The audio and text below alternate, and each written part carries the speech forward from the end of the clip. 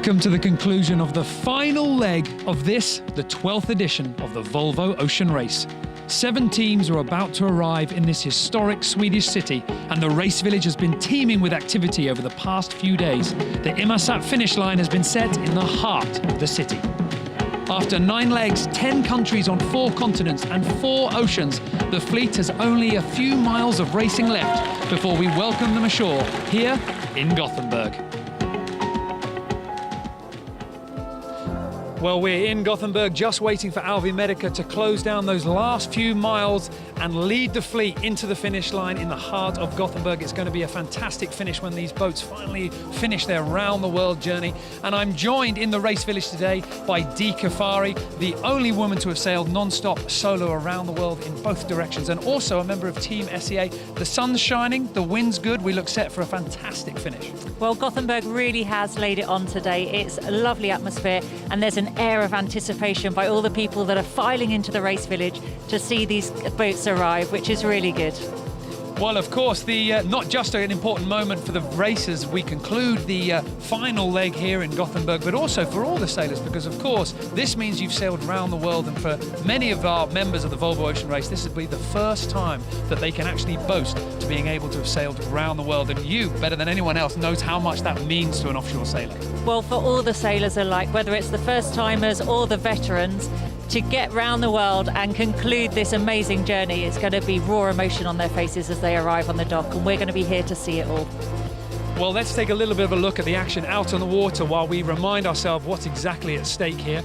We've got some great breeze on the water at the moment. We did worry that it was going to die a little bit earlier. The forecast wasn't quite so established, but now it looks nice. We are hearing in the river there's not too much wind, so we could see some last-minute drama being unfolded for those last few miles and that little bit of a closure towards the finish line. When the boats cross the line, in fact, you can just see Alvi Medica in the distance there, making their way into the city. So last few little bits to go. Fingers crossed that the breeze holds out, and of course, behind the young American-Turkish boat, there is a pack of 3 boats chasing. We've got Team Brunel, Dongfeng and Mafre all in the hunt as well. This would be the first leg win for the American team, and very important moment as they try and boost themselves up the scoreboard and get onto the podium. Now, when the boats cross the finish line and make their way into Gothenburg here, they're going to be greeted on the water by Jo Picard. She's been welcoming the sailors into every port, and she's nervous with anticipation as we close down the Volvo Ocean Race. Jo, it looks set to be a great arrivals here. How are you feeling? It does set to be a great arrivals, and yes, you are completely right. I've been up since 4 a.m. checking the tracker and seeing what's going to happen out on the water for the finish of this edition of the Volvo Ocean Race. I have been following it around the world, and it has been an amazing edition. We've literally just opened the gates in the race village. There are people flooding in this race village. It's going to be an amazing morning today, and who knows, anything can still happen. Well, there the camera team is closing in on Alvi Medica out on the water. Charlie Enright, the skipper, leading the fleet at the moment. And Dee, this has been a fantastic leg for the American team. They did a great job in the early stages of leg 9. They held on to it. The pit stop in The Hague, they started well, and their lead now around about 9 miles, something like that. We've seen it at 14 miles, so the rest of the fleet chasing hard, but fingers crossed Charlie Enright could do this. That's right, and they did have a really tough night. They were obviously leading, and they got to the weaker winds first, seeing the rest of the fleet pile in behind them. So they would have been quite nervous. They would have worked really hard, but they have dominated a whole of leg 9, and they deserve this win if they can hold on to it now for these vital few miles towards the finish. And of course, this leg has been a lot shorter than the other legs. It's really a sort of coastal sprint, but the weather's thrown up quite a lot of challenges. We've seen some really light winds. We've been downwind jibing, trying to pick the angles. We had some upwind earlier on as the wind was building in. Now we can see them here sort of tight reaching with that masthead code 0, and there is the threat that the breeze could change again. So you can't take your eyes off the ball. That's right, and you can see them now from this aerial shot where the sailors are moving the sails forwards of the shrouds. The wind's obviously getting lighter. They're on their masthead 0, and they're trying to get the weight out the back of the bus, keep the boat moving while they can. But it's not only been the weather that's thrown up the obstacles, it's those dreaded exclusion zones and the TSSs that they've had to negotiate on the way here. And they were very bold as they left The Hague, going all the way out the furthest away that they could possibly get, trying to get to the west where they thought the wind was going to be stronger. And then they looked behind and saw the others cutting in the corner and between the TSSs. So they would have had a bit of stress at that time. And of course, how do you think they're holding up? Because they've just completed 40,000 miles, nearly 40,000 miles around the world. You know, this is a fantastic event, but it's also incredibly tough and challenging. Do you think they're buoyed by the chance of their first leg win? How do you think their energy levels are holding up? Well, all the sailors are tired, and there's no doubt physically they're emotionally spent, physically spent, but this will give them extra boost now to be in front of the fleet and lead into Gothenburg, the finale of these offshore legs. So this is going to give them a little bit of an extra push, but Charlie Enright as the skipper and Will Oxley as the navigator are going to be really tired by the end of this leg 9. Well, you can see on the tracker there how the fleet is positioned. We have Alvi Medica out in the lead with quite a strong gap, but of course behind them, that pack that we were talking about earlier, Mafre, Team Brunel and Dongfeng are all trying to close down on the American team. And as these boats approach that river, we then have to contend with the strong current that's going to be flowing out of the river, plus the fact that the city is going to get in the way. We could see the breeze, if not die, certainly get very fickle. So hopefully Will Oxley and the members on board, they've got a plan here for how exactly they're going to bring it into the finish line. Well, I would imagine they're going to be looking to just stay between the others and the finish line no matter what happens. And as you say, the river's going to be flowing out and the wind's forecast to die. There's talk that there isn't that much breeze in the river. Here at the race village, we've got a little bit of breeze, but we're surrounded by tall buildings and obstacles that are going to cast wind shadows and give the boys a bit of a headache right through to that crossing that line. And I imagine one also obstacle that we didn't mention before is going to be the spectator fleet. You know, we are expecting to see a fair amount of traffic out on the water, and certainly when we get the boats in ashore, that we're going to have all the people in the race village being very enthusiastic about welcoming them in, and that's going to be another special moment for these boats. What's it like when you've been offshore for so long? You come back ashore and everyone's there just cheering you in. Is it a bit of a shock? It's an amazing atmosphere, really. You live in your little 65-foot bubble with your fellow crew and you think that's all there is to the place, and then you arrive to smiling faces, cheers, and a crowd that is just excited about sailing, and suddenly you realise that a lot more people have been following you, and it takes you some time to catch up on all the messages of support that all the teams receive, and then they've got to catch up with family, friends and loved ones, some of which they won't have seen the whole time they've been around the world. So this is going to be quite an emotional arrival for every single sailor on every boat out there. And what sort of sleep pattern are they going to be in? Because if it's me, I'd almost imagine being a kid just before Christmas. Are you? No, I'm not going to go off watch. I'm going to stay up on deck. I'm going to push that last little bit of energy out of my body. How are they going to be behaving on board? Well, especially for the guys' teams, they're relatively undermanned, so they're sailing shorthanded, these boats, and so now they've got a number of manoeuvres. They've got to make sure they sail the boat as well as they can, as fast as they can to that finish line. So they're all going to be up, they're all going to be giving it everything. And you'd think they'll be really tired and want to hit the bed when they get in, but actually they want to see everybody, they want to catch up with everybody, they want to have a drink, they want to eat some food, and they're just too excited to go to sleep. So they'll be celebrating a round-the-world trip. Well, out on the water to welcome the teams into the finish line, we have Volvo Ocean Race CEO Knut Frostat. Knut, I understand we're going to be lined up here for the first Alvi Medica victory on an offshore leg.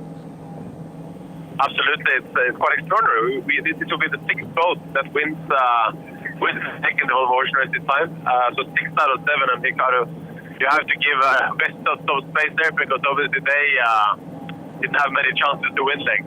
But all the other boats basically have won a leg, which I think has never happened in the history of this race. So extraordinary that it's been an open opportunity for so many. Great. And of course, Knut, we've also got this pack chasing the American team. We've got Mafre, Team Brunel and Dongfeng, and we potentially have some big movement that could be played out on the scoreboard here. Did you think that we were going to see this final chase coming into Gothenburg? The last positions could be decided right on the line. It could be. I mean, we were kind of seeing that when we got into the egg. We could see there that it was panning out to be a very, very close race. So I'm not completely surprised, but it's going to be the last miles into the finish line here in Gothenburg that's going to make or break it. And quite interestingly now is that we have a different wind direction out where they're racing compared to what we have up in the river. So it's going to be a transition zone there as well when they get further in. But No, I think it's going to be a very, very close race for Mapfre, Brunel, and Dongfeng, and they are racing for their lives. You know, I think they've been on top of each other non-stop since The Hague, and what a race. I mean, I'm sure they're, well, some will be very happy and some will not be so happy. That's how it is in racing, and yeah, it's exciting that these guys have to close race all the way to the finish. It's amazing. Already there's an enormous amount of spectator boats out there on the water. Lots of boats are out on the water waiting for the Volvo Ocean Race boats to come in, so that's really, really great. And Knut, you mentioned the breeze in the river being a little bit different to what we're seeing out in the open water, but how's the current? Are we starting to see a lot of flow on the river? Because that can get quite strong. Yeah, there's a little bit of current, probably not so slow, I would say, under the bridge there, and what we see is this like a northerly wind direction going in here, and then when you get into the river, it's a bit more northeast, a bit more headwind. So that could mean some tacking in the end, and it's harder wind. But right now, I think they're looking good for kind of a reach all the way into the archipelago, which is great. I mean, it's the best way to approach Gothenburg. There's so many rocks and so many islands. You can have a big sail up and just have a huge angle to play with rather than having to tack or jive the whole way. It's a huge benefit, particularly for those guys who are not familiar sailing Scandinavian waters. Well, we certainly look set to have a great final act of this leg as the boats approach Gothenburg. On your screens there, you can see the tracker, and I must say, from Alvi Medica's point of view, it does look quite ominous. They've got a good lead. It's 12 miles at the moment, so they've done well to pull that back up from that 9 miles that we did see a couple of hours ago. But they do have certainly a pack chasing them down quite hard. Definitely, and the worst news there that Knut was telling us, if it's a headwind in the river, they're going to be short tacking with a masthead zero, which is not Alva Medica's favourite occupation, that's for sure. And it will just be that last bit of extra effort that every sailor's going to have to dig deep and find just to cover those final miles.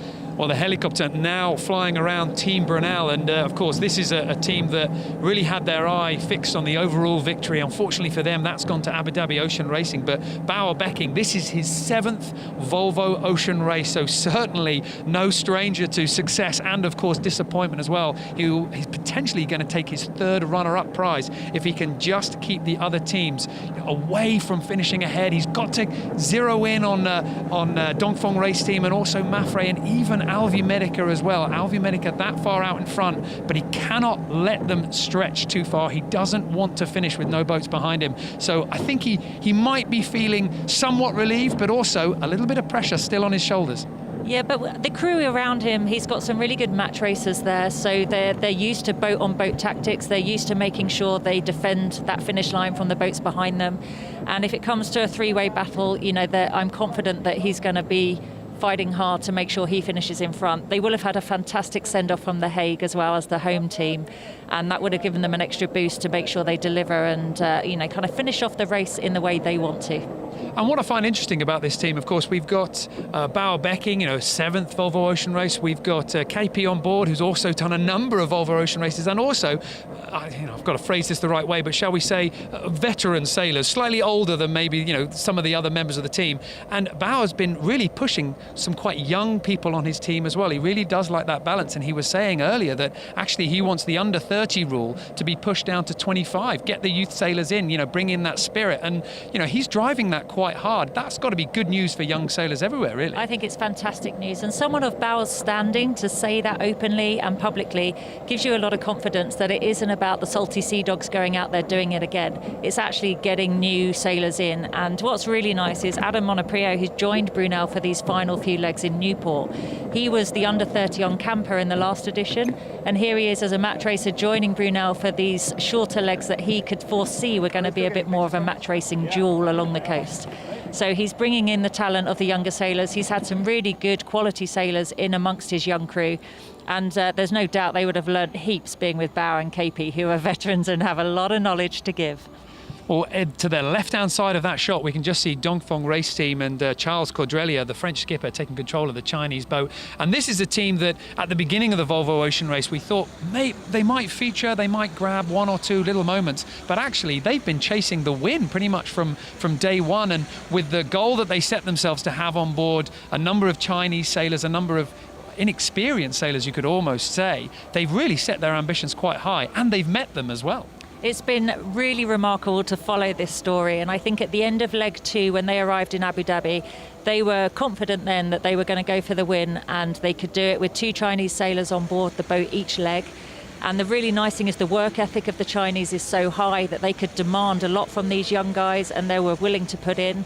Around him, the French and the Swedish and the mixture of people he's got around are all short-handed sailors, so they can all sail these boats short-handed, have a number of skills in a number of areas, so he can draw on that. And he sails so well with Pascal. They really do line up their strategy together well, and the boat is really powered in the same objective the whole time, and they know what they're trying to achieve. And from the disappointment of Lorient, Lisbon arrival, and then frustration into Lorient, he's going to be out to make sure he defends that place. He wants that podium place for sure. And of course, Charles Cordrelier, he's won the Volvo Ocean Race as part of the Groupama team. You know, it was a fantastic victory on the last edition. And this is somebody who's had victories in the Solitaire de Figaro. And I know you work with some of the young British sailors coming through. And what is it about, you know, the French system where they tested their offshore skills almost so early on in their career? It just seems to be breeding such a powerful talent that people bring into the Volvo. I think it's that all-round skill. You can't just be a trimming specialist or a driving specialist. You have to hone your skills in all these areas. So you come as a really well-rounded sailor. And in these boats, as I said, the guys' team's just sailing with 8 sailors and 1 onboard reporter. They're relatively short-handed. So that's where their skills really play. They can multitask very well and adapt to any job that they happen to be doing, even though they'll have their dominant jobs on the inshore portions of the race. So I think that's why it's adapting so well and playing to the French system there very well. And the Chinese obviously have enjoyed the fact that they could learn from these guys and be in such a dominant position throughout the whole race.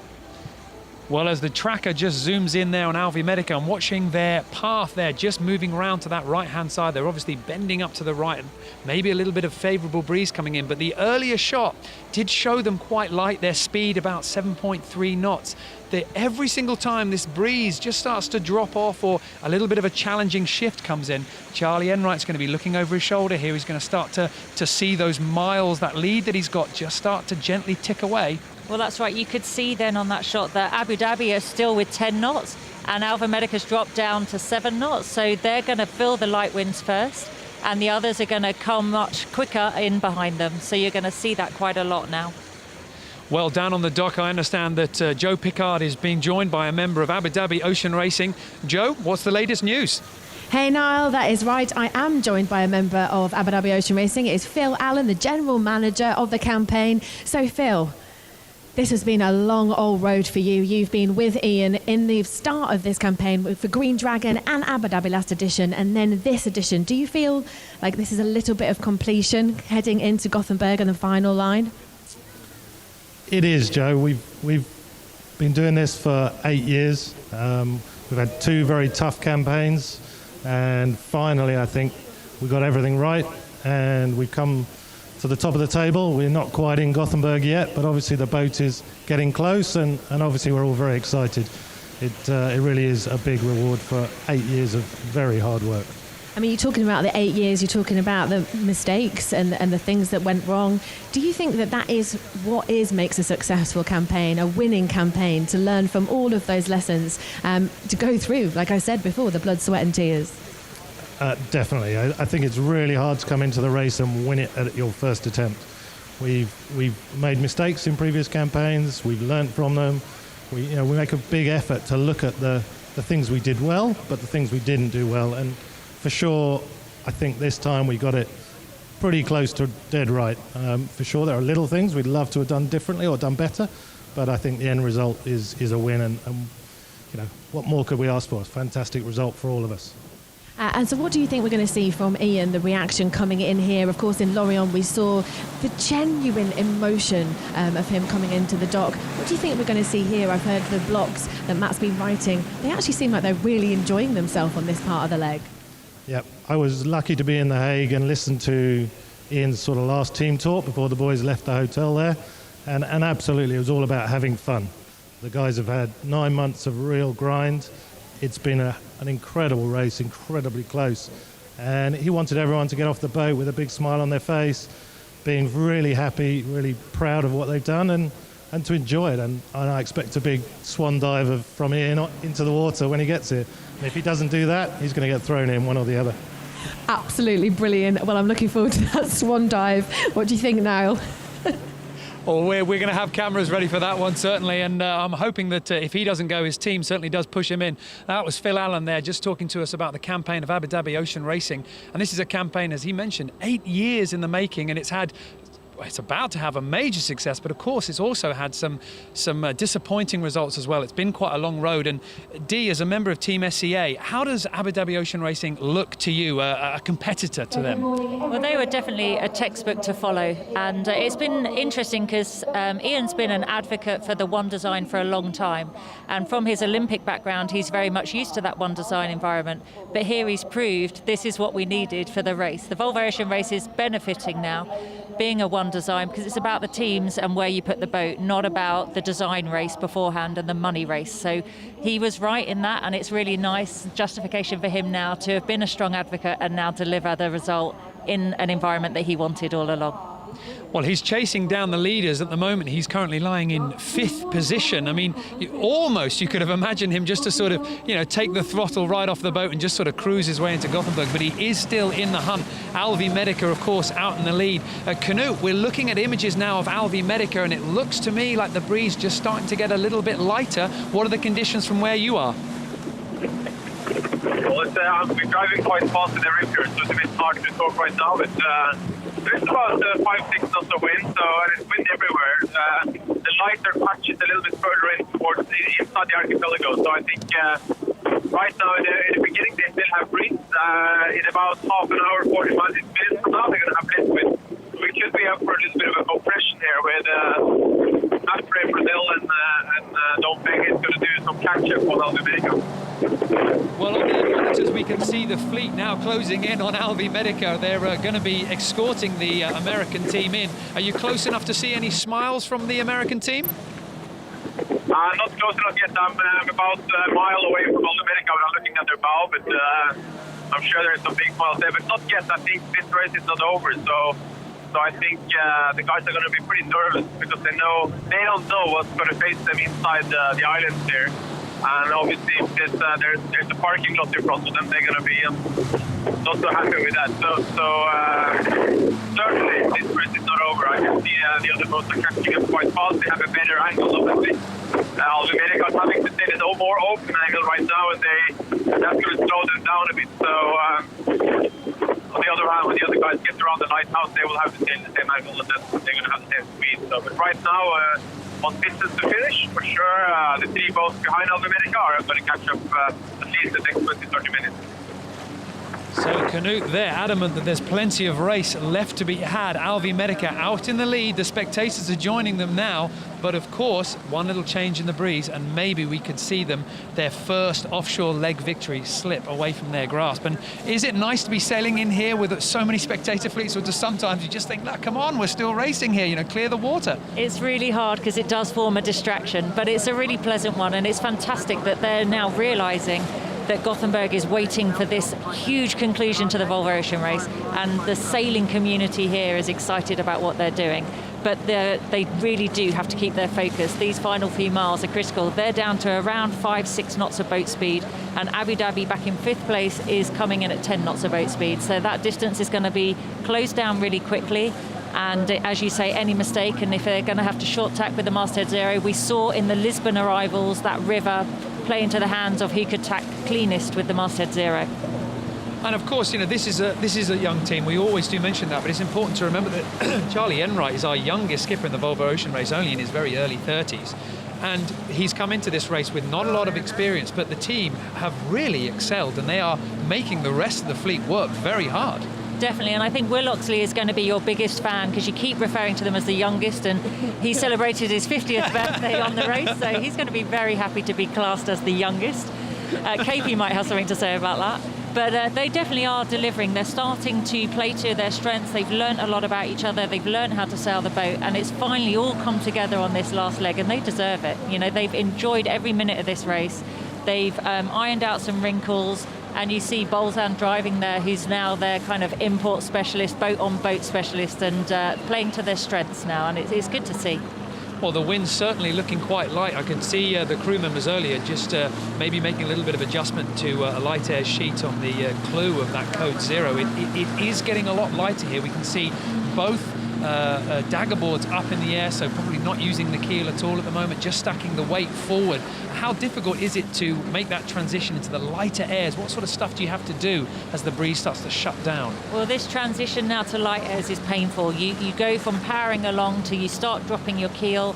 Once the keel starts to get allured, your boards are up, you've got all the sails on the bow because you want all the weight forwards. The crew are now on the bow, and you only have your driver, a trimmer, and maybe the navigator in the cockpit because you want the weight out. All the stack down below will have been shifted, and now they're going to start. They've got the J1 plugged in ready, because if it goes really light, the last thing you want is that masthead 0 to collapse onto your rig. So you've got the J1 ready to hoist in case it gets really flappy, and they're just hoping it doesn't come to that.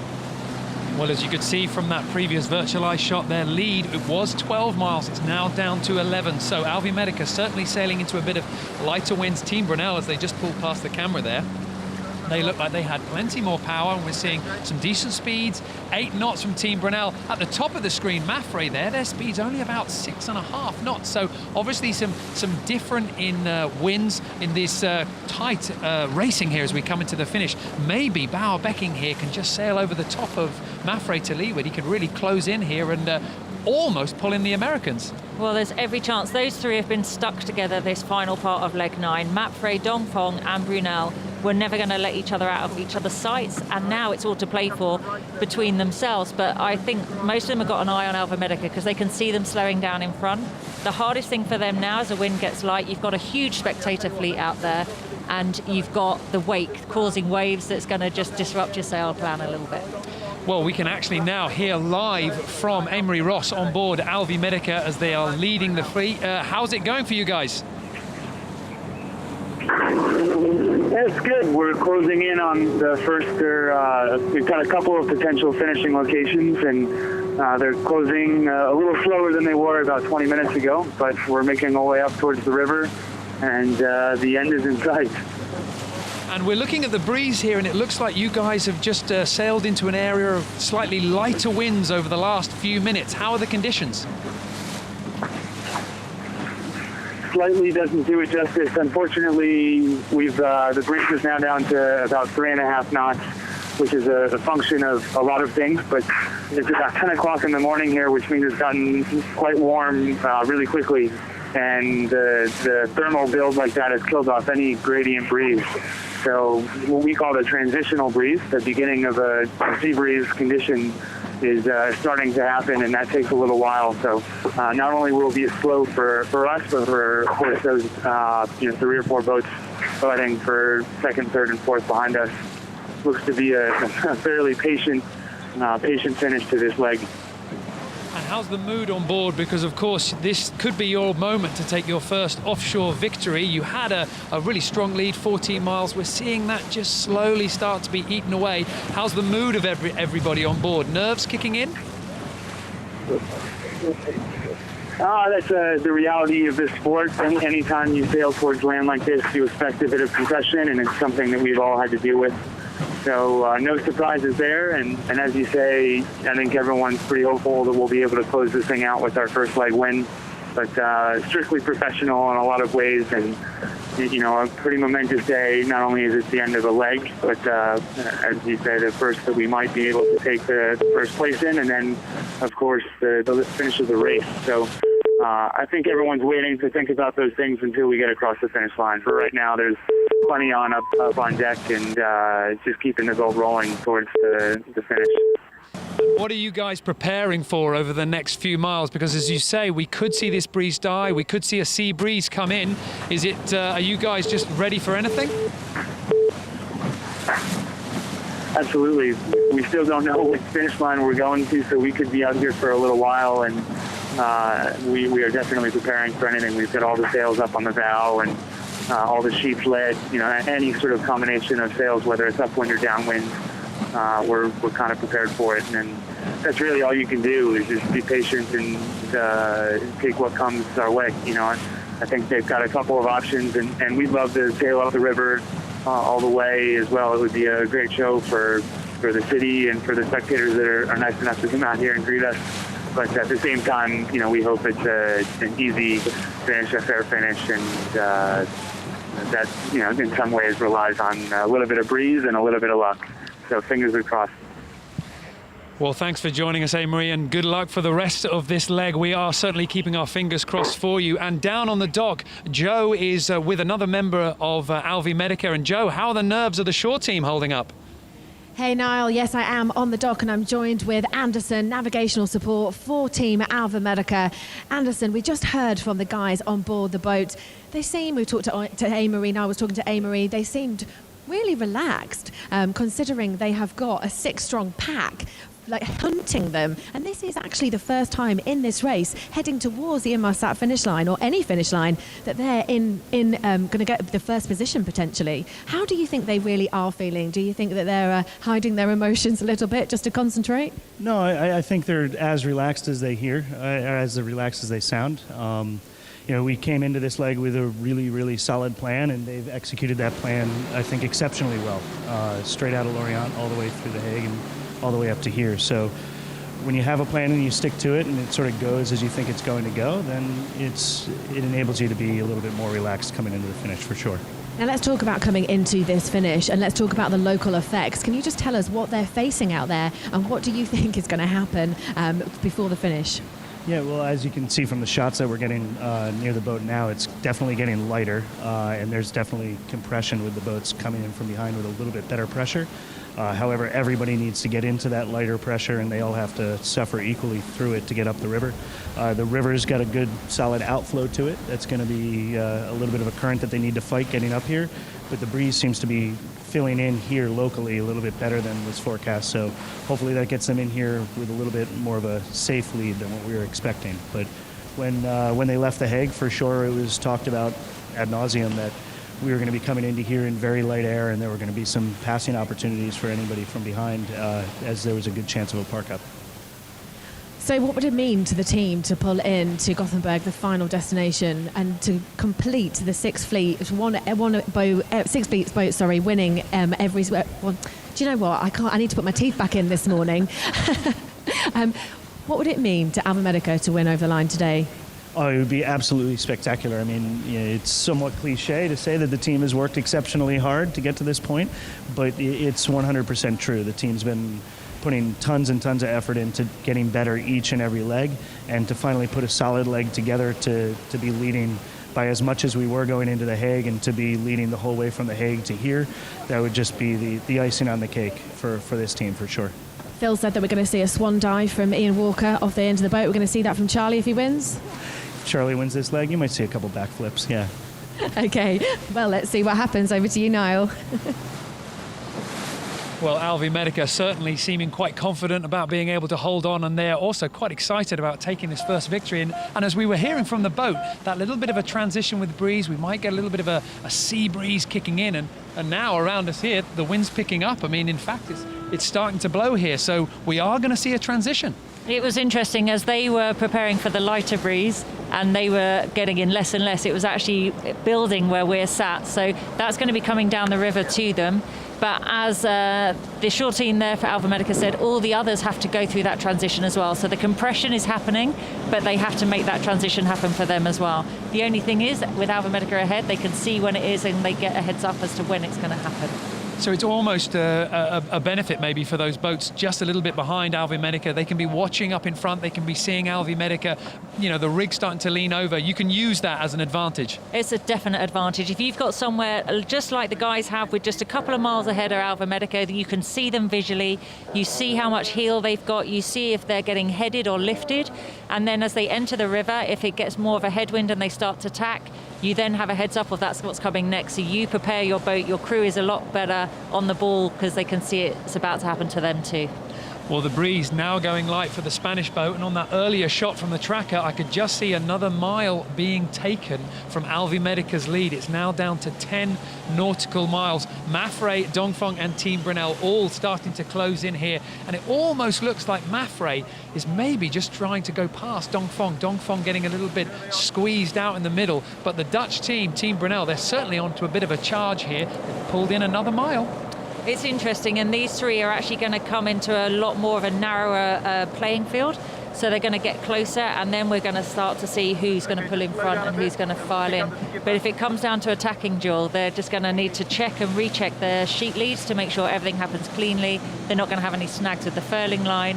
As soon as Alva Medica does that first attack, the others all know that's what's going to happen, and they're 3 abreast at the moment in a really narrow river coming to the finish line. Short tacking, they're going to need no mistakes. And there's a little bit of a space out there on the water at the moment, but as the boats zero in on Gothenburg, they've got to sail through the Gothenburg archipelago, and that will really funnel the race course in. And by the time we get to the river, I mean, this river is only 200 meters wide, you know, some of its points, maybe even thinner than that. It's going to really squeeze the action in.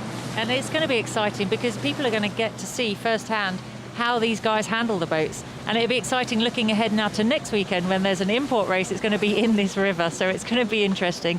And the guys are just going to get a little glimpse of what that's like at the end of this leg, and then they've got a week to prepare for it. Well, Knut, from where you are on the water, we're wondering what this breeze is going to do. Certainly here in the race village, it seems to be picking up. How's it going on the water? Oh, they're going well out here. I'm next to Alva Medica. They have, they're doing about 5-6 knots of boat speed with the Coast Zero.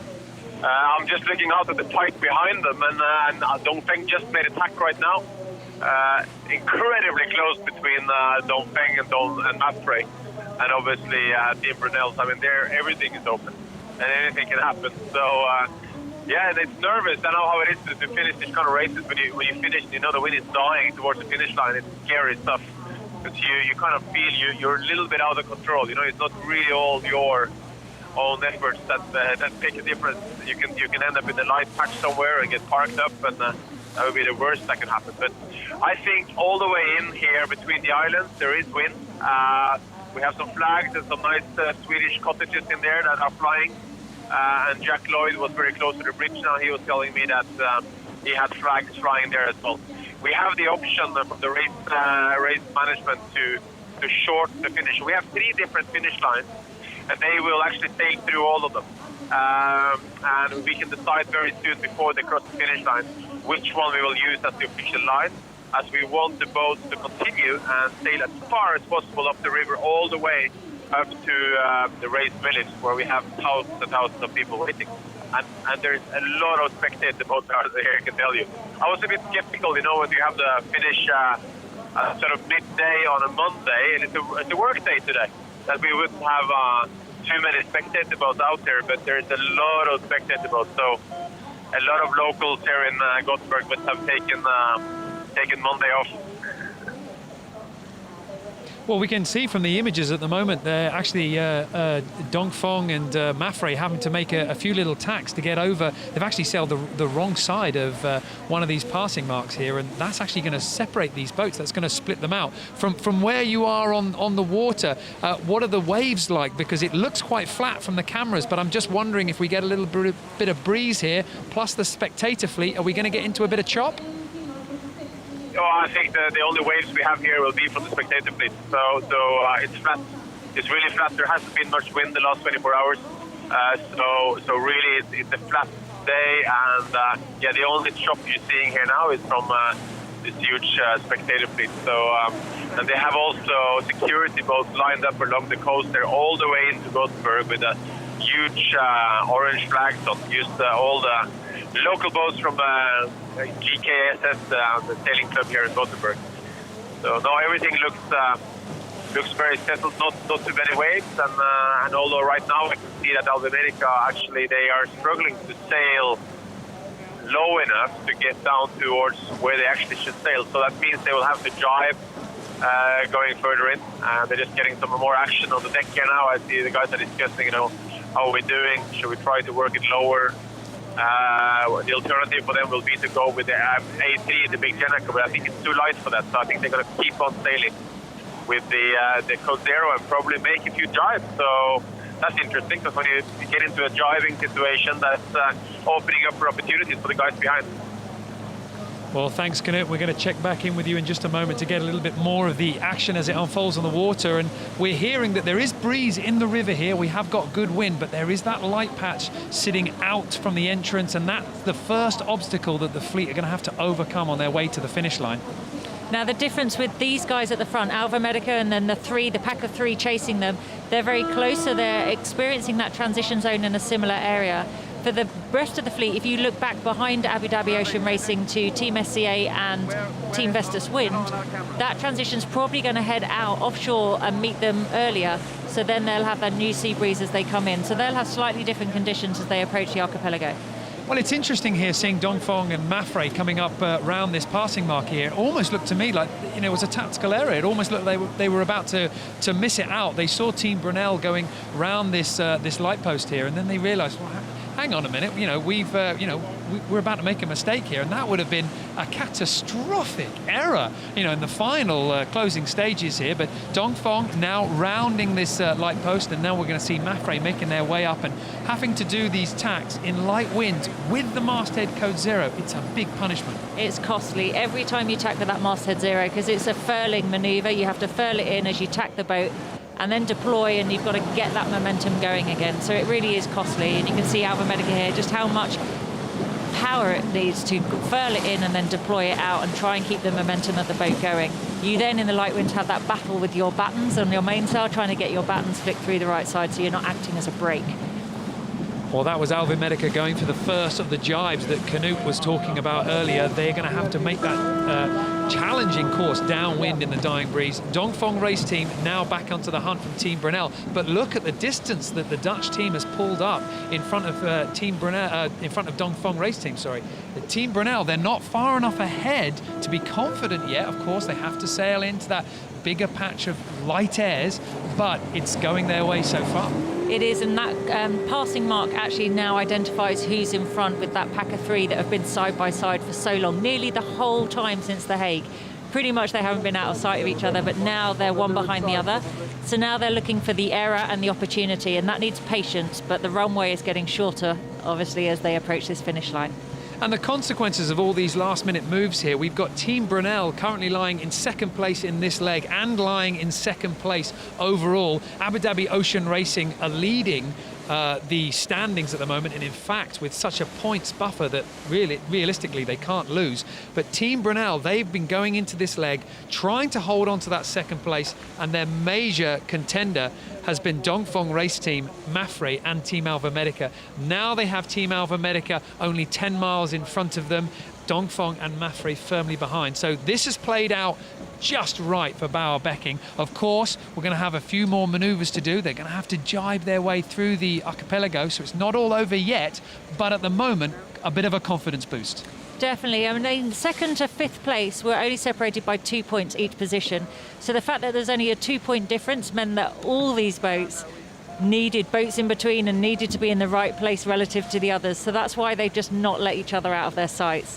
What they could have done with was Team SCA and Team Vestas Wind getting up in amongst it and mixing it up a little bit. And obviously I'm a little bit biased there, wanting Team SCA to move up the rankings. Well, we've seen Alvi here had to jibe just in front of Team Brunel, and we can see Team Brunel running along with what looks to me like, you know, reasonable pace in the light airs. We could see a bit of a change here. If Team Brunel can pick up a bit of breeze and watch their course on the tracker, if they can make their path a little lower than the Americans, they might be able to cut out that first jibe, and that's a big saving. It is, but they've just had the heads up now from Alva Medica that there was a jibe on their course. So was that a wind shift? Was it something to do with the land? Was it a restriction in the area that you're allowed to sail in this as we approach the finish line? The shot of Alva Medica earlier, you can see Will Oxley sat was on the coach roof with the screen on deck. He's not going to let that out of his sight because it's really hazardous on the way in, and there's a lot of marks that they really need to respect. Otherwise, they're going to be infringements of the rules, and that's the last thing they need. And this is going back to what you were saying earlier about the boat out in front is actually a bit of a marker for the ones chasing. You can see what the breeze is going to do. You can see the shifts as they roll down the course. You've essentially got a signal just waiting for you a little bit further up the racetrack. And now Alvi Medica is well within sight of Team Brunel. Still with the lead, 9-10 miles the lead at the moment. But we've been watching that slowly diminish. And I wouldn't like to predict what's going to happen when these teams get squeezed into the river. It's going to be challenging for the sailors. Definitely challenging, and I think Alva Medica, well, they're all very much aware of what lies ahead of them. But the fact that Now Brunel has a little bit of distance between them and Dongfeng behind. Mapfre now are just behind that pack of two, so they want to make the difference, and it is that patience game. Is someone going to make an error? Can we get a shift that maybe the others didn't, so we can miss out a jibe or miss out a manoeuvre, which is always costly. But you can see from this shot here, looking at the way into the finish, it's quite hazardous. There's a lot of things to avoid. It's a little bit winding, and you're going to get wind shadows and bends on nearly every piece of land there. So it's taxing for the navigator, and the sailors have got to react on the spot. Well, we're going to have to see exactly how that path plays out for Team Brunel. Have they been able to sail a slightly lower course here? Dongfeng race team now around that light mark there. They're chasing down the Dutch team. And, of course, they've also got two boats signaling to them. And, Dee, with your sailing experience, it's possible here, isn't it? We could see one of these boats just simply park up, and then that's just a red flashing light for the others. But as I look now, I'm seeing Mapfre just on the back of that shot. They hadn't yet unfurled their code 0, so they're having a little bit of trouble tacking here. This goes back to what you were saying earlier, punishing tacks with that code 0. It's a costly manoeuvre, everything you do with that code 0, and what will have happened, they will have been waiting to have made sure they were clear on the other tack before they deployed. Otherwise you end up going back again on the turn. And it's really hard now, well, not only every manoeuvre with flicking the battens of the mainsail, but they're playing this game of, do we keep up high to keep the apparent forwards, to keep the boat speed, or can we soak? And if we soak too low, does the apparent go aft, and do we slow down? So it's a really hard job to drive in these light conditions downwind. You want to go low, but you can't because there's just no apparent wind keeping you going. Well, you've sailed in this race, you've been sailing against these competitors. Who do you think has been showing, who's nailed that skill this year? Who do you think in this light airs, which boat has really got it working? Well, I know it's really testing to predict, but one boat that has always generally left us when we've all been set up together has been Dongfeng. They've managed to just maybe flick a switch and accelerate, and we all asked them at the end of the leg, how did you find that acceleration? What did you do? What did you do differently? And they just laugh and they, we were done with sailing with you guys, we're off now. But the difference is everybody else is learning how to sail their boats now, so we're all starting to make it work for us as well, and it's just whether you lose the momentum or you can make it work, or you just have that shift that doesn't work for you now. It's, it looks really fickle out there. Alva Medica barely look like they're moving there. And it's really nice to see the spectators as well, staying far enough back, keeping their wash out the way. I mean, that's really respectful and understanding sailing.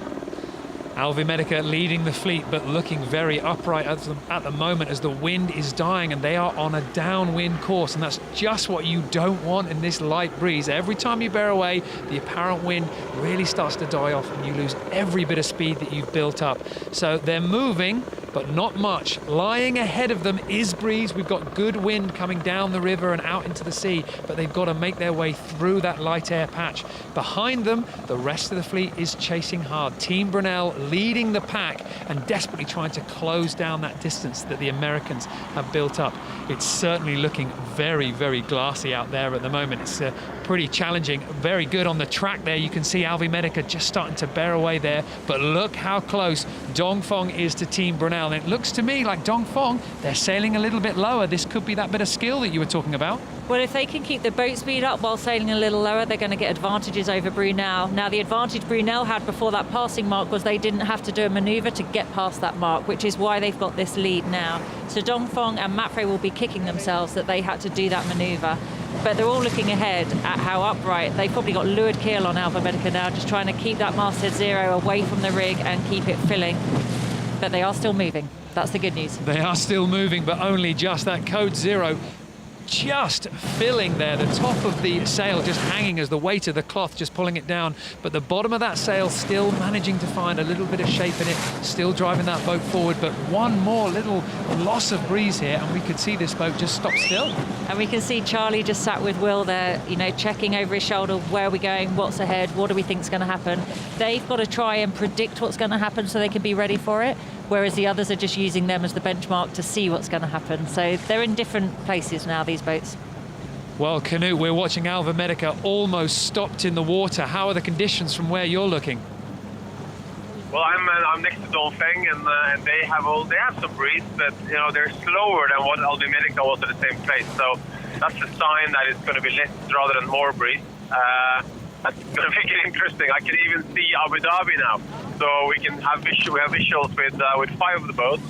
And obviously the distance between Mapfre and Dongfeng and Brunel, although it is very short, in time it's quite a bit. So 1 meter becomes 10 meters sometimes when you're sailing a light wind very quickly. So you just need one boat with little puff or one boat with a parking lot and everything can change. So I can sense some nervousness on the boat. I see definitely that Dongfeng, the guys are not relaxed at all. Very, very focused driving there. I think Charles is driving, as far as I can see, and it looks extremely focused. The guys are keeping the weight down to leeward. If anything, I would say that Dongfeng is sailing with a little bit more heel on the boat than the others. They have the outrigger out, they have a code 0, and no, it's very, very, very light. So this is certainly not over. This is going to be a light race all the way across the finish line. And obviously with this will secure Dongfeng a place on the podium. If they continue like they're doing here now, they'll be third if this becomes the standings, and Brunel will finish second place. And then we will see between Mapfre and Alvimerica, but I think they will end up on equal points if I'm right, and they will have to race the import race in that 4th place. Well, there are the boats just outside Gothenburg, and as Knut was saying, they're starting to get a little bit of nerves building up on the boats. Alvimerica, they look certain of this victory, but they're now in a big hole. Not a lot of breeze. They're closing in on the finish line, but it still lies a long way ahead of them up the river. You can see their speed now down to nearly 3 knots as we make our way up the river. This is the journey that the fleet have to make.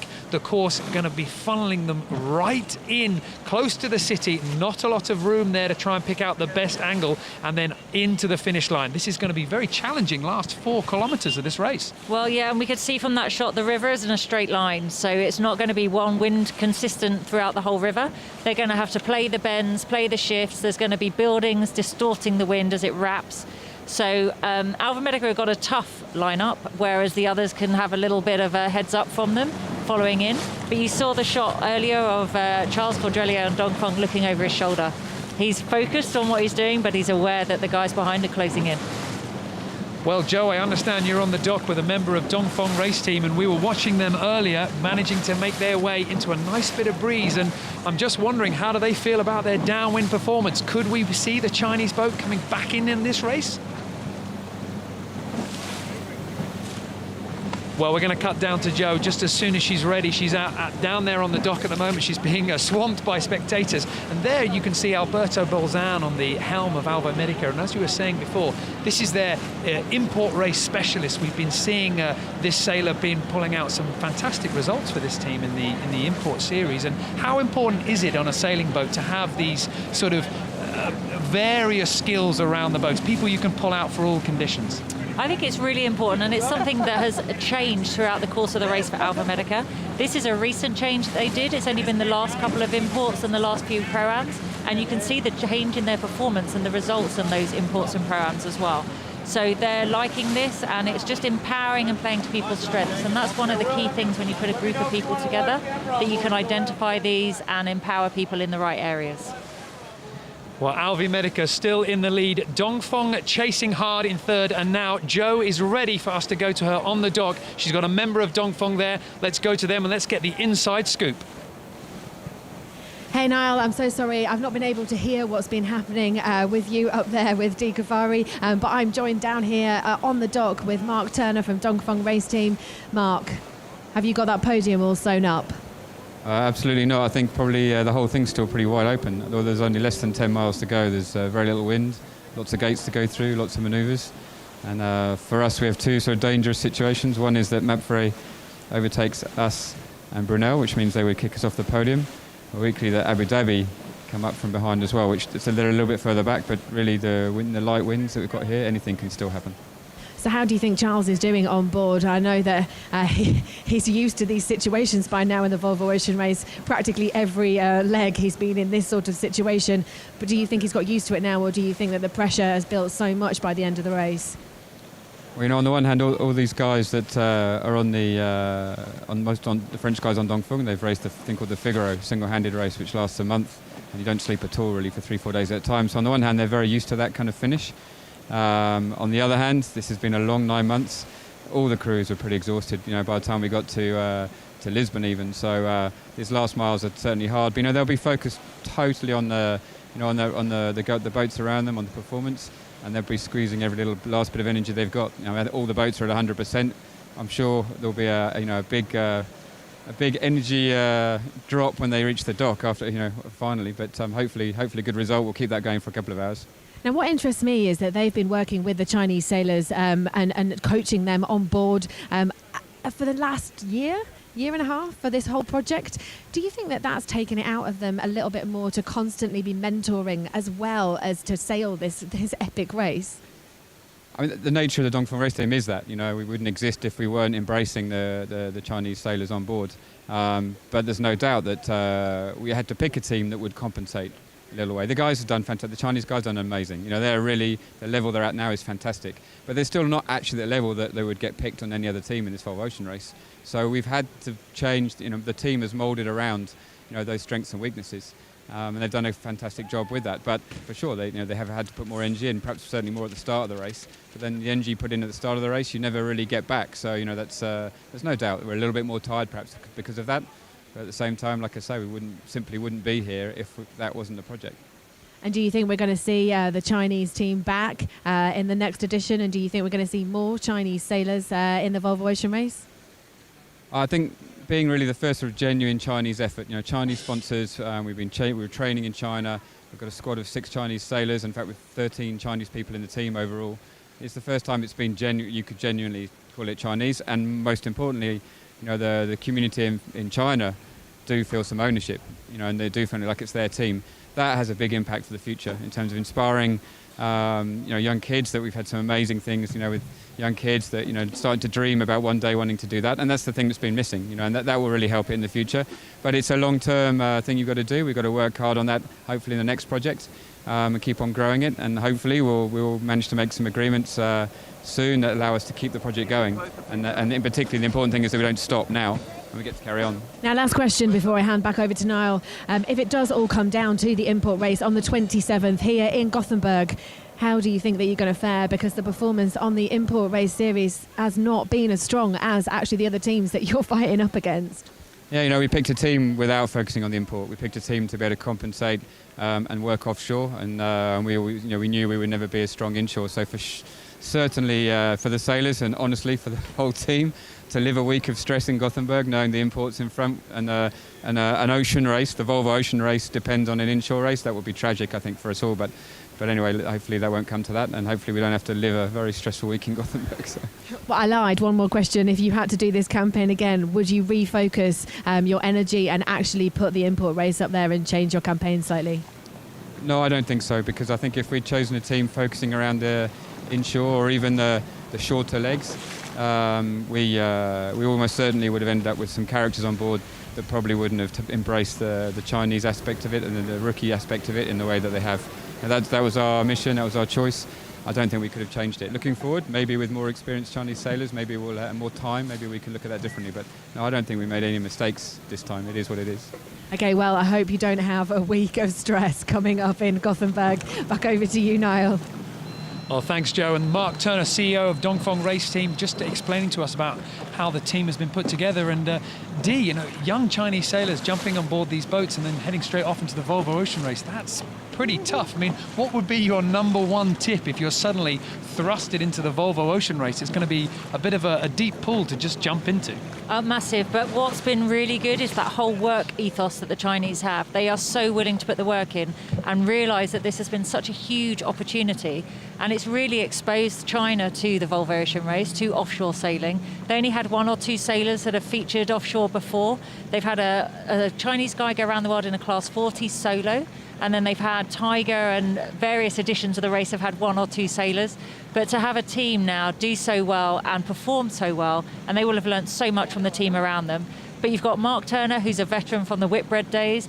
The team manager, Bruno Dubois, has also competed in the Whitbread. Gigi, their boat shore manager, he was with Group Armour in the last edition. So they had so much knowledge around them. And not only have they developed the Chinese sailors, but they've also developed the Chinese shore team, and also the logistics and the shore-based team around a racing team. So they really are developing the skills in all the areas needed for a Volvo Ocean Race team. And so in the future, you can really see this developing into being a fully Chinese operation. Well, I think that's a really good point. And of course, with all these teams, you do one Volvo Ocean Race, you get the experience, and then you can come back in on the next one to really sort of charge, your victory home. You learn so much, and we're going to see in the next edition of the Volvo Ocean Race, it will be the Volvo Ocean 65s again. And for all your experience sailing on the 65s, how much does training and tuning of these boats, how important is that? Can you just jump on board and find the speed? Oh, definitely not. And it's something that all the teams have said. We were very lucky with Team SCA. We had the boat very early and we did a lot of training, but it was on our own. And it was only when we got on the race course, lined up with the other boats, that we then could really hone our performance. And it's taken us nearly the whole race to learn what we should have learned before. So we always feel that now we've done it once, we know what we should be doing, so the next time will be better. And I think this is the same for a lot of the teams. And it's something that, Ian Walker identified, was that we're learning how to sail these boats, but for the guys with experience, it just comes a little bit quicker. Well, all the boats at the moment are only doing about 2 knots, maybe 3 knots on those small puffs that are coming through. Alvi Medica still in the lead, but it's looking very light out there. It's looking pretty challenging for them with that downwind course they've got to sail to make their way into the river. And this, of course, is the big problem for the American team. You just want to be able to put the bow up, get onto a reach with the masthead code 0 and start building the apparent breeze. And this is exactly the angle that you do not want to be sailing. Dee, any tips here? How do these boats behave when they're off the breeze in light airs like this? It's hard. They're a big bus to keep going when it's light. So they've got all the weight internally in the bow. They've got the crew on the front. They've got all the sails on the front. They're trying to be ready for everything. The trimmer basically is driving the boat. They're talking to the helmsman about how much pressure they've got in the sail, what they can feel. They'll be saying, no lower, that's too light, come up, okay, I've got pressure now. And it's all those little fine adjustments. And the more you get that communication flow, the better the performance, and then they'll keep the boat moving. And it's all about just keeping it moving. Once it stops, it's going to be really hard to get it going again. And with the keel in these light airs, are you using the keel at all, or is it just letting it sort of hang straight? Often you're with lured keel. I mean, you're not as fast with lured keel, but it helps shape the sail. It helps give the gravity, the shape of the sail to let you pull forward. So you're trying to keep it in the middle, but every now and again you put a little lured keel, because what you don't want is for the sail to flap and collapse into the rig, because then you don't want to damage the masthead 0. So this is going to be the key sail to get them to this finish line. Well, we can see on the screen there, they've got the outrigger set, but they're not trimming for it at the moment. At what point do you start using that outrigger? At what point does that become the... in fact, actually, we can just see there the lead for the masthead code 0 sheet just being pulled to the end of that outrigger. Just talk us through how that changes the sail.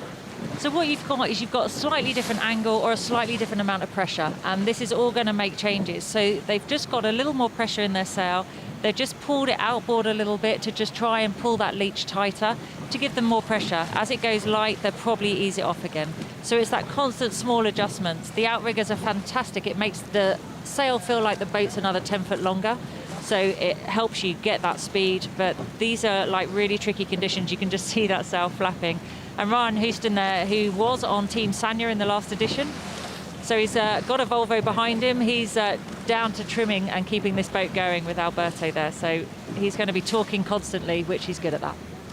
Well, all the fleet struggling to find the breeze to propel them to the finish line. It is waiting for them just in the river. Alvi Medica still out in the lead, Team Brunel in second, and then Dongfeng chasing hard. And we can actually go live now on board Dongfeng. We've got Jan on the phone. And Jan, we're looking like we can see some pretty light conditions. That masthead code 0 struggling to set at the moment. But are you making any progress? Do you think you're going to be able to reel in the Dutch team?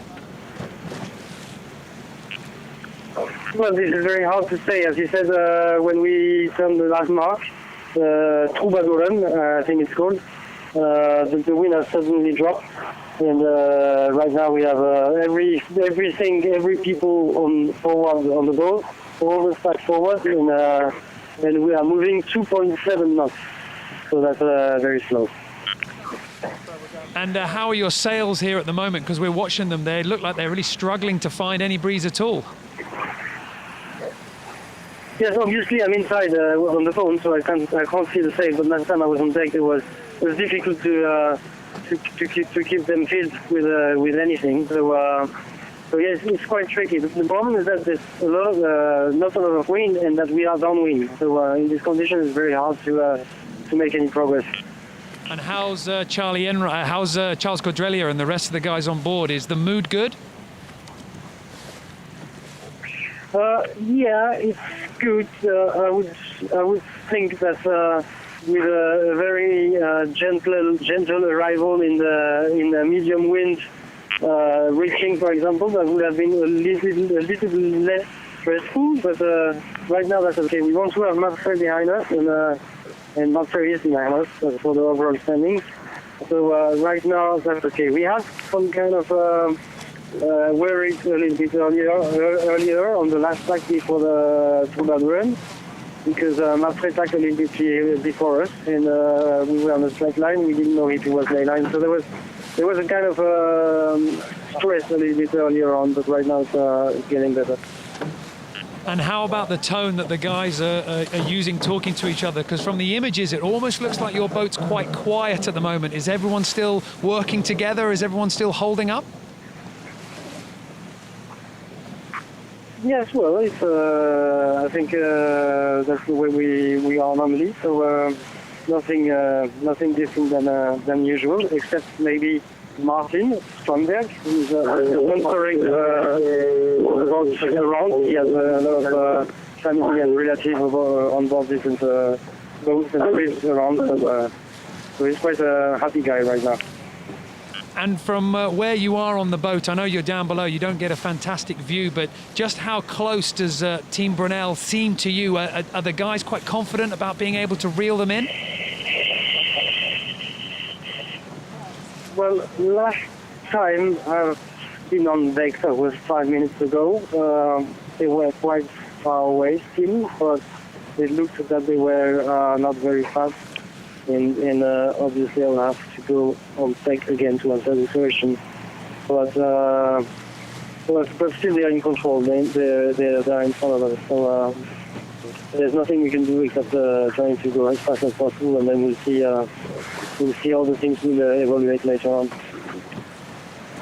Well, thanks for joining us, Jan, and we're going to come back to you as the race unfolds. And as we can see on the tracker now, we've got Alvi Medica tacking and sailing back out this way, and we've just been informed that they may have missed that mark that we saw Team Brunel go round. Dongfeng looked like they were going to miss it, Mapfre as well, and then they went round. And Alvi Medica has missed rounding that light mark on the right side, so they're going to have to sail all the way back out. This is a disaster. Oh, my head is in my hands. I can't believe that they've allowed this to happen. Will Oxley will be kicking himself and apologising profusely, but he's got a mission. He's got to get them round the marks and get them to the finish line. They're having to sail back out from where they came, around the other side of an island to another mark. And it is really tricky out there. There's stuff all over the place to avoid, and the marks are very strict. So with him having the screen on deck, I thought he was going to nail it. But here we see them. They've got to go round that island, round the mark that is to the right of the island as we're looking, and then head back in through to inshore. Now that's given a massive advantage to Brunel now. Well, I tell you, when I got the news about the fact that they missed a mark, I thought it was that earlier mark. So if it's only the mark just in front of them there, that's not too bad. It's still within sight. They can still manage to get round there and hold onto the lead. But of course, they've still yet to find that building breeze coming out of the river. So they're going to have to get round that mark. They're going to see their lead diminish further. Team Brunel gets closer in range. They're going to be able to claw their way closer and closer to the American team. This is exactly what you don't want, right on the fringe of your first offshore leg victory. This is called making life really difficult for yourself. And like an unnecessary mark like that is, just so frustrating. But what I thought was going to happen was it was going to be an error in a manoeuvre, where mistakes can happen, lines can snag or jam, or you overlook something. But to miss a mark of the course, we've seen it before. Previous editions have seen people miss marks and it's cost them the import race or the leg. At least now they have chance to go back. They recognised it, they've gone back to round it. But this Mark III that was the problem for them, and they're trying to get their way back. Now, how on earth can something like this happen? Because, if you're a weekend sailor or something like that, this is, you always think, well, you missed a mark. You're meant to be the best navigators in the world, but I'm guessing even the best can make mistakes. Easily, and when you look at that aerial view, you can see the archipelago is a mass of islands. There's a mass of spectator craft out there. This isn't an area where this boat or the crew has sailed before.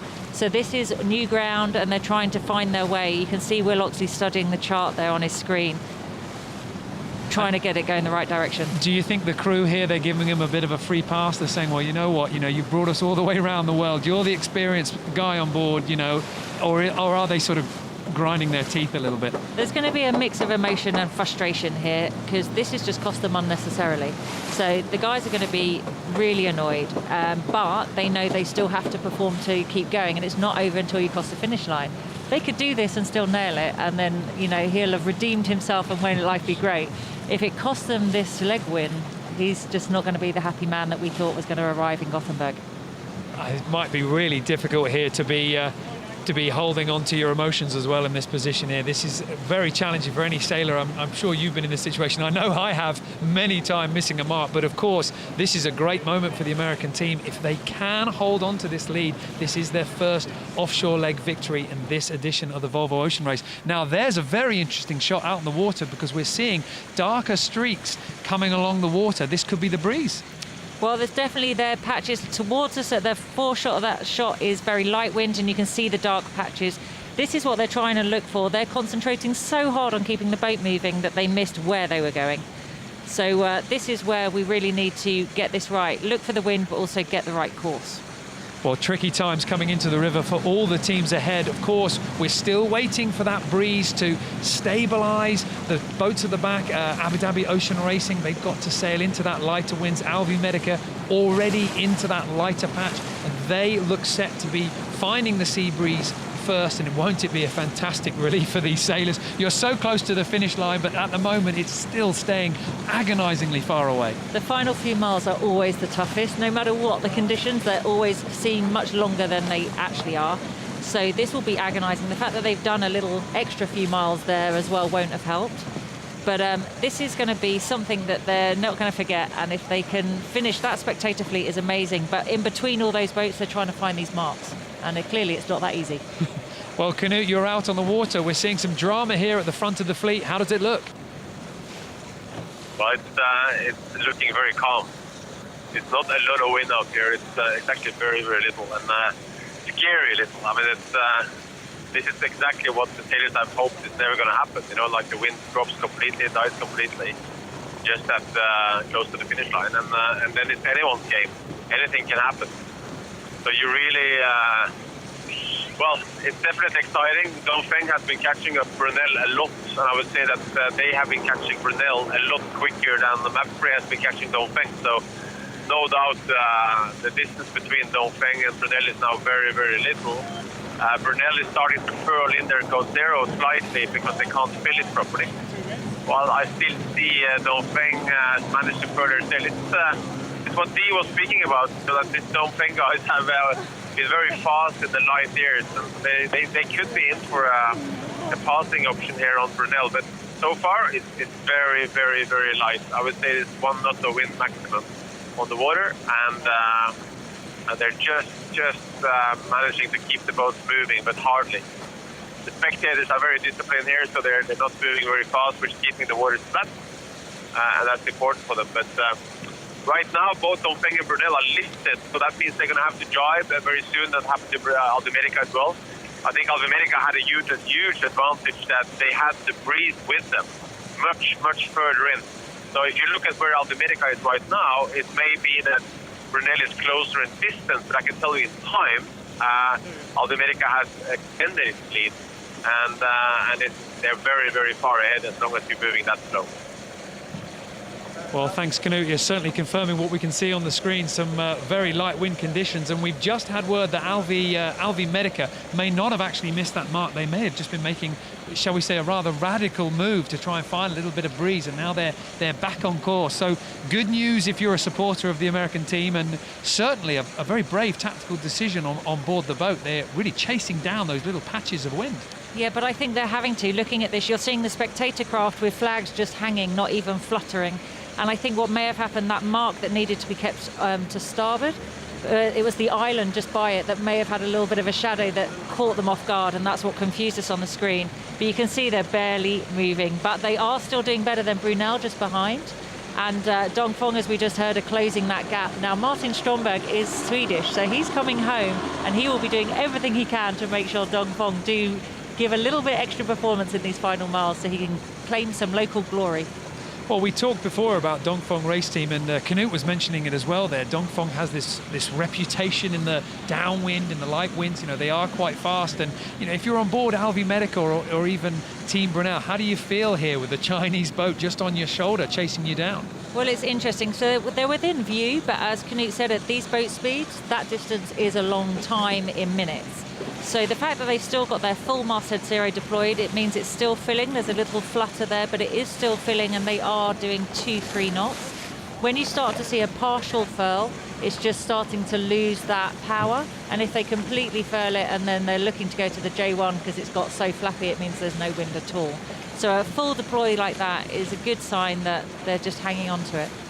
And of course, for these sailors out in the water, they're not aware of what we know, which is there's breeze in the river. It's quite closed off when you're on the boat. You don't have unlimited access to the outside world and weather information and everything. And I'm wondering, you know, they're probably dreading that moment coming into the river, because imagine jibing down this very narrow river here. That would be a big challenge. What's it like when you're on board and you're just, you know there's only your last few miles to go, but those last few miles might be so light, it might take you such a long time? Well, we've seen this kind of setup when all the boats arrived into Lisbon at the end of the transatlantic, where there was a river finish and the boats weren't that far ahead, so you're glued to the AIS. You're constantly asking the navigator, what wind have they got? What boat speed are they doing? Because on AIS you can see the boat speed, so it gives you an indication as to how much pressure is ahead.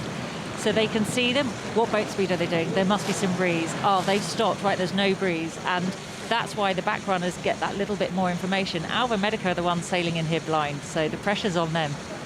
Well, Alva Medica still out in the lead and still holding on to it for the meantime. Behind them, Team Brunel closing down hard in second place, slowly eating away at that lead. And I understand Jo is down at the dock and she has somebody from Team Brunel with her. Jo, what's the latest?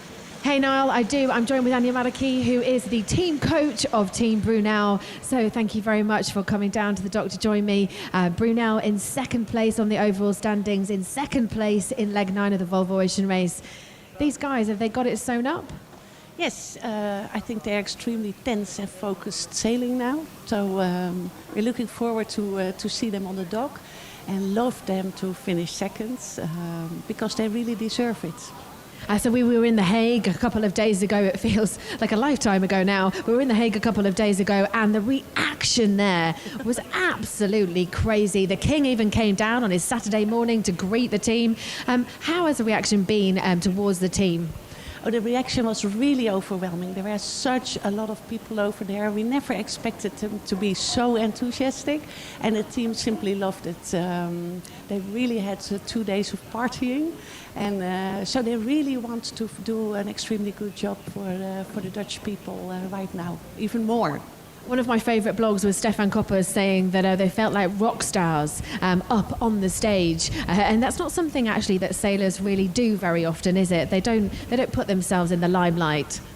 Yeah, and on the other hand, they had a good practice during this Volvo Ocean Race because they had to do that often on the stage, and there were some good parties too. So our team is kind of good in partying.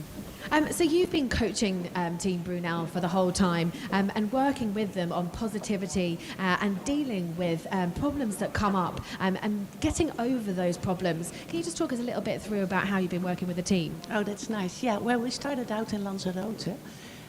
Working on values and team effectiveness, and I think they are grown into an extremely resilient team because when you finish 5th 2 times, you are able to climb up and go for winning again and again and again. You are a really strong team with a very positive mindset, and it's lovely for sportsmen and it's lovely for Volvo Ocean Race, I think.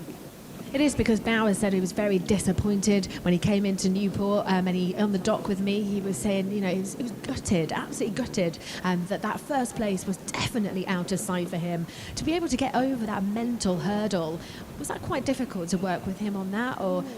Yeah, on the one hand it is for the whole team, and on the other hand, Bauer is a very experienced sportsman, so he is able to be extremely disappointed and sad and switch the button and go for second place.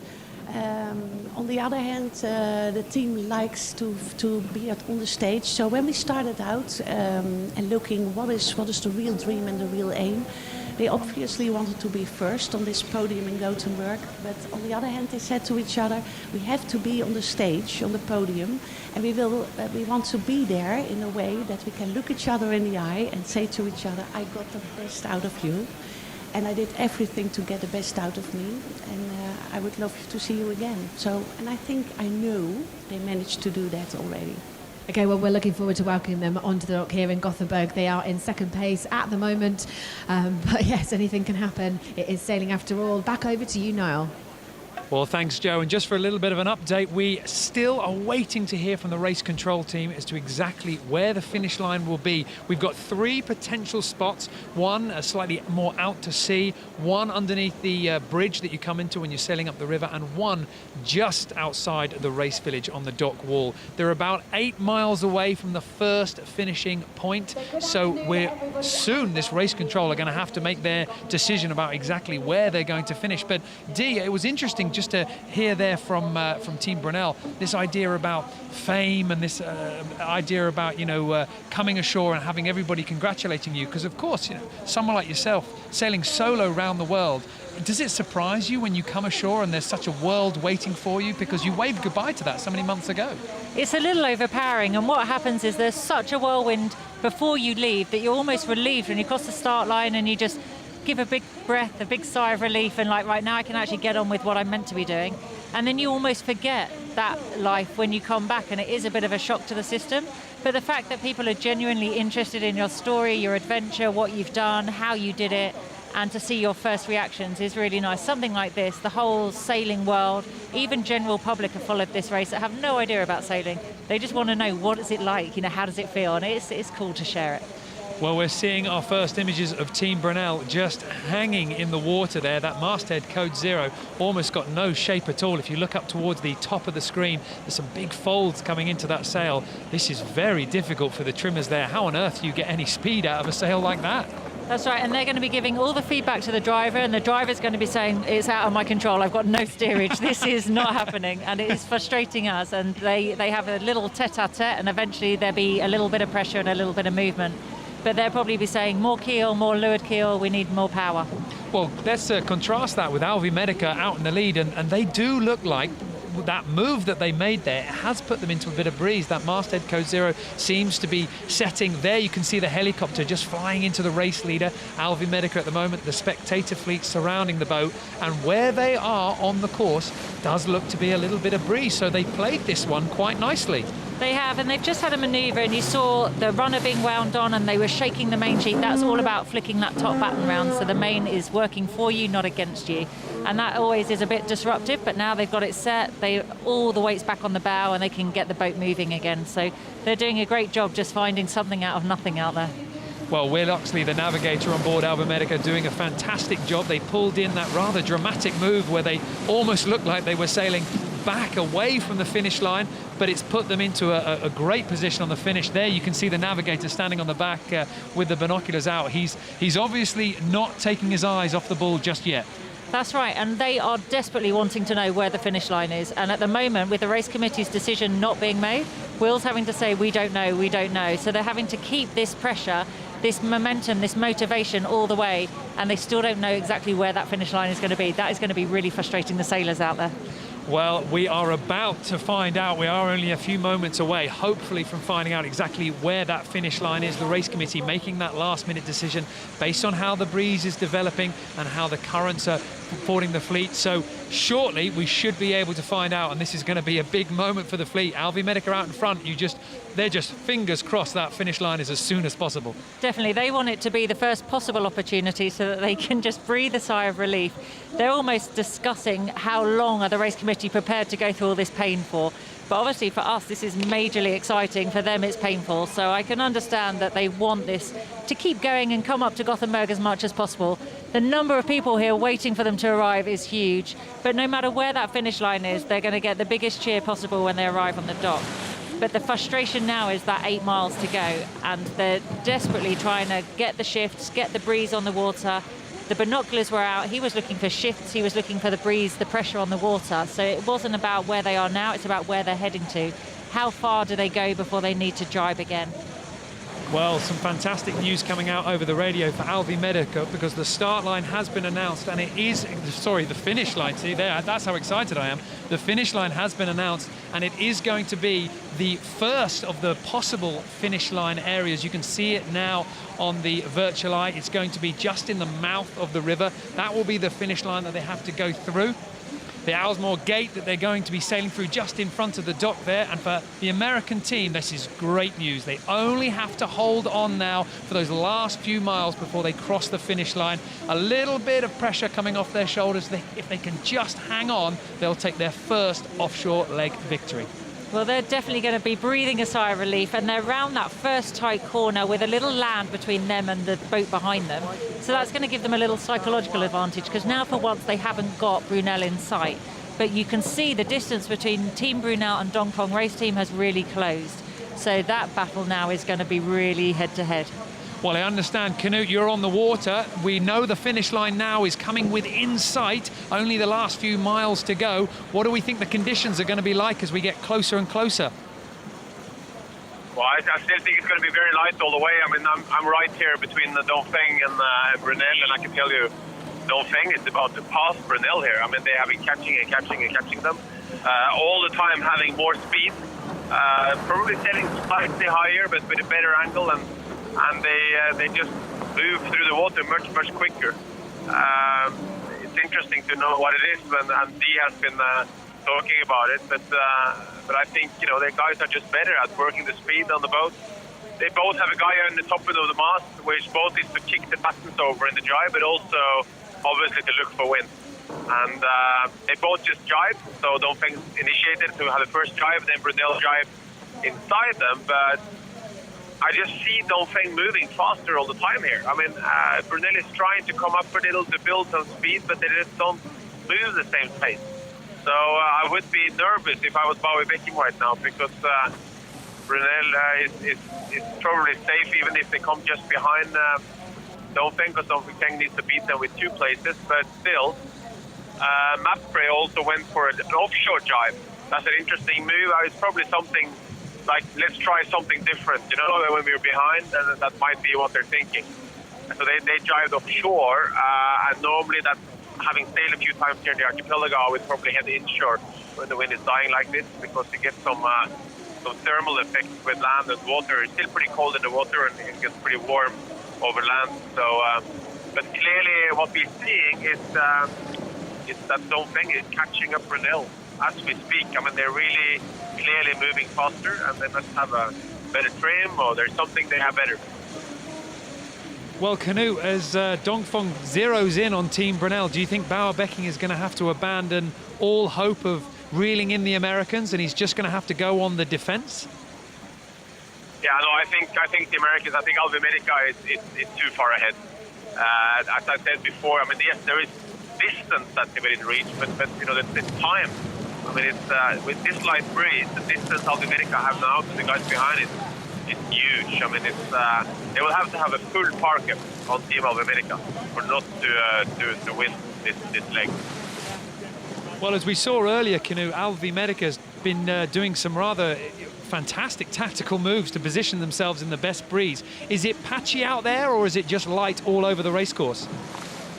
Well, if I knew, I would probably be a superstar right now. I can tell you it's very, very difficult to see any patches anywhere. It is in general just very, very light. And you can see some patches between the islands. I mean, closer to the islands, you see some patches of wind.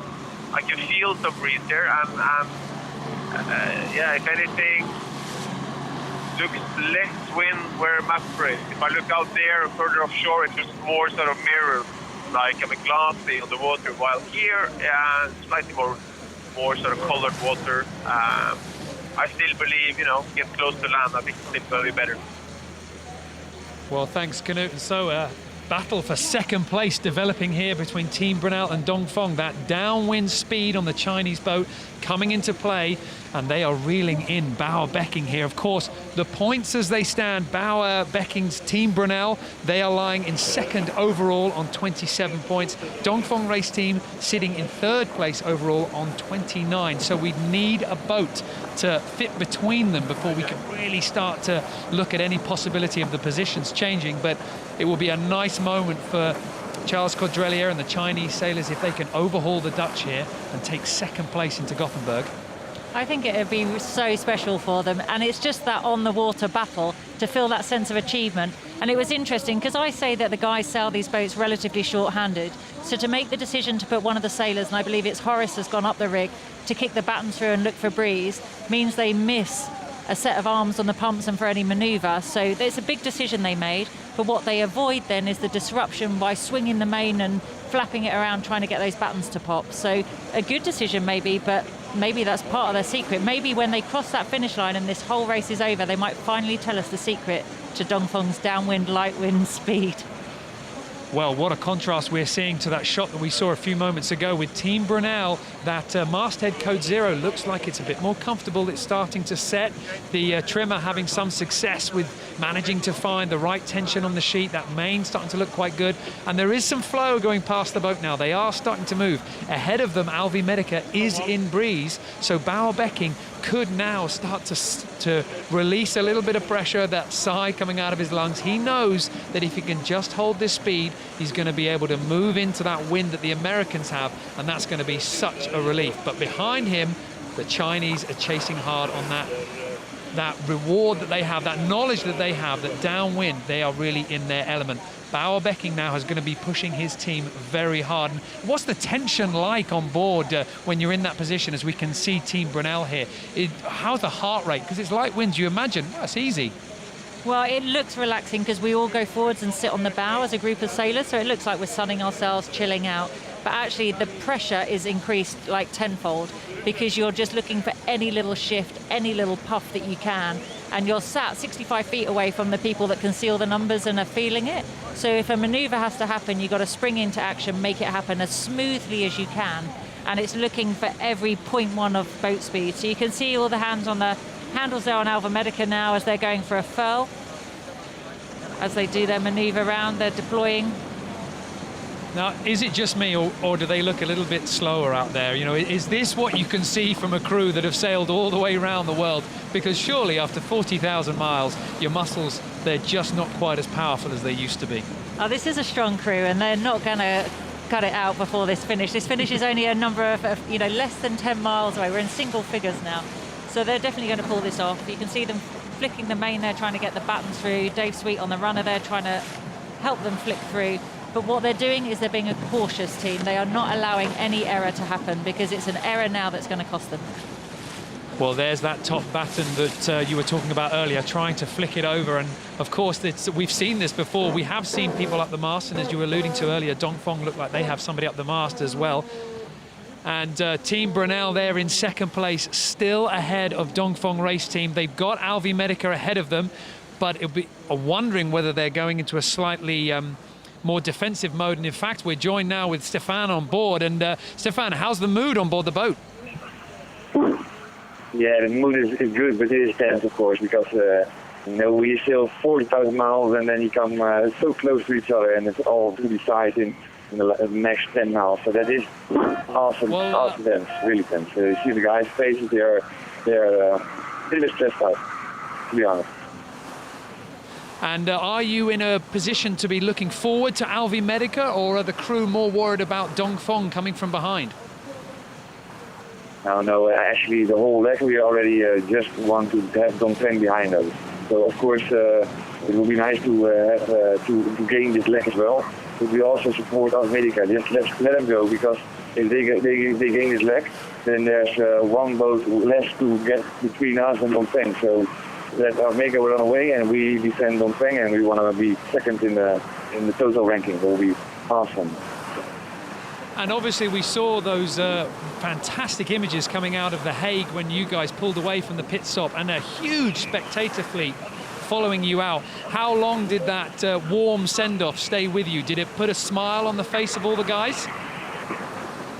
It was amazing. Like I wrote a blog about it. The guys were in love with him, and even some guys were eating their meals, which they never eat their meals with pleasure because they're dirty. And now they were smiling while eating their meals because they still had the feeling the butterflies in their stomach. They were in love, and it was amazing. There was so much support from Holland. Really, really crazy. Well, obviously we're seeing played out in front of us here, Stefan, a very tight battle for second place, and I know the spectators are going to be hoping that Dongfeng maybe closes into you, so we really do have quite a spectacle coming out to the line. Does Bauer Becking, does he seem confident that you're going to be able to hold off the Chinese boat? Yeah, I don't know. I'm now downstairs, so I don't know the position right now, but I think Bauer is confident. He's good in 1-to-1, and he's been in this situation so much time before. So actually, he's always the guy who keeps his head calm, always. You know how crazy close it is. Some people stress out, and he's always the one who says, "Okay, keep your head calm, and we will figure out." So I think he will manage to do it a good job for sure.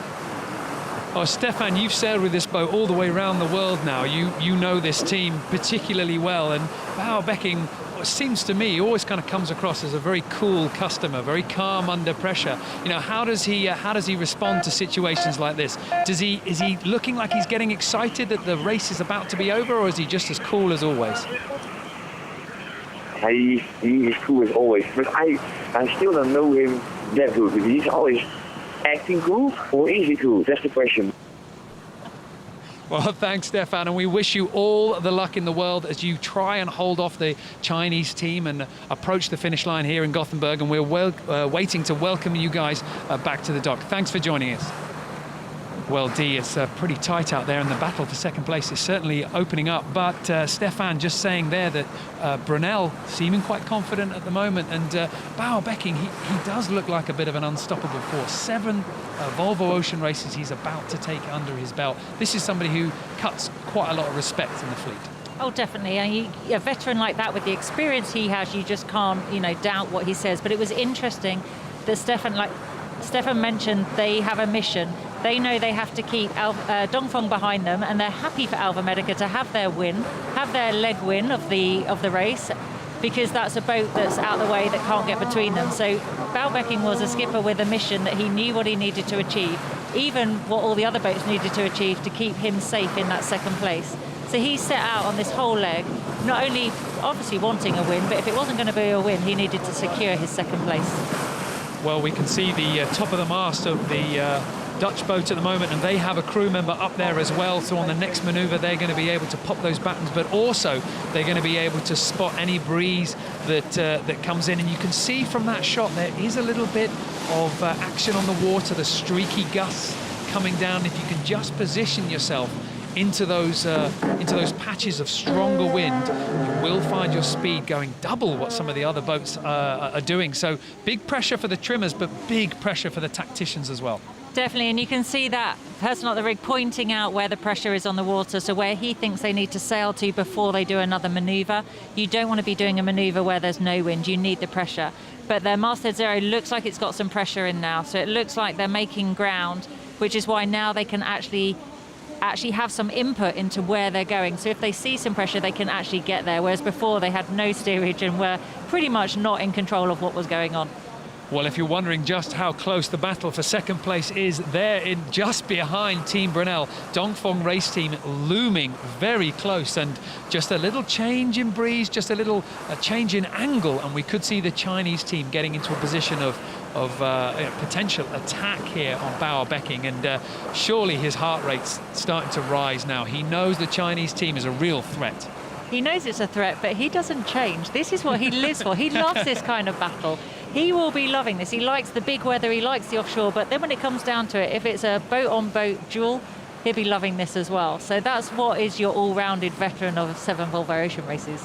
He wants this second place, he wants to secure it, and it's only going to, at the moment, it's theirs to lose. And so the pressure's actually on his crew not to mess any manoeuvre, because he won't be quite happy with that.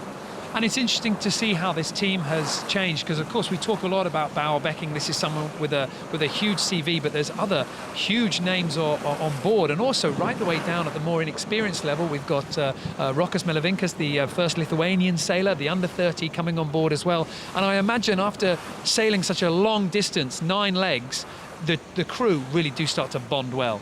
Well, I'd say right from, as a competitor looking at them, externally you look onto the team and they were a very close team right at the very beginning, but very insular. So you didn't feel that you ever got to know them, or you didn't really have any relationship with them. Now as the race has gone on, we've all got to know each other a little bit better, but it seems that Brunel has relaxed a little bit. Maybe they're more confident in their own performance now.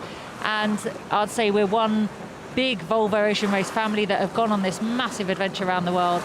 And now everyone's very respectful of the positions, of the performances. And I think that's why everybody was so proud of Team SCA having a leg win when they came into Lorient, that it wasn't, oh, we got beaten by the girls. It was like, yeah, great for them. And it was nice then. Brunel are happy for Alfa Medica. One, it takes them out of any splitting of points, but they have a leg win too now. So it's, you know, it's nice that you have that respect amongst the teams. But also I think they're a lot more relaxed, a bit more open up as a team. And they've gelled really well. I think Bau's done a really good job of putting a lot of new people together, a lot of young people together, and making them perform well. Well, Team Brunel certainly starting to move there in the breeze, getting some nice speed on the boat. That's the virtual eye, just showing you the finish line tucked away on that bottom left-hand corner. The lead boat around about 2.8 nautical miles from the finish. So we're into the final stages, sailing up through the river. Going to be a little bit challenging as the breeze gets knocked out of alignment by these land masses as we sail in here. But Alfa Medica, as we've seen, they have made some bold decisions and been able to keep themselves in the breeze. Behind them, Team Brunel and Dongfeng in what looks to be quite a close battle for second place. But the young American and Turkish team out in front and sailing quite nicely. They've done well to hold on to this breeze, haven't they? Because we were pretty worried here, and they're looking like they've got some good speed out of those sails. They've worked really hard, kept the focus, and knew that it was an error that was going to cost them. They've really kept it together, and they are seeing where the finish line is now, which is giving them a little extra boost. But the battle is really behind them. So as we're looking at shots of Alfa Medica coming into the river, getting closer to that finish line, the battle on that scoreboard there, as we were talking about Brunel, was that Dongfeng may have just overtaken them, but I'm guessing they're side by side. Well, Canute, how does it look on the water? Because from where we're seeing here, the battle for second place is starting to hot up. Well, we're going to come back to Canute in just a moment. Alfa Medica now through that light wind zone, but not quite into that full breeze that we're experiencing here in the race village. The flags are flying here, and there's plenty of breeze waiting for these teams in the river. The start line just inside the mouth of the river, around about 2.7 miles away. So we might see these boats finishing still with this lighter wind and then making their way up the river as they meet the sea breeze in the race village. Alfa Medica now firmly being funneled in. It's quite challenging here when you've got these islands here, the race course diminishing, but quite pleasant when you've been spending all this time sailing around the world to be greeted with such a beautiful harbour. Well, and it's better weather than we expected. There was forecast of rain, but we've got beautiful sunshine here, and there is breeze. But it's these things like little outcrops here with houses on that are going to cause shadows when the wind is this light. So this is where the pressure's really on. And you can see how much concentration it takes. In the period of time that we've been on air, they've actually changed the helmsman and the trimmer. So it's the same people keeping the consistency with the performance, but they've actually changed the focus because it is tiring. It's tiring to keep looking at the numbers, keep feeling the pressure, and they want the performance to be top. So you've got Seb there trimming, and you've got Ryan there driving now. Well, Canute, I understand that from where you are on the water, you're able to see just how this is being played out. Alfa Medica looking good, but Dongfeng and Team Brunel not quite decided who's going to take that second place.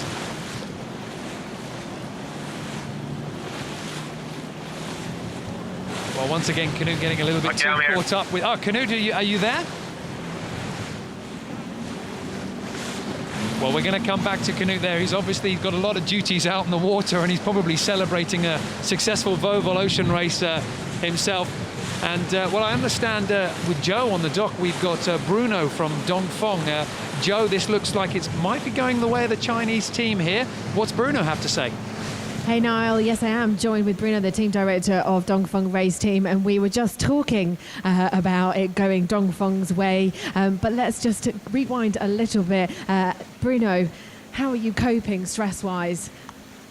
Okay, because I'm not watching the TV and I'm not on the water, so I don't want to look at it. I went in Lisbon and it was a nightmare for me. I sit down there in a rib in the middle of the night looking at Brunel and Mafre leaving and Alvemedica and Abu Dhabi coming back on us and pass us, and I think I took 15 years that day and I prefer not to do that anymore.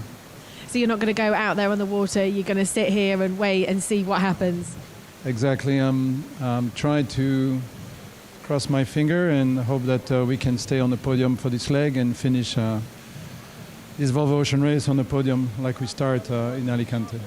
Now, I was listening to Knut in a live show out on the water, and he was saying that Dongfeng Race Team were looking really impressive out there, that their speed was slightly faster than Team Brunel, and they really were looking like they were going to take. Do you think that there is something that they're doing that's slightly different? Because their speed does seem to be progressively more impressive. No, I don't think so. The thing is, sailing in the river, it's for me a lottery, and it's not really rewarding the offshore sailors. That's bothering me a little bit, but that's the game. So that's the reason why I'm not on the water. I prefer to watch them when they're sailing offshore, but I think they've done okay. I think it's really light right now. I can see them there about 500 meters behind Brunel. It doesn't mind it anymore. We cannot beat Brunel in the overall ranking anyway, so we need to do well. And one thing I asked the guy is to finish the race and be happy tonight about the 2 years that we spent together. Do you think that is quite difficult for the teams to be able to think about when they're in such a competitive race mode? No, they want to win, but I made sure in Den Haag that they understood what the focus had to be on. I think Mafre is the focus first, and then Brunel. Taking back the second place was an objective, but staying on the podium was the main one. This has been a huge project for you, Bruno. You know, you've taken time out of your full-time job, and this has been your full-time job now. You're looking a little bit emotional right now. How are you feeling coming to the end of this race? Yeah, I'm emotional for sure. I work with Mark Turner, so I'm emotional. It's hard not to be. But I think I'm going to have to make sure the boys are not falling in a big hole starting on next week. So we're going to have to put a structure around them to make sure they have something else. Some of them already start in 1 week, new project, like the Jacques Vabre and racing double hand like that. But and it's the same for me and the shore crew. It's a big adventure that we're finishing soon. And the good news is we have a fantastic spirit in our team, and we enjoy it every single moment. So it's going to be tough. July and August will be hard for everybody, but honestly, I'm looking forward for it. Well, maybe you can help me to fill my race void as well. I'll have to work with Bruno and Mark on that, because I think I might have a little bit of a problem too. Okay, thank you very much, Bruno. Back over to you now. Well, Bruno Dubois just informing us there on this emotional journey that the team have been going through on this Volvo Ocean Race, and it's really easy to underestimate just what a challenge it is to bring in 4 inexperienced sailors, put them on board the boat, and then take them on the Volvo Ocean Race, but in fact make them integral members of the team. Definitely, and it's not just the sailing team, we're talking shore team and logistics as well. But I think Bruno's face says it all, that actually this emotion isn't just for the sailors on arrival today. This is the whole team effort, and every team has a lot of people behind the scenes that are going to be just as emotional, because all their hard work has gone into getting this boat around the world, and arrival in Gothenburg is sealed that deal. You know, they've made it, they've done it, and I think, you know, it's a big pat on the back to the whole organisation, but all the people behind all these teams that commit to doing something like this. It's incredible. And what about yourself? Because, of course, Team SCA, this is a huge project, and this has done loads for female offshore sailing. But more than that, just yourself, your own team, your own ambitions. This is a big moment for you. Definitely. And even not being on the boat, I'm still part of this team that's achieved the Volvo Ocean Race and gone around the world. And I think the impact that we've made in female offshore sailing has been huge. And I think all of us hope now, as Bruno alluded to, that actually it's the next few months and the what next is the big issue, that we can keep some momentum and keep some sailing and keep the impact in women's sailing going. And it doesn't necessarily have to be just by us or by Team SCA, but for others around to have the confidence to put women out there sailing. So there's going to be a lot of questions of what next, and there's a big bubble. So when Bruno's saying he's going to help his team plan the next project, I hope he can come and we can share him out amongst all the teams and he can help us all.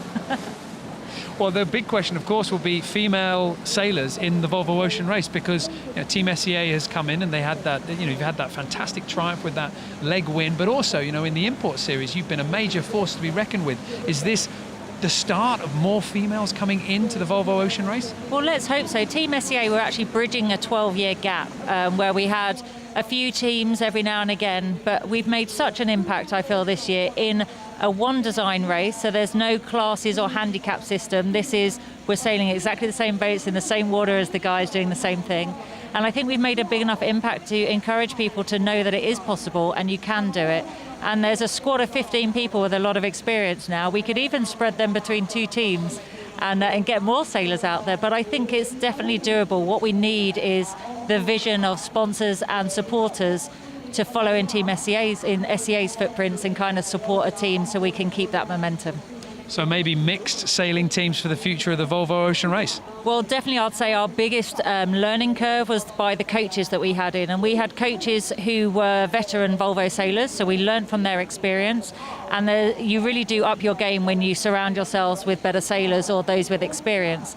So if you put girls in a mixed environment, we're going to up our game straight away. And there's people that I have sailed with, most of my sailing's been in a mixed environment, where actually it's quite good for the testosterone levels and balances the boat out a little bit. So don't knock it till you try it, is what I say to everyone.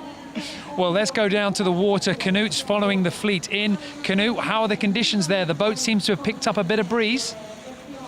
Yeah, no, I'm right behind Alvimerica. They picked up a bit of breeze and clearly got a bit of pressure, but now it's slowly dropping again. So I think race management made a good call there on the finish line a little bit further out, because looking ahead between Alvimerica and the finish line, I can see that sort of area in front of me here. It's very patchy. Not a lot of breeze, quite light. So they will cross that finish line outside the fortress and then continue sailing all the way into the race village with the sails up. So to be celebrated by all the people who are waiting in the race village. But right now, I think the whole team Alvimerica is looking very, very strong. They clearly have more pressure than the guys behind them. They have a pretty good margin that is, I would say, impossible to catch. I should never say that in sailing, but there has to be a massive parking lot for the guys to lose this one. So that's I can see some smiles and a little bit more relaxed atmosphere on Alvimerica, but Will Oxley is up there on the rig. He's looking ahead. For someone who isn't used to sailing in the archipelagos like in Scandinavia, you can get very confused and it's scary. There's rocks everywhere, there's marks everywhere, there's small islands everywhere, and you keep the tongue in the middle of your mouth when you're racing here. And Knut, do the sailors on board Alvimerica, because as you say, it looks like they're going to be able to take this one. Are you starting to see some smiles on board? Is the pressure starting to come off their shoulders? Yes, I do. I see Alberto Volta, their Italian tactician and helmsman. He's just driving the boat right now. He's just looking over his shoulders, seeing the guys behind him just jibing. They're on the other jibe, and that's a very, very good, comfortable lead they have there. So they're certainly much closer to the finish line than they are to the competition, which is a good place to be. And I think they started to be more relaxed. But it's not over before it's over. But it looks like there's still a little bit of breeze on the water closer to the finish line, but and enough to keep them moving. So I think they're fine. And where do you think that Alvi Medica really won this leg? Because they got that early lead in this leg into the pit stop in The Hague, but then they've also sailed incredibly well in this second half of this offshore leg, and they've done very well to hold off from this light winds. Where do you think their real victory has come from? Well, I think the real victory came between Gloria and The Hague. I think that's where they built that huge gap and lead, and they did that by sailing extremely well. They had good speed upwind. They tacked at the right places, made a lot of good decisions, in particular in relation to the exclusion zones and also related to the French coast and the current. They were at the right place at the right time, and even boats that went in the same lane as them, did very poorly. So it was about being there at the right place. But I think they actually won the leg, won that whole long leg, including The Hague. They won it very early.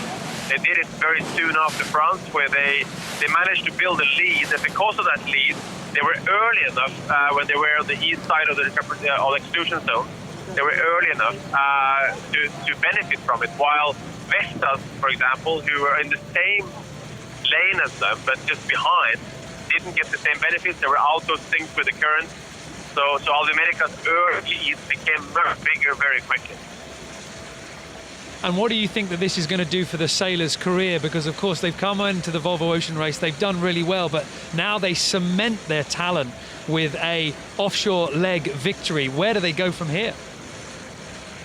I think this is hugely important for Charlie Enright, Mark Tawil, and all the guys on Team Alvi Medica, because these guys have already said they want to do the next race, they want to do more races. They are early in their sailing careers. They just started. This is their first ever big offshore race for these guys, and I think for supporters, for potential sponsors, looking at them right now, you go like, these guys have just become better and better, and we got to give them another shot, so they can do well in the next race.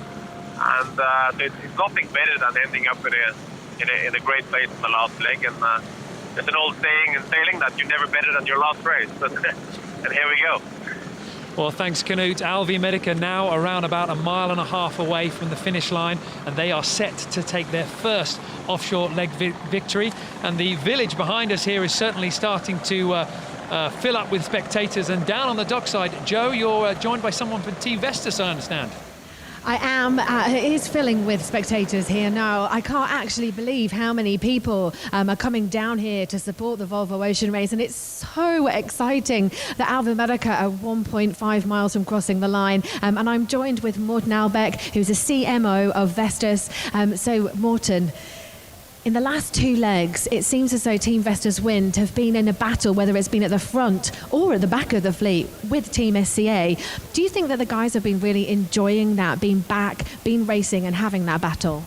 No, but they have enjoyed it more than anything. They've been looking forward getting back into the race, and then the fact that we have been battling with our Swedish friends. Now Vestas is a Danish boat. This is, of course, the best battle of all battles, because there's nobody that we enjoy more beating than the Swedes. So no, it's amazing. It's really good to see the guys back. And then furthermore, SCA is also an amazing team that we have the deepest respect for, a truly historical team in the Volvo Ocean Race history. So no, it's great that they're having some fun out there today. Do you think that they're finding it a little bit frustrating coming back in with less miles, epically less miles experience, and a brand new boat that they're trying to figure out very successfully how to kind of resail again? Do you think they're finding that quite frustrating, or do you think that they're just enjoying themselves? But of course, our team are full of elitist sportsmen, and they want to win, and they started out in Alicante the 4th of October to win Volvo Ocean Race. But then we had an incident that totally and fundamentally redefined the purpose of the race, namely just getting back and having a comeback. And I think that they are equally relieved about being back and proud about being back, but of course also frustrated that they couldn't really truly show our fans how good a team we are. But I'm still amazingly proud about what we have achieved and what they have achieved, because coming back in the way that we have done, I don't think that have happened ever before. Do you think you'll do this race again? If I can decide, we will. Okay, well, watch this space. Thank you very much, Morten. Back to you, Niall. Well, thank you, Joe, and it's certainly been a fantastic moment when Team Vestas Wind rejoined this race, and they've also had some great performances bringing themselves back into this race, so they proved prove to the spectators that they can certainly sail at that top level. And Chris Nicholson 4 times in the Volvo Ocean Race, so great to have his opportunity to come back into this race with flair. Oh, definitely. And the team have just come back in so positive, so ready to get out there. And that first leg, Lisbon to Lorient, where they rejoined the race, they were right on Team SCA's heels all the way. And it was lovely for the whole race to have Team SCA win and Team Vestas back in the race straight into a second place. And now they've had a head-on-head battle for this whole of leg 9 nearly. Team SCA and Vestas have not left each other's side. So they're having their own little battle out there while we're getting excited with Alva Medica coming into the finish. Well, this is one thing that we keep seeing in this Volvo Ocean Race. Every team finding their little opportunity to shine. Abu Dhabi Ocean Racing has won 2 offshore legs. Team Brunel also taking 2, as well as Dongfeng Race Team. Mafre took an offshore leg win. Team SCA took an offshore leg win. Team Vestas win got a second. And now it looks like Team Alva Medica are set to take their first offshore leg win at all. So the results, the rewards, the chocolates spread amongst the fleet. Definitely, and I think that pays tribute to Canute's foresight of going one design. It's really played into the fact that it can be anybody's race. There's no strengths or weaknesses to the boats and their design or sail plan. They're all the same, and it's about the teams. And I think this is highlighted in the way the results have been spread, and the fact that Volvo Ocean Race now have that final podium position right down on this last leg where it counts. Well, there you can see on the virtual eye the Inmarsat finish line just out of the mouth of the river. Alva Medica making their way towards that line, but look at their speed now on that bottom left-hand corner. Only 2 knots of boat speed, so a big patch of light winds that will have to navigate to get to that finish line. This could be the park up. Are we almost talking too soon here about Alva Medica taking their first leg win? Just don't say that. Mind you, I am looking at the boat speeds of the other boats that were looking a lot faster, so that is a little bit daunting. But I think they've got a big enough lead where they can just keep themselves between the others and the finish and just keep trying it. They've done a great job at just finding any puff and any little 0.1 of boat speed to keep them going. Albie's back on the helm. He's obviously relaxed. He's enjoying it. He's taken his jacket off for the camera, but you can see it's interesting the way they've come in from overnight. The focus is there, and you can see slowly as they've been met by the Gothenburg sunshine and the wind dropping, they've been peeling off layers, and the costume changes have been going on all morning as we've been watching them sail in. Well, this is the final moment for Alva Medica, this last little patch of light winds. You can see the helmsman, Alberto Bolzan, just looking over his shoulder, just trying to judge exactly where this wind's going to fill in from. And as the camera pulls back, they do look very, very slow. We've seen this boat moving at around about 4 knots, 5 knots in the last hour. Now they are really down on speed. That's a knot and a half of boat speed there, just what you don't want. This is just so painful, and so painful for the guys. They've just found out that the finish line is like 1.5 miles away from them, but they just can't get there. They're doing everything they can. You can see the Inmarsat finish line there. Alva Medica has just got to get around that corner to get there, but that is just going to be the longest mile of their lives right now. Well, I'm looking at the angle that they have to sail to the finish line here. They've done a great form through the archipelago, but I'm wondering whether they have to jibe their way down to that finish line or whether it's one jibe and in, because these boats in light winds, they're very difficult to take dead downwind. Well, you can see the transom of Alva Medica there, just the water slapping where they just don't have any momentum. The hardest thing now is it's not really about the maneuver, it's about the winds probably coming from all over the place. So they think they're downwind, then they think they're going to just need a jibe, but actually it's just so little wind, it's just all over the place. It's probably just swinging around the clock at the moment, and they're trying to work out exactly what maneuver they've got ahead of them. How difficult is it for them to stay calm here? They've got around about 1 mile to go to the finish line. They can see it coming into view, but surely you're just there thinking, oh, come on, can't we just call this one? Well, that's probably got better now they can see the finish line, but before the race committee called it, they were probably thinking, how long do you want this pain and this pressure to go on for? But now they've got a definitive finish line, they've got to get to that line, but it's that so close yet so far feeling for the rest of the crew looking at the bow thinking, come on. Well, Canute, I understand that you're down with the race leaders, Alva Medica, and every time we talk about them being able to take their first leg victory, the winds die and they start to park up. But from where you stand, do they look set to do it? This is getting a bit more sort of nerve-wracking than I hoped for. But I must admit that right now, I mean, it's a little breeze on the water, but it's not a lot. And it's going to be very light between here and the finish line. Very, very light. Yes, I still think they're going to make it. I think the guys are going to catch up a bit from behind because there is some more pressure behind us. But I still think they should make it. But I can see that Charlie Enright, he was kind of almost boxing into the camera in the coach roof. He just wanted to get going, get it over and done with. Like it's 9 months of pain that has to end. So he's very, very keen to get this over and done with. And no, it's a little bit of breeze now, I think, and they're catching up with slightly more pace. The problem is with this wind direction, it's a northerly wind direction. If they get too close to the land on the weather side, they may have to jibe to get down to the finish line, and that jibe is going to be very, very painful. It will be a jibing angle of 120 degrees at least, even more, and they're going to almost sail backwards on the other jibe. So they're going to have to try as much as they can to sail as low as they can with the sails they have, because having to make an extra jibe here could be basically sending them backwards. Well, we're just seeing on the camera Charlie Enright moving forward, and there's some big decisions for this team to make here, Knut, and the breeze is light, and as you say, that jibe could really cost them. How many options do you think they have? Well, I think they have options as long as they're moving. The thing is, you have to just avoid putting yourself in a place here where there's no wind, and I think that they are almost laying now. They almost can work it down to the finish line. But I think right now they will have to make a little jibe or two to get down there. So the question is, when do you do that? Do you do that early when you have some speed? Because if you wait to park up, you're in an impossible place. If you can't jibe, you can't do anything. So that's a bit nerve-wracking for them, that's for sure. Well, thanks, Knut. No let-up for the amount of work for Alvi Medica to claim their first leg win. It's looking very light out in the water. Behind them in second place, Dongfeng have closed up to Team Brunel, and this is really turning into a boat-on-boat battle and the final leg.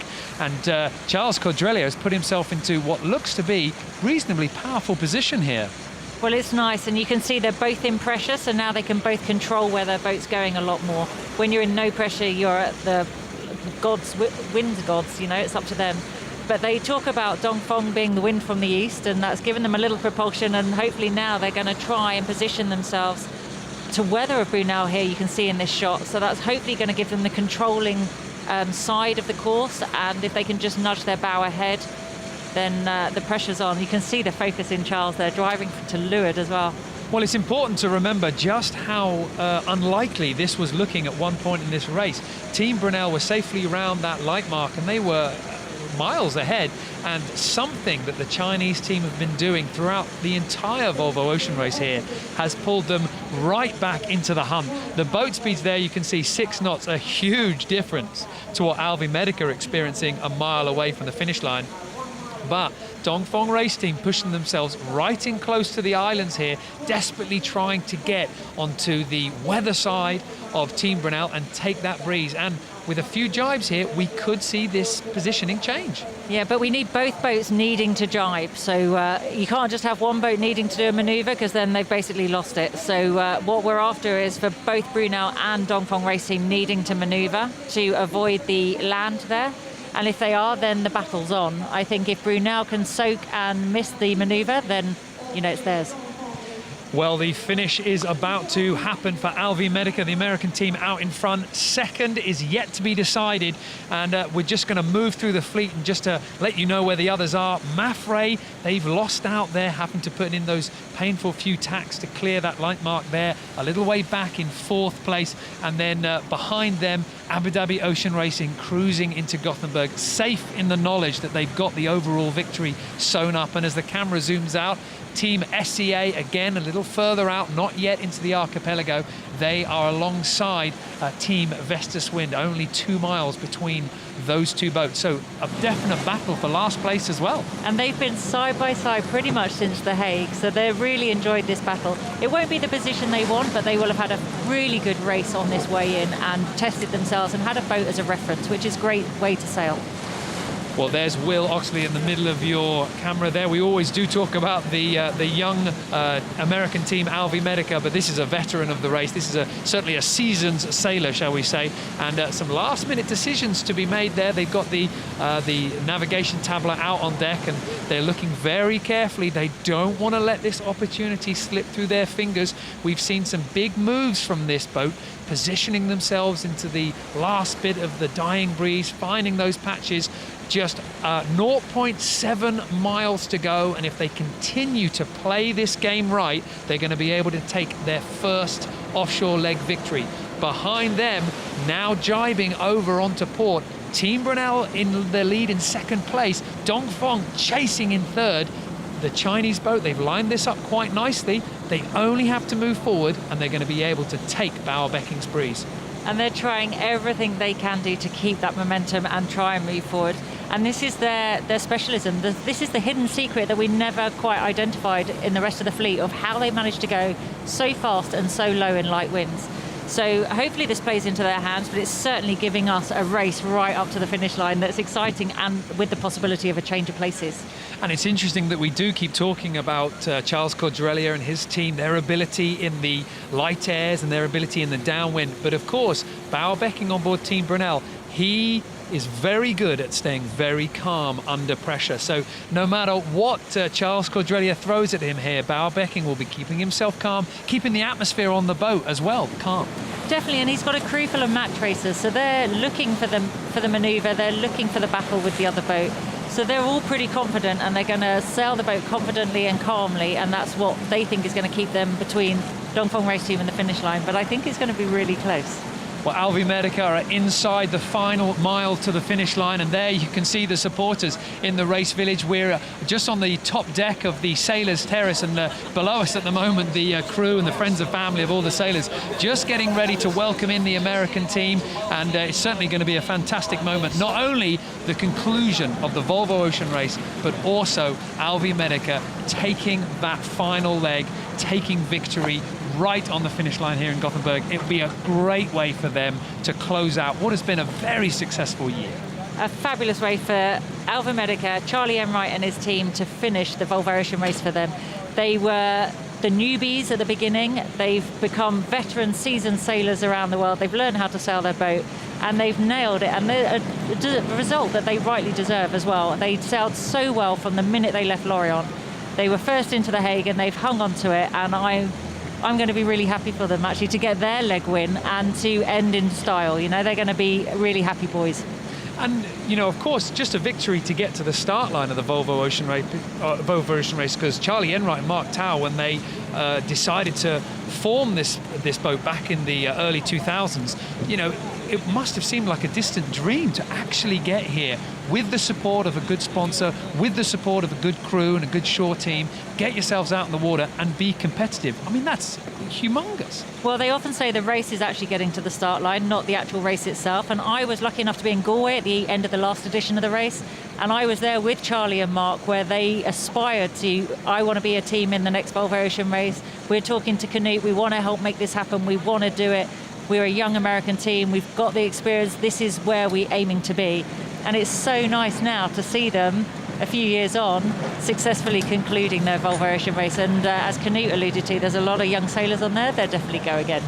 And one of the things that I've observed from this team while following the race, there's a phrase that keeps being said by the guys in press conferences and debriefs: no egos. No egos on the boat. If you make a mistake, you put your hand up. If you've got a compliment for somebody else, you pass it along. And the way that their team comes across to everybody spectating on the shore, they really do put their passion up front.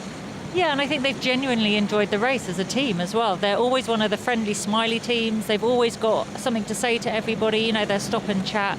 And I think they've become the people's team. You know, everybody wanted to talk about them, not because they were the young American team, you know, because they were chilled, they were relaxed, and they were just enjoying every minute of sailing in the Volvo Ocean Race. And it's refreshing to see. They didn't have a chip on their shoulder, they had nothing to prove, and they've delivered, you know, in bucket loads. Well, Gothenburg set to put on a particularly impressive show here as Alvi Medica now in under half a mile almost to the finish line. It's looking more and more likely like the Americans will be able to hold on to this lead that they've got.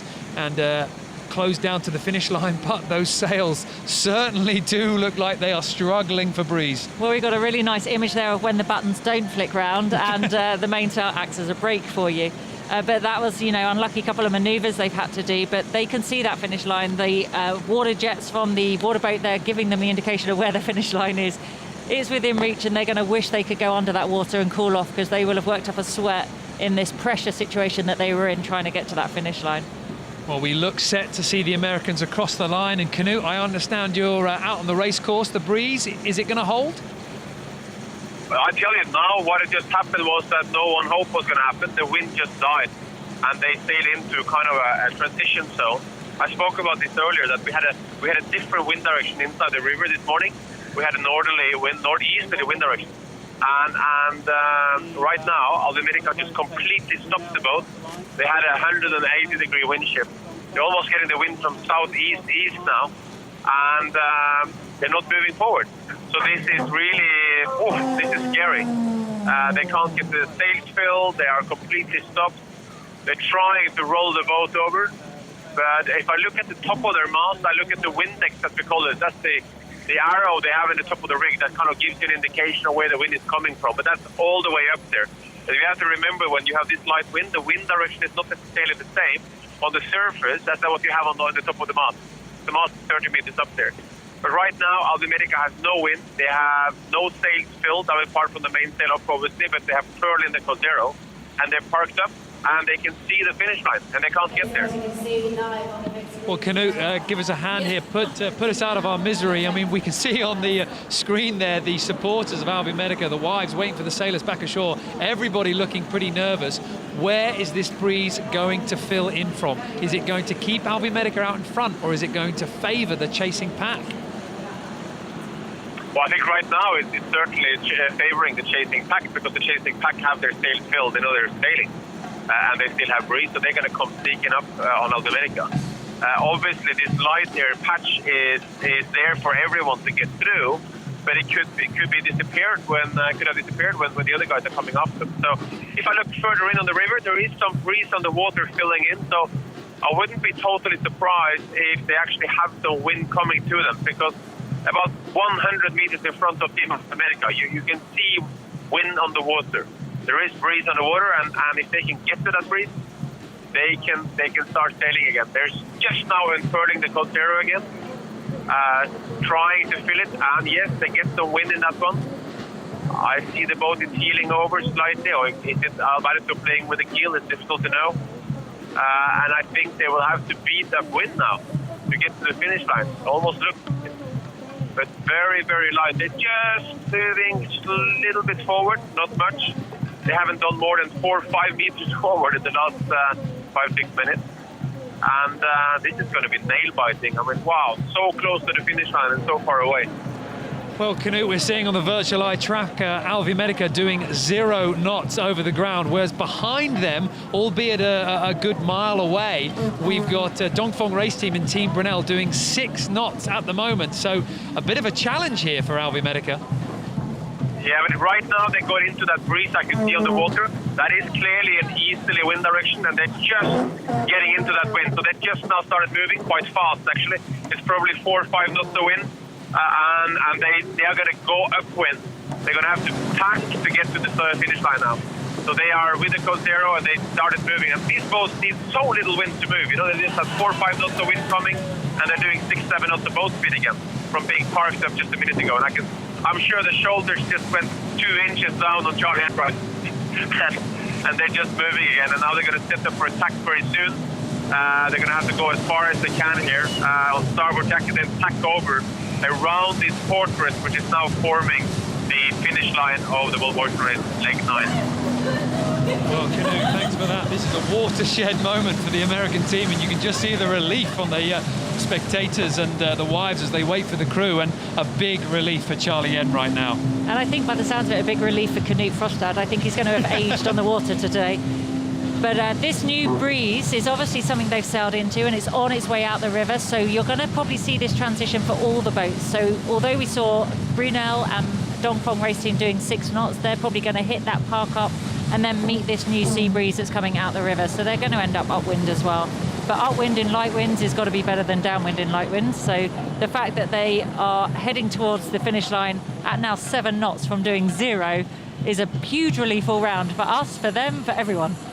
Just what a difference a little bit of breeze makes on the water. And now a nice little jibe for the American teams to bring them into the towards the finish line. There's such a change of wind direction to go upwind. In fact, sorry, I'm so disorientated. In fact, that's a tack, isn't it? I mean, that's such a change. And the relief that you must be experiencing on that boat. You know that you've got some very substantial competition chasing your tail. You're so close to the finish line, but now surely this time we're going to do it. Well, I also think that at that moment they would have been asking Will just what the boat speed of the Brunel and Dongfeng was behind them on an AIS, and he would have been saying they're doing 6 knots while they were reading the fat zeros on the screen, and that would have been very depressing.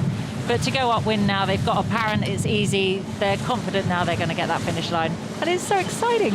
Well, we've been talking about the breeze making its way down the river and out to the boats. It was there just tantalizingly waiting for Alvi Medica as they come into the finish line. Potentially that breeze is going to make its way down the course and head towards Team Brunel and Dongfeng race team. So of course it's going to be a transition for those two boats. They are battling it out in second place. But Alvi Medica now going for another tack. The racecourse area as they get near the finish, it's pretty compacted, not a lot of room, so a lot of tacks, a last-minute test for the muscles. Definitely, this is really asking the boys to deliver. They thought that they were just had to get to the finish line, but now they're having to short tack to it with their masthead zero, which is not their favourite manoeuvre. And this is easy to make a mistake on. We saw it in Lisbon where one tack went wrong and somebody else overtook. So if this transition is coming to Brunel and Dongfeng, then they have to short tack to that finish line. There are heaps of opportunities for those boats. Well, Dongfeng and Team Brunel locked into a battle for second place, but out in the lead, Alvi Medica catching this new breeze on its way out to sea from Gothenburg. Looks set to cross the Inmarsat finish line and take victory in this final leg. Well, the party's already started here in the race village. We've got carnival going on behind us, and I think they can sense that the first boat is about to cross that finish line, so everyone's excited. Alvi Medica now well in range of the finish line. Could this be the last tack they have to make to cross the Inmarsat line and make their way up the river to their waiting wives, families, spectators, and a rather noisy race village, we have to say. The party's certainly getting underway. They're looking rather good out there at the moment, and this will be a huge moment for Charlie Enright and his team. Constructed this sailing crew from a dream that himself and Mark Tower had over 10 years ago, and here they are winning that final leg into Gothenburg, a magical moment.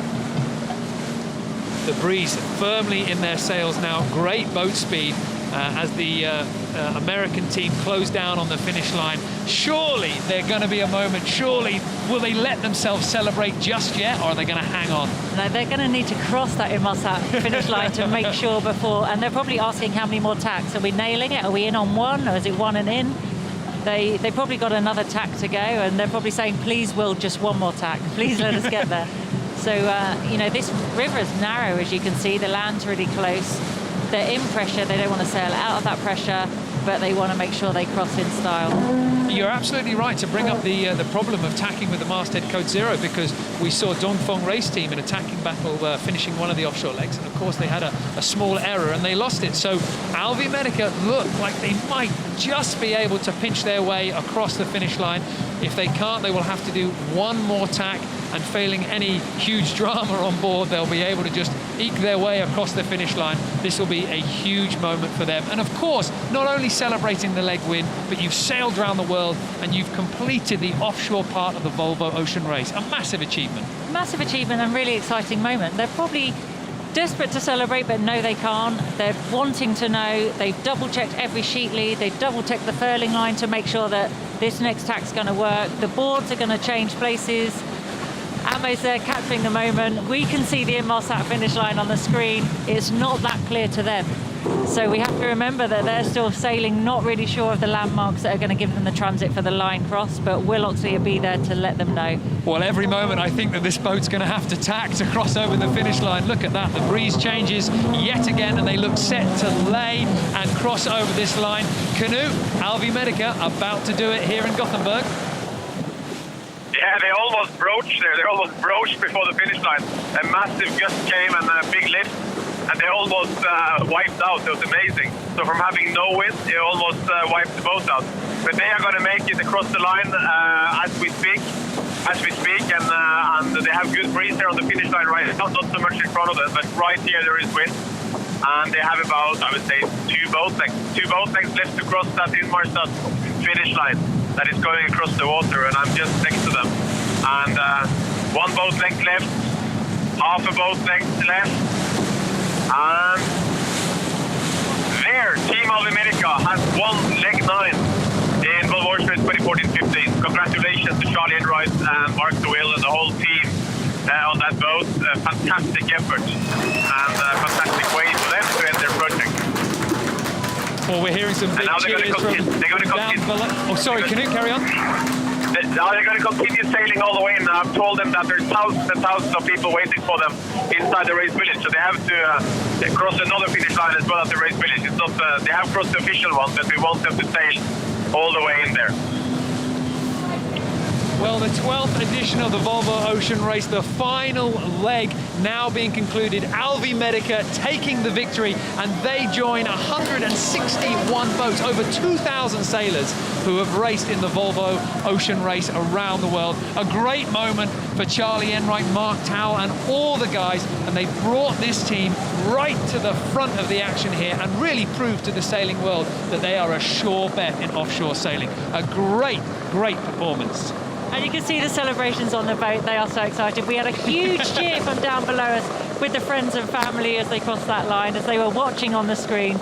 But the boys are just chuffed to bits now, and they've got to sail up the river with the sails up, but that's fine. There's pressure, it's easy, they're relaxed, they're starting the party early on Alvimedica. And how hard did they have to work for that? As Knut was saying, they did all the work in the early stages of leg 9, pulled out an impressive lead, but in those final few miles, the last 10 miles of this race, everything was thrown at them there. Huge shifts, they had to make a massive course change to stay in the breeze, and then right on the line, we almost broached out. It's pretty close. Joe, I understand that you're with the supporters and wives and family. Some pretty happy faces?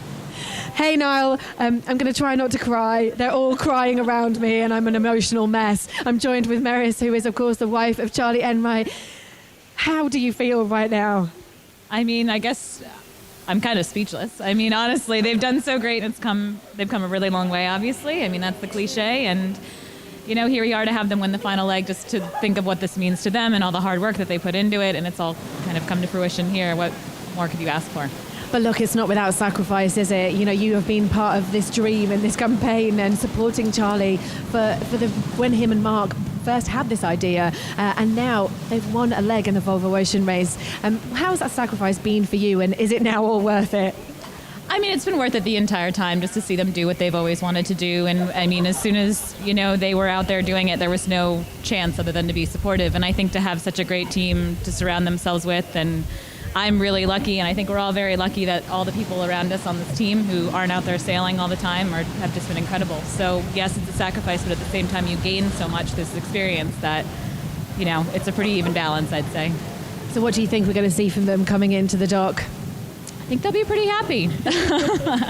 I mean, I think they'll go about business as usual, but I think for them it's just they've proven themselves and they've done what they've set out to do, and this is perfect. So, you know, they weren't going to rest until they got a leg, and, you know, they came down to the wire, but they did it. So I think they'll be psyched. They did, and I hope your blood pressure is okay. Yeah. Thank you very much to Meris, and congratulations to Team Alvimedica. What an amazing end to their journey. Back over to you, Niall. Well, thanks, Joe. And this brings the tally of the Volvo Ocean Race up to 350,000 miles, with this last race now kicking up to 390,000. And, of course, 83 legs of the Volvo Ocean Race now completed. And as we say, you're only as good as your last performance. And Charlie Enright, he's won this final test of the Volvo Ocean Race. Pretty good going. Excellent. And you said 83 legs, and one of them is Charlie's leg. And this is Charlie's leg. This finale of this edition of the Volvo Ocean Race is his. And they rightly should celebrate it. They've worked really hard. We've seen them progressively get better, be a contention on the water. They've always been in there or roundabouts, and this time they finally nailed it. And it was interesting. They had a plan from Lorient, They executed the plan. The wind didn't always agree, but they kind of knew that it was more about the exclusion zones and the tides, and they pulled it off. I'm delighted for them, and I think there's going to be a lot of people. There are going to be big smiles, but there'll be a lot of people congratulating them on a leg win. Well, I understand that we might have Charlie Enright on the line on board Alvi Medica. They've just finished. Charlie, if you can hear me, congratulations, a great leg. Were you nervous coming into the finish line? Yeah, I'm still nervous right now, sailing into the river. The black button. I don't know if you guys heard that. I said there's a lot going on here sailing up the river. We can see some big spectator fleet, and of course the river's getting quite narrow for you. That final moment where the breeze kicked in, was that relief for you? Yeah, I mean, we made it interesting right down to the final second, that's for sure, but that's what finishes like this do. You know, we benefited from one before, just a couple legs ago, so I guess all's fair, right? And of course, for yourselves, this is a huge moment. The potential now to make your way up the overall rankings. You were very close behind Mafre going into this leg, and this is a very strong performance for you. The Spanish team currently lying in 4th place, so this could see you climb higher, and you're going to be coming off this Volvo Ocean race with a victory in a leg. Are we going to see you in the race again? Yeah, if it was up to me, you bet. You know, sometimes getting to the start line's easier than doing the race itself, but you know, that's definitely my desire, and hopefully we can make it happen. Oh, we saw something very interesting as you were closing into Gothenburg, where you had to almost turn around and tack your way into what looked like a patch of breeze. A bold decision for you. What was going on at that moment? Are you talking about right at the finish? Just before the finish, just as you were coming into the archipelago, we all got a little nervous here, in fact, because it almost looked like your track was going away from the finish line, and we wondered almost whether you'd seen a patch of breeze or maybe missed a buoy. Can you remember that moment, or is it all just a complete in a wash? No, I think I know what you're talking about. You know, the tide was moving a little bit stronger than the wind, so we figured if we didn't get going the other direction, we would actually gate out. We'd get swept past, and you know, at this point, you got to take it really conservative. The exclusion zones are certainly not your friends. And Charlie, can you describe what the mood is like on board? Surely a lot of happy faces. Yeah, yeah, everybody's pretty happy, but no one's letting down their guard yet. We got to get up the river here. It's proven to be pretty challenging. It's all hands for the next 15 minutes at least. So, you know, I think when the sails are down, we'll be able to relax and take stock in what just happened. But we're still on the battlefield for now. And we've seen earlier in the show, we had your wives on camera earlier. They're looking very excited to seeing you. Are you pleased to now be spending some time ashore? No more offshore sailing for a while? Well, I'm doing the transatlantic as soon as I get back to Newport on the, I think we start on July 1st. So, you know, no downtime quite yet, but August is, you know, blocked out, and hopefully I get to spend some time with my wife, the rest of my family, and hopefully my new son. And of course, congratulations with your new family member. And for yourself and Mark Towell here, have constructed this crew together. Did you ever think that you'd be taking the final leg, the victory, into Gothenburg? Well, we try to set our expectations high and hope for the best, but no, I mean, it's pretty surreal. I feel like, you know, Mark and I have worked really hard for this, and, you know, I feel like he should be back here with me. We need 2 headsets because he's a massive part of getting here and what we've done, both on and off the water, and, you know, I can't say enough about the guy.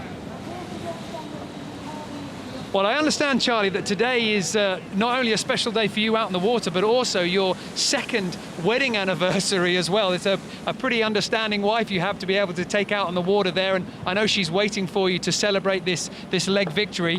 And also, are you feeling a little bit nervous? Maybe your crew likely to throw you in the water on this one?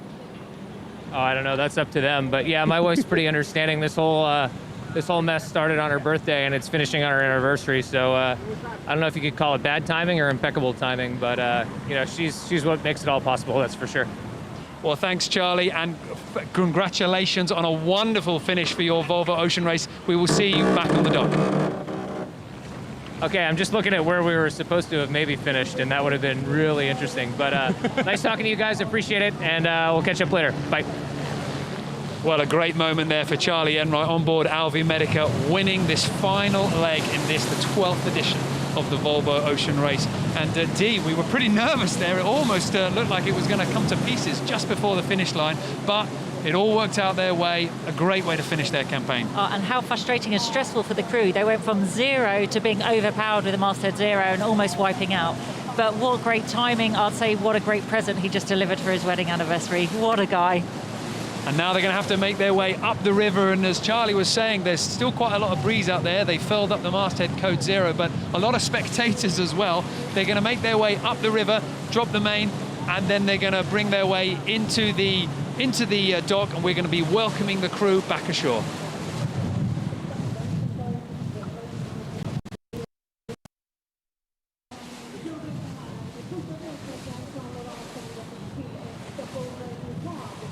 Well, the Volvo Ocean Race 2014-15 coming to a close in the offshore race. Alvi Medica has taken the lead. Behind them, we've got Team Brunel and Dongfeng Race Team in quite a tight battle for second place. And we're now lucky enough to have Mark Towell on board the Leg 9 winning boat. Mark, a great result for you. What does this mean for yourself and the campaign? Thanks, guys. To be honest, it's a pretty special moment. You know, it's, I think, a big testament to the guys and our team and how far we've come. I mean, we started out as rookies to this race, and to win the last leg here in Gothenburg, it's a really special moment.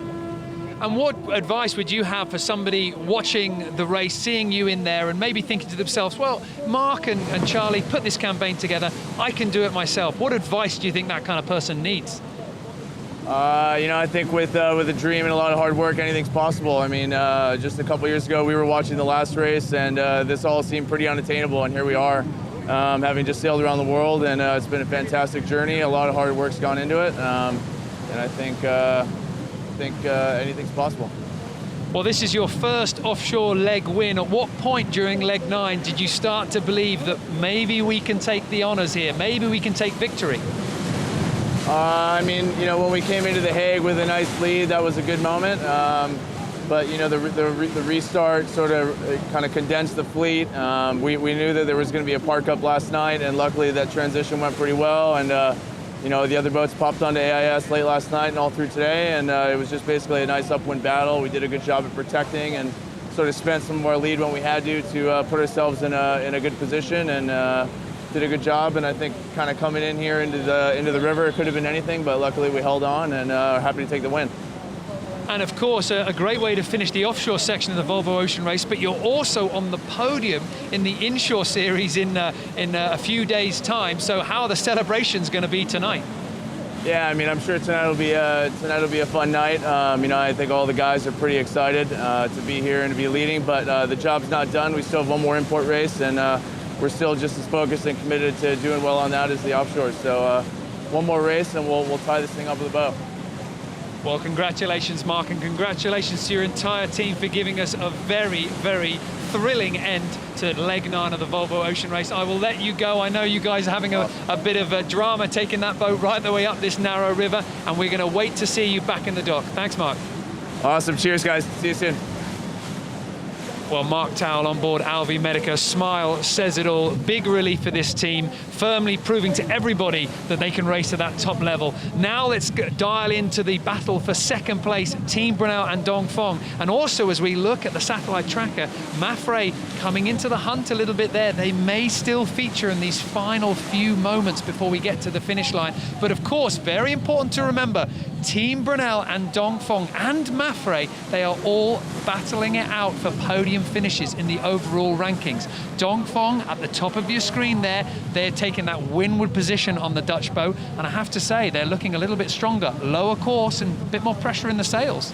Yeah, but they're just starting to get into that light wind area, so when we go to Canute, it'd be really interesting to see what he can see on the water, because we know from watching Alpha Medica finish, there's that little transition before you get that headwind where they have to then start tacking. So they've been jibing, they're just trying to keep the boat moving.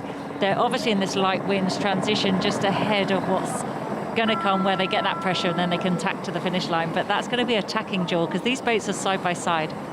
Well, Canute put us out of our misery here. We saw some big drama with Alvi Medica as the breeze got light. How are the conditions looking?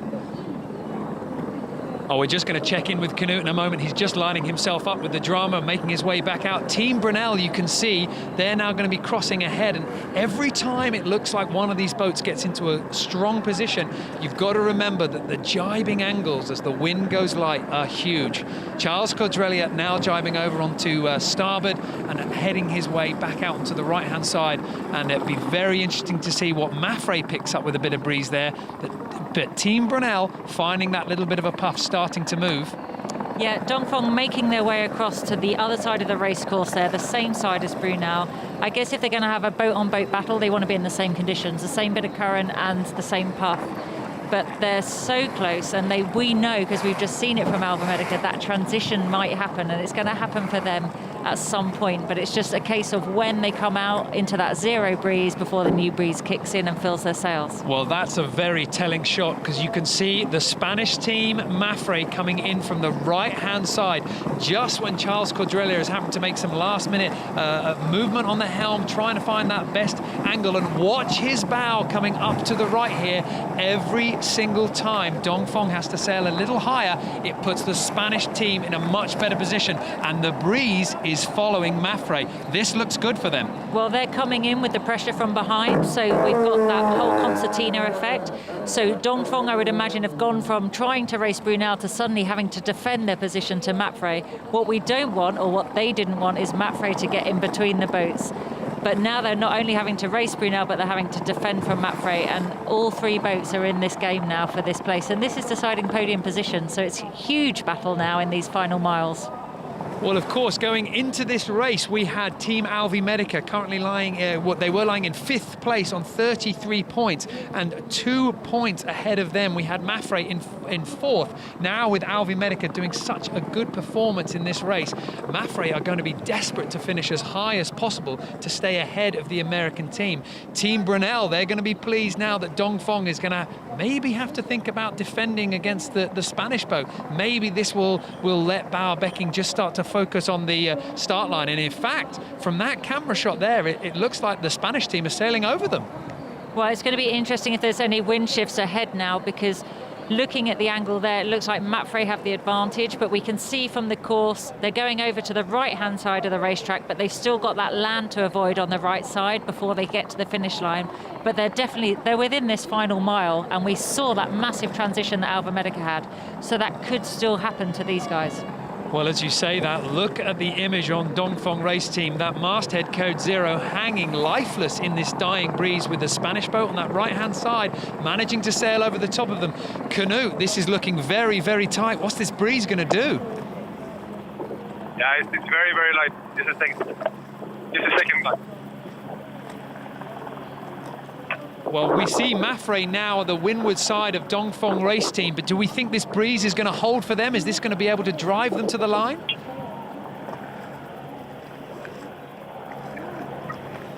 Well, we're going to come back to Knut just as soon as he's ready. Dongfeng race team and Charles Codrelia are going to have to do something special here. They can't just sit and hope. And just as I say that, the breeze making that masthead code 0 fill a little bit. But look at the image as the camera pans around. They were close to Team Brunel. Now Team Brunel firmly in the distance.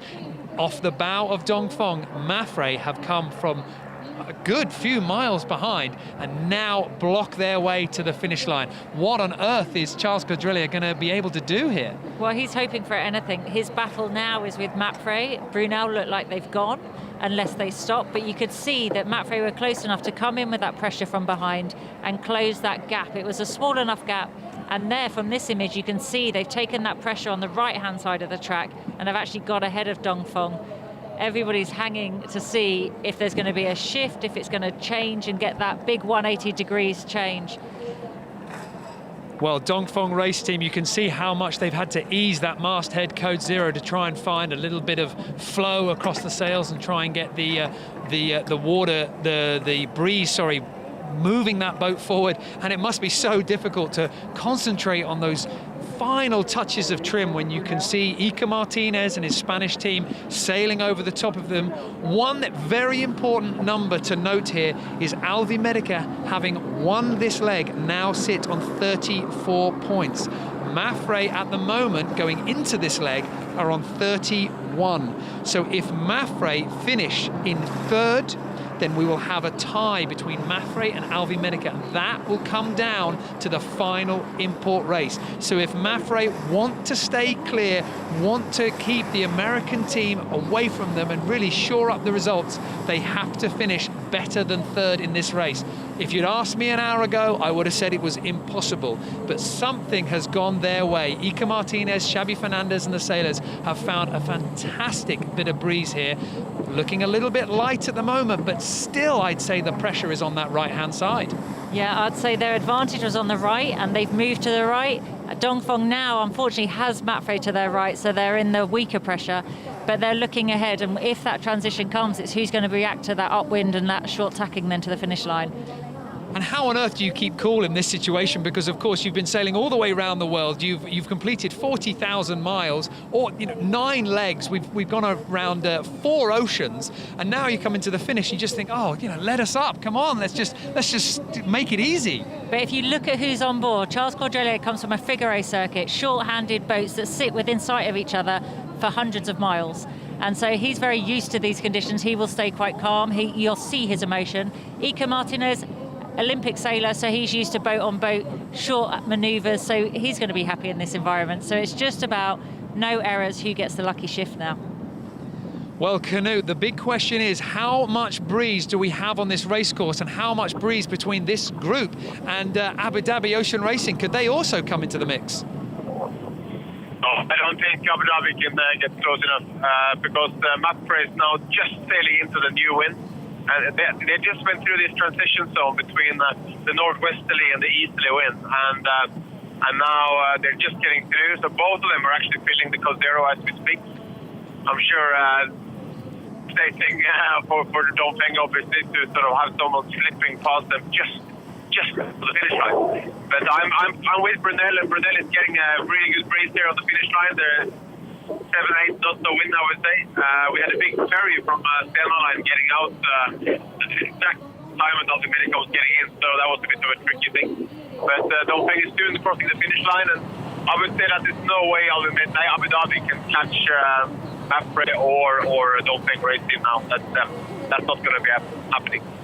Well, that's got to be a big relief to Charles Cordelier, because if no boat gets in between Dongfeng race team and Mafre, the Spanish team, if they finish ahead, will close up the points gap, but Dongfeng race team will still finish ahead in the overalls. However, we could find ourselves with a tie in the overall, and then it will be all on between Mafre and Team Alvi Medica for the import. And Knut, that's going to make for a very exciting finish. Well, I'm sure the sailors hate this to be on tight points at the end, but for sure for us, the fact that it's now going to be a tie between Mafre and Alvi Medica is good for next weekend, because that's clearly there's something to race for. And as I'm looking at Brunel is almost approaching as well. They're almost losing control of the boat. Because the wind coming over the islands here. So when you least expect it, suddenly you have a lot of breeze, and right now they're smoking over towards the finish line. So very soon they will be across the finish line, and they have about it hasn't been good pace, really good pace, and I'm sure it can keep some breeze all the way into the race village. So I hope they will now continue sailing all the way, because there's thousands and thousands of people waiting for them on the village. It's about 4 or 5 boat lengths left now to the finish line. The finish line is between these two huge channel markers. The inwards of the finish line is called. And you can see they're sending down the guy they had up at the top of the rig. They're sending him down from the top of the mast to relax a bit on deck. They're clapping there. And they're crossing the finish line there. And Team Brunel finished in 2nd place in leg 9 in World Ocean Race 2014-15. Well, a fantastic finish for Bauer Becking. He's been 2 times runner-up in this event before, and he looks set to finish 2nd overall. Nothing really can disturb that now. A great way to finish. He liked the overall victory, but you've got to hand it to Abu Dhabi Racing. They've done well, and Bauer Becking certainly made them work for it. A formidable team on the water. Definitely, and a well-deserved second place for them. They're going to be happy with that. But what we could probably guarantee is that Bauerbeck might be back for his 8th race, because he's still got unfinished business. He hasn't got that first place podium, and he's probably tired of the other podium positions now. But well done to them. They sailed really well. They held off Dongfeng really well in these final approaches where it got really close. And you can see there's some smiles on board. So they're going to be a smiling team when they come in. And didn't they do a fantastic job in this last 10 miles, because Alvi Medica were out in front, but Team Brunel certainly made them sweat. And not only did they pull in Alvi Medica in front, but also they sailed all the way away from Dongfeng Race Team. They put Mafre firmly behind them. This is a boat that have said, okay, you want to test us, that's fine, but you will lose. Bauerbeck, a very cool customer. Cool customer, and he knew what he wanted to achieve. He knew he was happy for Alva Medica to get a leg win. It wasn't going to change his points, but what he didn't want to happen was to have any of the others in front of him, and he knew he wanted second place that would secure his second place on the podium. So well done to Bauer and his team. And this is Bauerbeck's 7th Volvo Ocean Race. We always throw the term, the Volvo Ocean Race veteran, but here he is completing 7 Volvo Ocean Races. I mean, he keeps coming back for more. He's got more to give. He's hinted that maybe we'll see him on the water again competing for another round the world title. If he was on the lineup, you'd be scared when you're racing against him. Definitely, without doubt. I mean, consistent performance, often on the podium, but he's never nailed the top of the podium, and that's what he wants. And he's a competitor, he's a natural racer, and that's what he wants to achieve. So if he's got it in him, he'll go again, because he wants first place. What a great finish for Team Brunel, Bauerbeck and all the crew. They cross the line in second place behind Alvi Medica and cement their second position overall. Behind them, Mafre having taken third place from Dongfeng Race Team. They've done a fantastic job, and look at the lead that they've pulled up now. Their speed a little bit down, 6 knots. Dongfeng trying to come back into the race for 7 knots, but this looks set to go the way of the Spanish boat. Well, there's going to be smiles in Team Mapfre, but there's frustration on board Dongfeng, I suspect. And it's sad, because you saw them so close to Brunel. We've just seen Brunel finish across the line. We saw them so close in a battle to Mapfre, and they just couldn't quite contain it to the line, and they've lost out. And that's going to be a massive disappointment to Charles and his team. And of course, Dongfeng Race Team with the points, Mapfre only 1 place ahead of them. It won't upset them on the points. However, every chance for a victory you want to take. You don't want to give anything away. Definitely, and this is now them off the podium of leg 9. So that whole moral victory of on the water placement has just been lost. So Charles will be kicking himself, the team will be a bit down, but overall their Volvo Ocean Race has been phenomenal, and it's going to take them a couple of days, but I think looking back they'll reflect and realise what an amazing job Dongfeng Race Team did for China, for the Volvo Ocean Race, and for all the people that didn't think they could get around the world with Chinese inexperienced sailors on board. Well, of course, another boat that have come into this race on fine form in the final stages. They had a bit of a shaky start, Mafre. They didn't get the results they wanted from those early offshore legs, but here they are finishing very strongly in Gothenburg. Knut, this has been a fantastic team, just getting better and better as this race has continued. No, absolutely. There's plenty of very, very good sailors aboard that boat, you know, and obviously an enormous gain for them here in the end to manage to pass Dongfeng. I mean, I honestly hadn't believed that was possible with a big lead Dongfeng. And look at Dongfeng now; they're kind of left behind even with a big distance. So it was just that one transition zone where they were positioned in the wrong place. But really well done by Mapfre, and they're just about now getting to the finish line. So I would say 3 boat legs left to the finish line there, and you can see the crew is starting to get ready for some relief, 2 boat lengths. And there, Mapfre from Spain is crossing the finish line at 3rd place on leg 9 in Volvo Ocean Race 2014-15. Well done on them. A fantastic result for the Spanish team here as they take 3rd place, the last available podium spot on leg 9 to finish in Gothenburg. A great increasing performance from the Spanish team. The double Olympic medalist Iker Martinez will be very happy with himself, and also his sailing partner Xavi Fernandez on the helm shakes the hand of his crew. Celebrations all round. A great way to finish your Volvo Ocean Race. We saw Xavi there with his fist pump. You saw Jean-Luc Nellius fist pump Iker at the helm. the guys are happy. They have delivered what they knew they could do, and they've been a team that have been in turmoil at the beginning, early stages. They had some crew changes.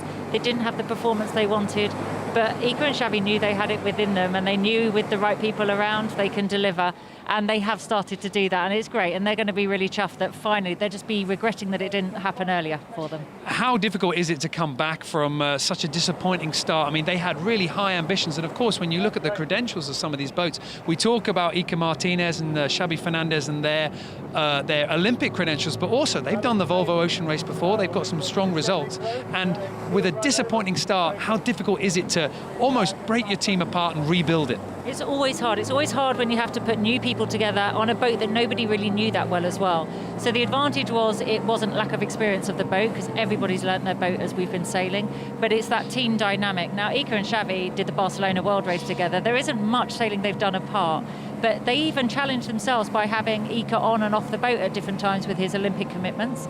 So Xavi's been carrying the team, and I think you finally found that they've gelled together in a lot stronger force. They're very relaxed, they know they can deliver, they enjoy their sailing, and I think finally now he's had some vindication of performing on the water, getting a nice podium at the finish, and he'll be happy.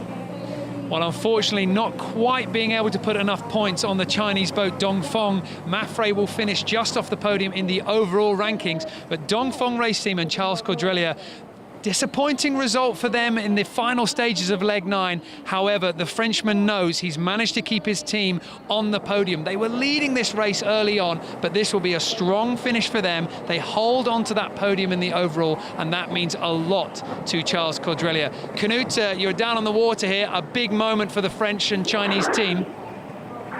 Absolutely. They're just about crossing the finish line.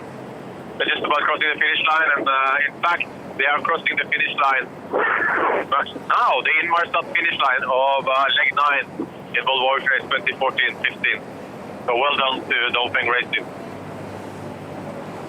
Dongfeng Race Team across the finish line in 4th place, and this will secure their podium finish in the overall rankings. A nice relief for Charles Cordrelier and his Chinese team. They were leading this event. They've seen that lead being eroded away by Abu Dhabi Ocean Racing and Team Brunel, but they've done a great job to hang on to the podium. And let's be fair, if somebody had said to him, well, you're taking on the responsibility of bringing the Chinese sailors into this race, you could potentially finish 3rd, you wouldn't have believed them. This is a great result for them. A podium finish is remarkable, and he'll be really chuffed. What he will be frustrated with is this final leg 9 finish, where potentially he had the podium on his sights for this leg 9 finish. So he'll have a little frustration, but given time, with reflection, he'll be really chuffed with what he's achieved, with what's been difficult.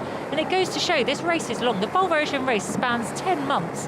And it's a war of attrition, and you've seen the performance of Dongfeng not quite be there at the end, these final legs, where everyone else has still got the strength and momentum. And it just goes to show just how tough it is. What they've achieved is huge, and big credit to Charles and the team bringing those Chinese sailors, and well done to the Chinese sailors exposing themselves to the Volvo Ocean Race. That is not an easy task. Our Dongfeng Race Team finishing here in Gothenburg and holding on to their podium place in the overall rankings. Ahead of them, Team Brunel sitting in 2nd overall, a great result. And in fact, we do have Bauer Becking on the line. Bauer, your 7th Volvo Ocean Race, congratulations, runner-up. Are you pleased with your performance, or are you just itching to have that little bit more? Yes, good afternoon. No, we are thrilled with this performance. I think we owed it to all the people in The Hague. They were so enthusiastic. But of course, well, the boys sailed a fantastic second part of this leg, and 2nd place is ours. So we are content. And you're looking quite emotional as on camera there. Are you? What is it like now to have completed the Volvo Ocean Race 7 times? Well, it's always good to finish all safe. I think that's always the most important thing when you do a yard race. But of course, 2nd place against all this tough competition. Abu Dhabi was the true winner. There's no doubt about that. They had it in the bank 1 leg before. But I think 2nd place against all these other guys is a really good achievement. I'm hugely proud of my team. And in those final moments of that race, did you risk losing your cool there as Dongfeng were closing in, or were you always confident of holding on to your position? Well, the last 500 meters I was a little bit twitchy, because there was like a transition. We were the first to hit it, and then the breeze came from behind. And you sometimes know how it can go. It can go either way. luckily we punched through, and then it was actually a nice sail to the finish. But I didn't. The guys actually realized the finish was so close. They thought it was under the bridge. And you've got a number of young guys on your boat, and now, of course, they can boast that they've sailed round the world. What does it mean to those guys on board? How are their emotions now? Yeah, I think everybody is really excited and happy. I think it's just one of these things. When we changed our goal basically in Lorient, then it was second place was everything what we were fighting for, and they're happy as. And what is going to be the first thing that you're looking forward to about stepping back ashore? Are we going to see you take to the water soon, or a little bit of a rest? No, I'm actually first going to kiss my family. That's the first thing I'm doing, stepping ashore. And then I think in 5 days' time I'm sailing a World Championship. 2 of our other guys doing a transatlantic, so it's full on straight away again. And just put us out of our misery here, because you've been a force to contend with in this year's Volvo Ocean Race. Do you think you've got another one in you? Are we going to see you on the water for the Volvo Ocean Race again? Well, as probably everybody has heard, with Sailing Holland we made an announcement that we're trying to find the funding again. And what my role will be, so far not sure. I say never, so maybe in 8's time. And otherwise I will be in some sort of a role in the teams. That's just, we have to see that in the near future. But right now I would say I'm going again. Well, you've seen a lot in this Volvo Ocean Race, and you must be so proud of your crew, taking them around the world safely and also very competitively. How have the crew bonded over this year's Volvo Ocean Race? Well, I think in that sense, I think we have a tremendous team. We're doing great work on that. Of course, we had an outside coach in it, which I think is something new in ocean racing. So a big thanks to her. But I think it's the right moment as well to say thank you to all our people on the shore, because without them we wouldn't have been here. And over your 7 Volvo Ocean Race campaigns, how does this one match up with everything that you've seen over all the thousands of miles that you've sailed around the world? Well, I think together with the first one, this one was the best I ever did, because we had just a fantastic team over here, and the racing was great with the one design, so I enjoyed it tremendously. And finally, if you will, just pay tribute to all the supporters that you have in your home country. Just a quick message in Dutch, if you will, to all your supporters. Ja, beste Brunel-fans, heel hartelijk dank voor alle support die jullie de afgelopen 9 maanden hebben gegeven.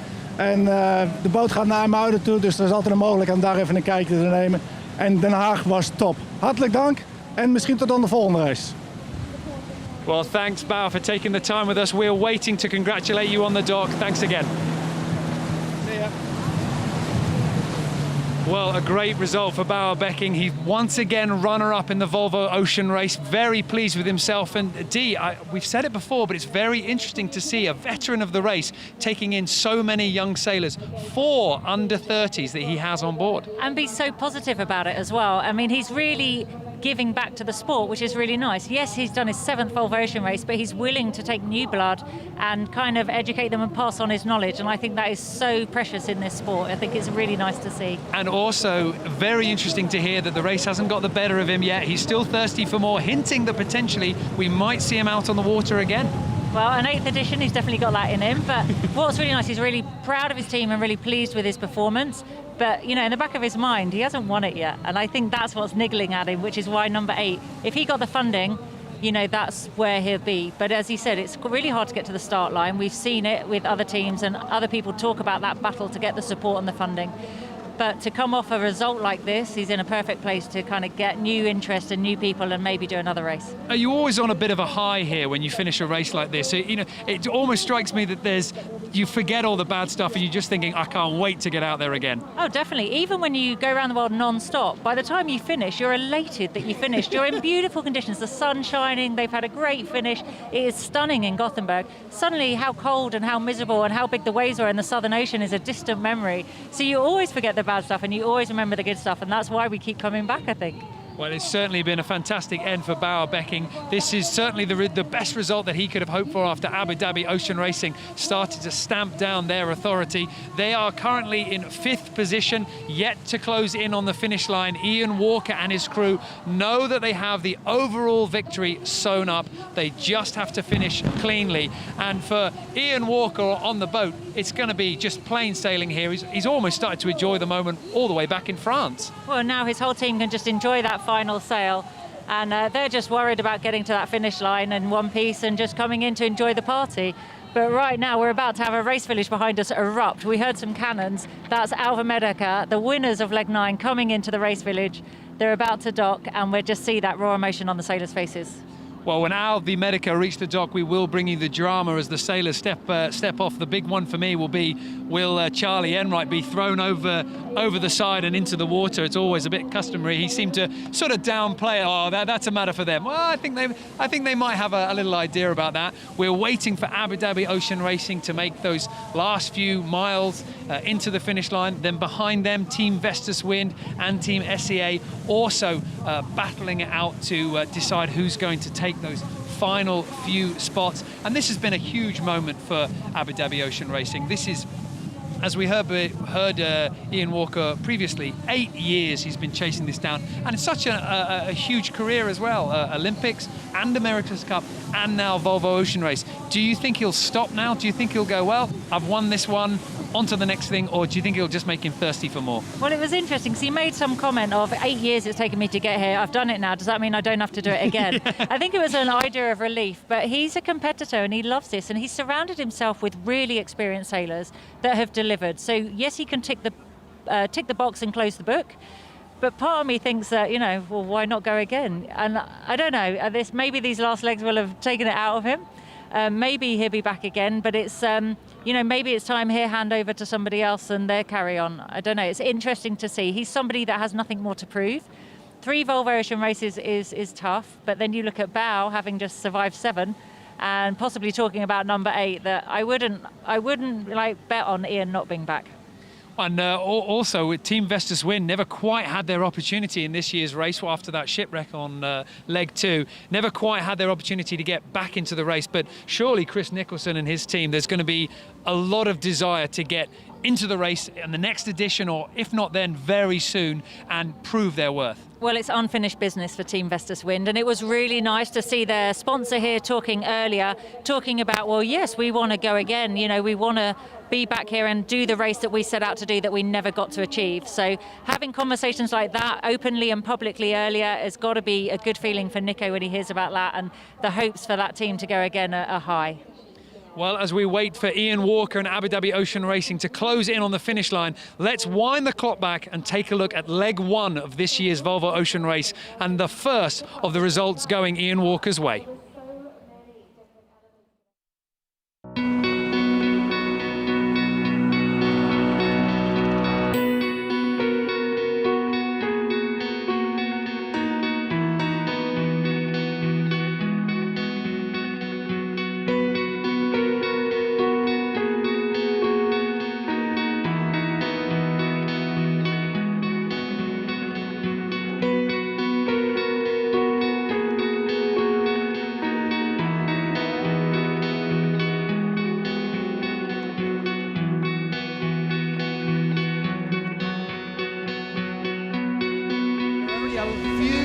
Seconds left on the countdown as the boats approach the start line and prepare to begin the Volvo Ocean Race. Their next port of call, Cape Town.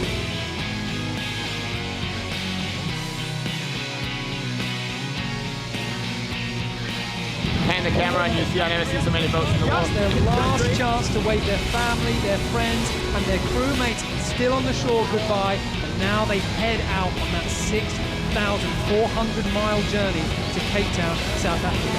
24 days until they see their family and friends again on another continent.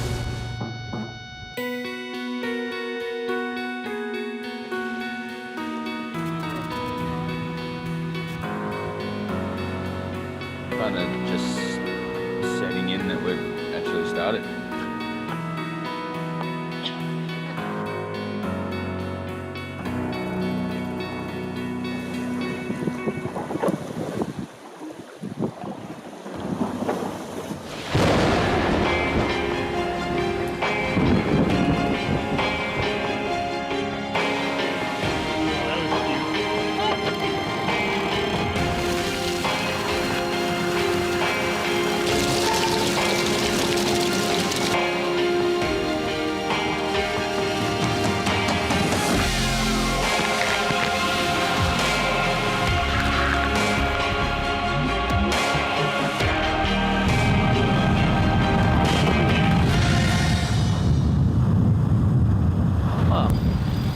pleased they're behind us. It's going to be a busy week. They look like they're about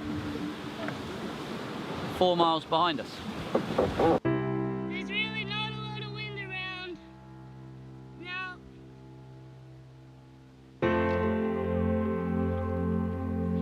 Look at it, just filtering in here.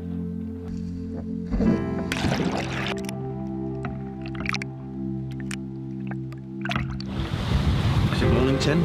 Really? Time flies when you're having fun. It sucks when there's no wind. You're not going anywhere.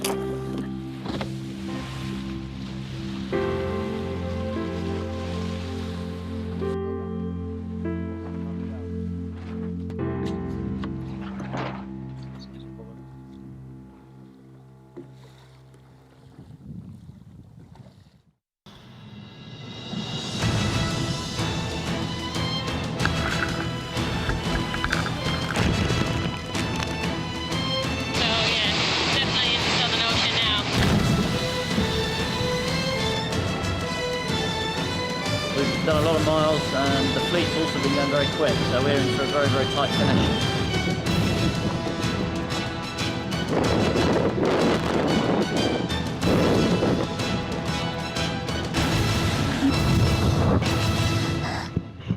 Waar is Team Brunel gebleven? Hij is niet hier, hij is niet daar. Hij is 100 mijl van de Kaapstad. We've got 24 hours to go, tight with Dongfang.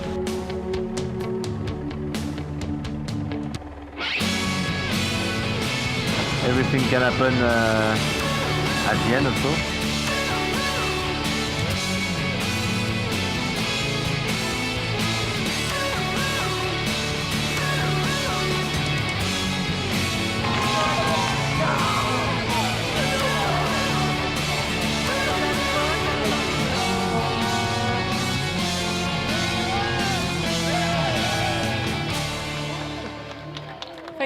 Well, that was a fantastic leg one that began the journey of Abu Dhabi Ocean Racing, taking this year's overall victory, and a very dramatic leg as well. We saw boats being broken and some real drama on board for the sailors, not least for Mafre with a disappointing first result, but they've since been able to rebuild their team, get back into this race and started to look very, very strong. Now they've crossed the line in Gothenburg, a good result for them, a wonderful take position from Dongfang race team, and on the back of Mafre, I think we might be treated to Ika Martinez, currently helming and also talking. Ika, congratulations, the Volvo Ocean Race completed.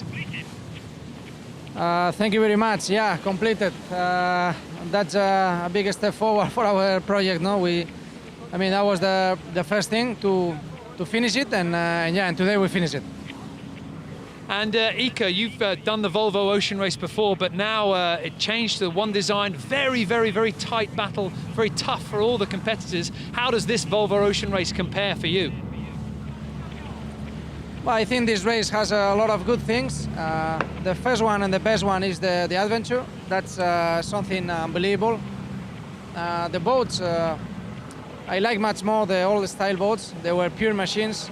These ones are not very fast, but yeah, maybe without these boats we were not here racing, no? So maybe we have to accept that was the only way to do this race, and if it's like this, we have to be happy, no? But I hope on the future it's gonna come to the old boats, the pure machines, and then still a lot of things to change. No, I'm happy for the team, and I'm very proud of the team who made the whole project.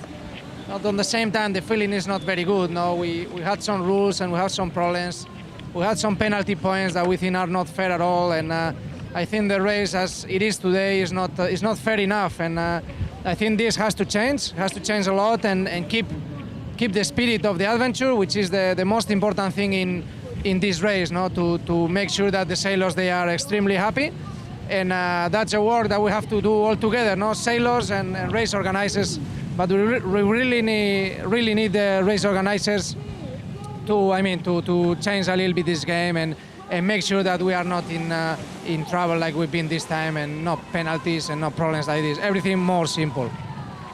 Well, Ika, you were saying before there that you yourself, your team, as well as everybody else, had some big tests in this competition, not least from that disappointing start, but you've rebuilt the team. How is the team spirit now on board? Well, as I told you, team spirit is good, and sponsors are very happy. Our big boss Pedro is very happy, and in one side, we all of us are extremely happy. First of all, because we finished, and second, because we are much better sailors today than what we were in leg one. That's obvious, no? But I can tell you that in the other side, we are pretty upset, no? We should be now in the podium, and we are not there. We think that what happened in the leg of Cape Horn was a seamanship thing, and instead of have a prize of seamanship, we got a penalty, no? And so we have the side of very good feeling because we did our job good and we improve a lot. In the other side, we think the result is not fair. I think the winner is the winner, and that's fair. They sail very good, so congratulations to Abu Dhabi. For the rest, I think we've been all of us in trouble with protests and things like that shouldn't be there, no? So this should change for next edition, and I'm not very happy for this side. Oh, well, thank you. Thanks for joining us, Ika, and we look forward to meeting you on the dock. And now, coming onto the dock, we've got Alvi Medica just coming in now. The leg 9 winners, the final leg of this year's Volvo Ocean Race. They're about to come into tie up to Gothenburg port, and a huge crowd behind us here, ready to welcome them in. The music's playing and the dancers are out. Of course, friends and family will be waiting to greet the sailors as well. So a bit of a carnival atmosphere starting to happen here in Gothenburg. Looking pretty good. It's awesome. It's fantastic to see so many people here in support of the Volvo Ocean Race. We've got one really happy team just arrived, and the party's about to start, I think. We just went from a frustrated Ika Martinez to a really overjoyed Charlie Enright, and I think it's cool. It's the two spectrums. It's a first race, it's a first leg win victory, and this is someone who's going to come back time and time again to the Volvo Ocean Race. I think it's really cool, and I'm delighted everyone's here in their thousands to see these guys arrive.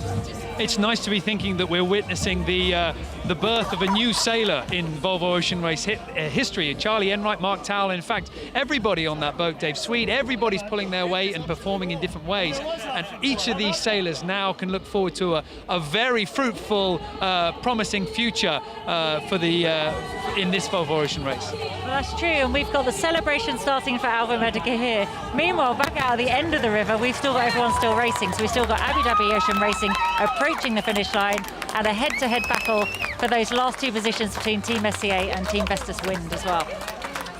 Well, it's going to be very dramatic out on the water, and this is what's waiting for those crews still yet to finish. Friends and family down at the dock greeting all the sailors, and a special moment because every time that these sailors hit the shores, there's emotion on display. But now, of course, the final time that you're going to cross the finish line, the final time to come into port. And as Charlie was saying, well, actually, I'm going out on the water again pretty soon, but this certainly brings the Volvo Ocean Race to a close, and this has been as big a journey for the family left ashore as it is for the sailors. Definitely, they've had endless flights to various stopovers, or they've been at home waiting for this one destination of the finale for them to go to and celebrate the atmosphere. And it certainly is an atmosphere that's very special, very unique to offshore sailing. You wave goodbye, you have no idea what they're about to head out into, and days later they arrive looking a little bit disheveled, smelling not too good, and exhausted mentally, physically and emotionally. So you kind of have to pick up the pieces, and it takes time to adapt back to normal life. And it's interesting, a lot of these sailors are on a flight straight back to do a transatlantic, so it's in our blood, we just don't stop. Absolutely. Well, we're just going to go in now with Joe, with Charlie Enright, and hear from the skipper himself. That was crazy. What an end to leg 9. You must be absolutely elated. Yeah, we're obviously pretty happy. You know, a great result. I guess we saved it all for last. Pretty nerve-wracking coming into the river there. We've had some experience in rivers before. We know how quickly places can change. So, happy to hold on. Great effort, obviously, by the guys. I mean, an unbelievable result for us. Just a testament to how hard we've worked and how far we've come, and we're all pretty happy about it for sure. So I'm not sure whether you know, but Matt Frey have taken 3rd place. That means that you guys are now tied on the overall standings, and it's all resting. 4th and 5th are now resting on the import race on Saturday. How do you feel about that? I haven't really thought about it yet, to be honest. We got a good look at our race course on the way in. Looks pretty challenging. Should make for an interesting little matchup. But yeah, we'll try to enjoy the moment now and then focus on the import sometime later in the week. So there were some amazing reactions here in the race village from all of the friends and family here on the dock, ready to greet you for the end of the race. It's been, a massive, massive journey for you and Mark and the whole team. And what an end. Yeah, you would have thought we'd scripted it, but it's just kind of the way it worked out. A special day for me as well. It's my second wedding anniversary, which is kind of cool. My wife is, a big part of why this can happen, and she tolerates me, which is a big deal. So a little shout out to her on this fine day, and no, everything's good. Well, happy wedding anniversary. Welcome to Gothenburg. Congratulations, and it's amazing to see you all. Well done, Charlie. Thank you. I'm going to see... A very happy Charlie Yen right there, and his crew just getting ready to throw him into the water, and the drama happening all over the race village at the moment. We've got Abu Dhabi Ocean Racing about to cross the line, their final finish line in this year's Volvo Ocean Race, and it looks like Charlie Enright's just managed to avoid getting wet just yet. And Abu Dhabi Ocean Racing, this is going to be a huge moment because Ian Walker and his crew are about to take the overall victory in the Volvo Ocean Race, and Ian Walker will be the first British skipper to do so in the event history. This is a huge moment for them, and of course also for Abu Dhabi, the second time that we've seen this team from the Emirates, and this is going to put offshore sailing firmly on the map. Oh, hugely, definitely. And Adil's going to be so proudly flying that United Arab Emirates flag. He's going to be a national hero by the time he gets home, along with his teammates who have just done an astounding job to represent UAE and Abu Dhabi and put them on the map for everybody to realise that that's a place to go. And now they go sailing as well. So fair play, an 8-year project come to fruition, second time with Abu Dhabi, and I think it's a victory that they're going to be celebrating big time. And this puts Ian Walker, as an all-rounder, doesn't it? Because Olympic champion, he's been right at the top of those classes. He's been in America's Cup, fighting hard, and now winning the Volvo Ocean Race. Is there nothing this guy can't do? Well, he's definitely taken his hand to a lot. It's taken him a while each time to achieve it, but he always achieves. So whether we see him again or whether he goes to a different role, I don't know. But he's a man with so much knowledge and experience now. He's someone you want to tap into if you are in a team, and he's not. Let's get his knowledge in and get his experience, and he'll help boost you up the rankings for sure. And this is going to be huge for Abu Dhabi and Abu Dhabi Ocean Racing. This is a team with enormous ambitions, and I know you've been out to the Middle East, and you've raced against Adil Khalid when a couple of years younger, learning his way, and he's come a long way in a short amount of time. And seeing him so relaxed now as he prepares for each leg, knowing what's ahead of him, knowing what's involved, knowing what his job is on the boat as well. He's now an experienced sailor, and he's passing that knowledge on to his fellow sailors in Abu Dhabi and elsewhere in the Middle East as well. And he's pretty much an icon for other Arab sailors to look up to now. And I think it's exciting. They're starting to see sailing's on their doorstep. It's in their heritage. And they're starting to see the opportunities out there that are outside of the Middle East. And I think that's a really exciting place for the Middle East to be. And it's very easy to focus on the helm in this sort of situations, but of course, a very strong team around Ian Walker. I mean, people like Justin Slattery as well, some of the best names in the business. Definitely. I mean, we've got some previous race winners with Phil Harmer coming from Group Armour. Justin Slattery's done numerous projects in the Volvo Ocean Race, now has his victory. Sci-Fi's got a history of Volvo Ocean Race. And behind it all ashore, you had Neil McDonald, who was way back when the Whitbread was going. He tells me that he did Volvo Ocean Races and Whitbreads when they had cooks on board. So, that's how far back he goes. So a vast amount of experience, and they've really pulled it all together today. And Ian wanted one design, he got one design, and now he's delivered in one design. So well done to him. And if we would take the clock all the way back to Alicante when all the teams are lining up on that very first start line, Ian Walker, he sort of downplayed his chances in this race, sort of playing the long game. Mentally, he's very tough. He gets himself into a nice mode of thinking, and nothing really shook him.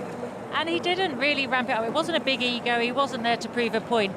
But actually, everybody did say it was their race to lose. On paper, they had all the experience. They should have won this. And it's really nice that he did it by Lorient. So he's actually just had an enjoyable sail. But he's a natural competitor. He wanted to race. He wanted to mix it up.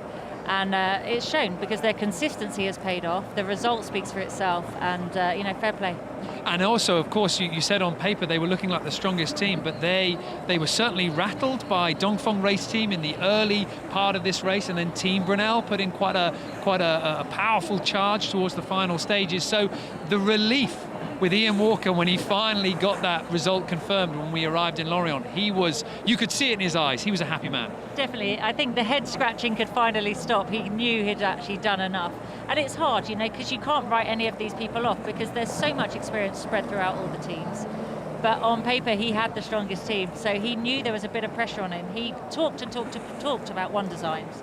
Well, he delivered, so could he. And he knew that he'd kind of put the pressure on himself there. So the fact that he did get the result, he's probably lost a bit more hair, got a few more wrinkles from it, but it's paid off. And I think there was a lot riding on this result for Ian Walker and his crew. At the beginning of the race, he was being a little bit secretive about certain aspects, not wanting to let the public know exactly what they'd planned with their watch system, with their food intake. It's almost as if the team had obsessed over every minor detail. They found an advantage with everything, a team that really closed down on every possible advantage. Well, it's true. It's one design racing, so the only difference you can make are those little bits of detail. It matters what the crew do, what they eat, how much they carry, and he was ready to nail every detail. The boat was the boat, delivered by Volvo to everybody, the same to everyone, apart from the colour. So it was about the little detail, and he is attention to detail kind of man. When you come from an Olympic background, you deal with numbers, you deal with decimal points, and it's exact detail. And now he's brought that to offshore sailing, and if you want to beat the best now, you've got to deal with detail. And is this something that we're going to see other teams start to repeat now? Is this a formula, this sort of obsessive detail that the other teams will pick up on? Well, I think it can't be overlooked. It's delivered the results, and when there's very little options amongst the fleet, there's very little options because all the routing and the weather is all pretty much the same because we've got the same sail plan now. It's only the detail that you can look at, so you've got to make big effort in that area, and we're talking fractions of changes, but over time and over the number of legs, that adds up. And of course, for Ian Walker and all his crew, this is going to mean something huge for them. And it will be very interesting to wonder just what Abu Dhabi now does with this victory in the Volvo Ocean Race. Because of course, everyone will be looking to Abu Dhabi. Are they going to put another team in the race? Are we going to see them feature again? What's the future hold for Adil Khalid and other young sailors? Now they've got their role models. They can see the path to success laid out in front of them. Well, it's a similar situation to the girls in effect, that now there's a bit of momentum. Can they continue to deliver on that? Or is this the end of a project? So, it'd be great. They've had the result this race. They've really performed. And can they do it again? That's a question we'll ask him when he arrives, but he'll be very careful. He won't answer that yet. How do you keep a team like this together when you've got so many other boats trying to knock you off that top spot? It wasn't guaranteed early on in the race, but something that Ian Walker and his team did, that professionalism maybe, it kept them on track. Well, and that he surrounded himself with experienced professionals, so everyone took responsibility for that. It didn't all have to come from Ian, which is really draining for the skipper. So therefore he had a team around him that he didn't really have to worry about, and I think that makes a big difference as well. And when you've got someone ashore like Neil McDonald just pushing you in the right direction every now and again when you need it, you're laughing. And Ian alluded to it in Lorient. He was talking about the shore team, Neil McDonald and the rest of the guys, and just how much preparation is done for these races on shore. And the guys were saying that when they step on board the boat, they really felt like every single piece of the puzzle had already been laid out. How important is that preparation before the start line? You can't even begin to underestimate the amount of work that goes into each boat before each leg from the shore team. And it doesn't matter what team you're in.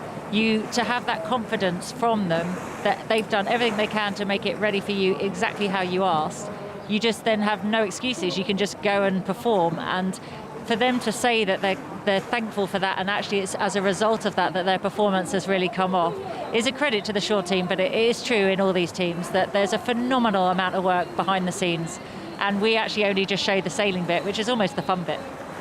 And we talked before about Charles Caudrelier, Dongfeng Race Team being particularly strong in the downwind sailing legs. But with Abu Dhabi and Ian Walker, is it one thing, is it one ace they've got up their sleeve, or is it a little bit more, talent in a lot of areas? I think it's the consistency. I think it's no one clear thing. There wasn't one condition where you were like, oh, well, definitely. I think this is just the consistency that they have in all angles.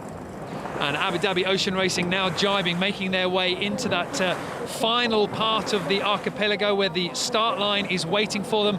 Cross this, the finish line, cross this finish line, the Inmarsat finish line, and they will have the Volvo Ocean Race trophy waiting for them. A great conclusion to 8 years of hard campaigning by Ian Walker and Abu Dhabi Ocean Racing, the first British skipper to claim this prize. And this is not only a moment for Abu Dhabi, but also for Britain as well. And this could see some talent be coming from all corners, really. Well, he's got a very international crew around him, but it's British sailing talent that's pushing at the forefront. It's great for British sailing, and it's really exciting to see them come in now after all this hard work. And he said that he didn't want to tempt fate, he didn't want to talk about the trophy, he didn't want to talk about a win until it actually happened. So now finally that head scratching is going to stop, and he will admit that he's actually won this edition of the Volvo Ocean Race. Well, it's almost quite nice that this final leg for the crew has just been not quite a lap of honour, but not too far away from that as well. They've been able to enjoy the sailing, you know, almost just a procedure to get to the finish line. Well, they just needed to have no problems, and there were no major dramas, and as you say, sail clean, almost enjoy their final few miles on the boat, because this may be the final miles that they're going to sail as a crew together on this boat, and there's been a lot of miles shared, so it's going to be like a moment for them out there. If you come back in the Volvo Ocean Race, if we see you again and you have to start building another team, what part of what Abu Dhabi Ocean Racing has done, what are you looking to copy? Well, I think it's that attention to detail. I think it's the fine minutiae that you need to look at, that kind of Olympic brain set where you're looking at the point ones, point twos of everything, and getting the experience around you. It's an experience in all areas. So where we were lucky in Team SCA, we had experienced coaches that had won the race before, but it was a general experience, and it's maybe a bit more detail. You never feared for them in the heavy wind conditions. They had experience in it. They were never going to make a mistake in the navigation. They had experience in it. They were never going to make a mistake in the light winds. They had experience. So it's that consistency that you want. And I think if you can share that experience around all those areas and get the right input, you know, you tie it all together nicely. And can you just imagine now, what do you think the reception is going to be like for Ian Walker and Adil Khalid when they arrive back in Abu Dhabi, victorious with the trophy in hand? They are going to have a huge, huge welcome.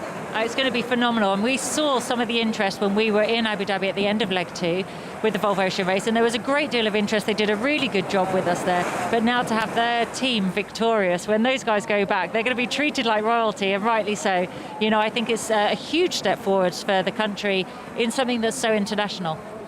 And of course, not only are they setting up the Volvo Ocean Race team, but Abu Dhabi Ocean Racing also doing quite a bit of grassroots stuff. They have a good program which is starting to move people from casual sailing into quite competitive sailing as well. So we could be seeing other names coming up to the top here. There is a bit of a fast track available for young sailors, and that's so important to try and close the gap with these emerging sailing nations. Well, definitely, and it's like we talked about with Brunel, where you have a veteran bringing on new young sailors, and he's openly said, well, let's drop the age again, let's get younger guys out. And it's having these guys like Ian Walker, Baubecking, wanting to bring new talent forwards, and that's exciting for the sport. Otherwise, it's just full of salty old sea dogs. Well, Ian Walker now on that broad reach course, coming his way into the finish. They don't look like they're in much of a rush, do they? They know they've got the trophy, they know they've got the victory in hand. In fact, that's been secure since the boats arrived in France. So Ian Walker now, smile on his face, maybe into that final ley line, into the Inmarsat finish line. 5 knots of boat speed bringing them down towards the archipelago. The race village here is certainly getting jam-packed, and the party is waiting for the overall victorious boat in this, the 12th edition of the Volvo Ocean Race.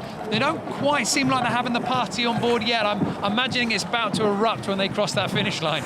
I think it's that whole thing where he just didn't want to tempt fate, and he said that back in Lorient when he'd secured the win, but he just wasn't going to talk about the trophy, touch it, or have anything to do with it. And I think for these guys now, they just need to cross the finish line, then it's stress-free, it's party time, and they can celebrate. And this finish is going to be celebrated almost as much as the leg win was. So this is the whole overall race win. So this is huge. But it's really nice that Alva Medica had their glory for the leg win. And it's almost shared glories today. Ian Walker just making his way down to the leeward wheel there, just having an eye out over the horizon. This breeze has been holding quite strong for the Emirati boat. They haven't looked like they've parked up like we've seen other teams do just off the finish line. Good 3, maybe 4 knots of boat speed we've seen in the past. So some breeze still making its way down there, but importantly, they're not yet in that upwind breeze that we saw the other boats do. So maybe a last little roll of the dice for this boat. They're just going to have to do one of those high winds tacks. I know, it's essential. They're coming in with the old breeze. We haven't seen them in the new breeze, and I'm not sure if that transition zone's still there before that Inmarsat finish line.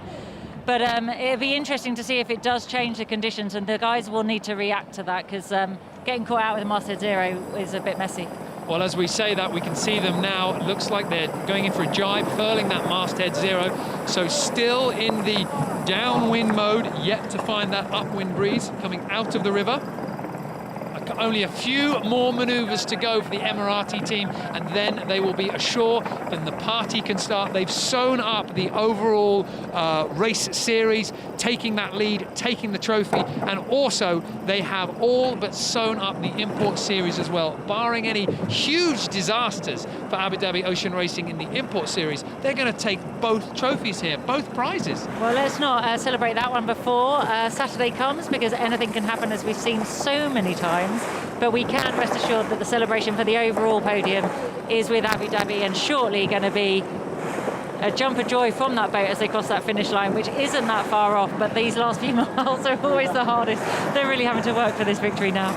The last few miles of this leg 9 of the Volvo Ocean Race has certainly made everybody work extremely hard. We're waiting for that breeze to find the Emirati boat and suddenly force them into attack and into a very strong breeze with the masthead code 0 as they close in on the finish line.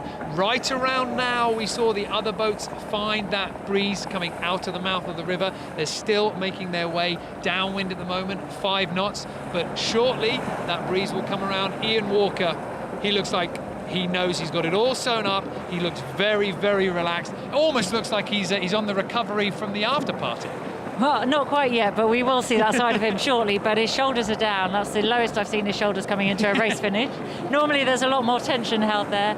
And all the boys are pretty relaxed there, because you saw all the other boats in these light conditions. They were all sat on the bow, just coming back from manoeuvres. But now they're all just poised, ready for those final manoeuvres to the finish line, ready to do what they know how to do, and that's sail that boat well. And we talk about the relief for Ian Walker, because of course this is somebody who has said to all the sailors that have stuck with him, he was with Green Dragon, he did a year with Abu Dhabi Ocean Racing, finished 5th, mast breakage, a disappointing Volvo Ocean Race for him, but he said to his sailors, stick with me, I can, stick with me, we're going to make it happen this year, come with me, I didn't do great last time, but I know I've got something special to give, and now all of that has been vindicated. Well, yeah, and it's a big call. You know, he stuck his neck out to say that. And also, he was one of the, as I said before, a real big ringleader for the One Design. That's the only way forwards. That's the only way we can all race. That keeps the race going. Financially, that was the answer to keep the race going. And he was listened to, and it was really nice that he was so passionate about it that he's actually made that work, because he would have looked pretty silly to have not delivered having wanted that. So, you know, fair play to him that that's worked out for him. And of course, because as you say, he was pushing the One Design quite hard. What was his drive for that? Why was it that he wanted to go the One Design? Well, before it was always an arms race of design. So how much money you had to get in the design room and be as radical as you could. He was often in a campaign that didn't get that right. So therefore, on the water, the performance wasn't there. And he knew he had the performance on the water, but he wanted the fair start. So he pushed for One Design. That's why every team comes into the game at the same starting place. And it's about what you do on the water that delivers. And I think that getting that means that he's just delivered. He's shown. And coming from an Olympic background where One Design is what it's about, that's why he had that kind of detailed format of it's the little things that count. So after shifting the focus away from the design, or certainly taking what focus there was on the design and putting it all on the shoulders of the sailors, his team really have performed incredibly well in this year's Volvo Ocean Race. Dongfeng put in a very worthwhile challenge, really rattled the cage of the Emirati team. It almost looked like the Chinese boat could sail away into victory, but Abu Dhabi Ocean Racing kept them firmly in their sights, holding off the Chinese boat, holding off Bauer Becking and Team Brunel, and now they're about to cross the finish line. It's only a formality at this point. They've already amassed enough points to know that that trophy is there waiting for them. Ian Walker's name glinting on the prize, ready to be held by him and his crew. A fantastic conclusion to 8 years of racing. Good breeze at the moment. All they've got to do is sail across that line. And this race village is set to erupt as Abu Dhabi come in here. I know, well, we've had a couple of boats come to the dock and it's already starting to get noisy behind us and erupting, but everyone will absolutely lose it when Abu Dhabi come in, because that is the ultimate prize. They've won the Volvo Ocean Race, so it's really exciting. You've got this last furl here, last deploy, last manoeuvre. The boys hope. They hope that this manoeuvre will get them to the finish line. And great that their boat has held up so well. They've had no real problems on board, no major breakages at all. Everything been held in place, and that's credit to the sailors. They've been pushing so hard, but they also know how to keep themselves in check. And we were talking about it earlier. There's a lot of things about this team that they have held back from the press. I've been trying to get the information from Ian Walker and the rest of the guys, but they've always been, oh, we're going to keep that one secret if you don't mind. And it'll be very interesting as the dust settles here after this year's Volvo Ocean Race. What exactly has gone on behind closed doors? Just how much did they bring into their campaign, which has got them this victory here in Gothenburg? Well, once they cross this finish line, this will be your time to get the answers, because then, you know, we can ask Dongfeng how they go so fast in the light downwind conditions. We can ask Abu Dhabi what they did, the little secrets. Because, yeah. I will do that. That is it. And They've got nothing to hide now. And that question has been burning away at me since October. So I am desperately looking forward to quizzing Ian Walker about this. He's doing something right.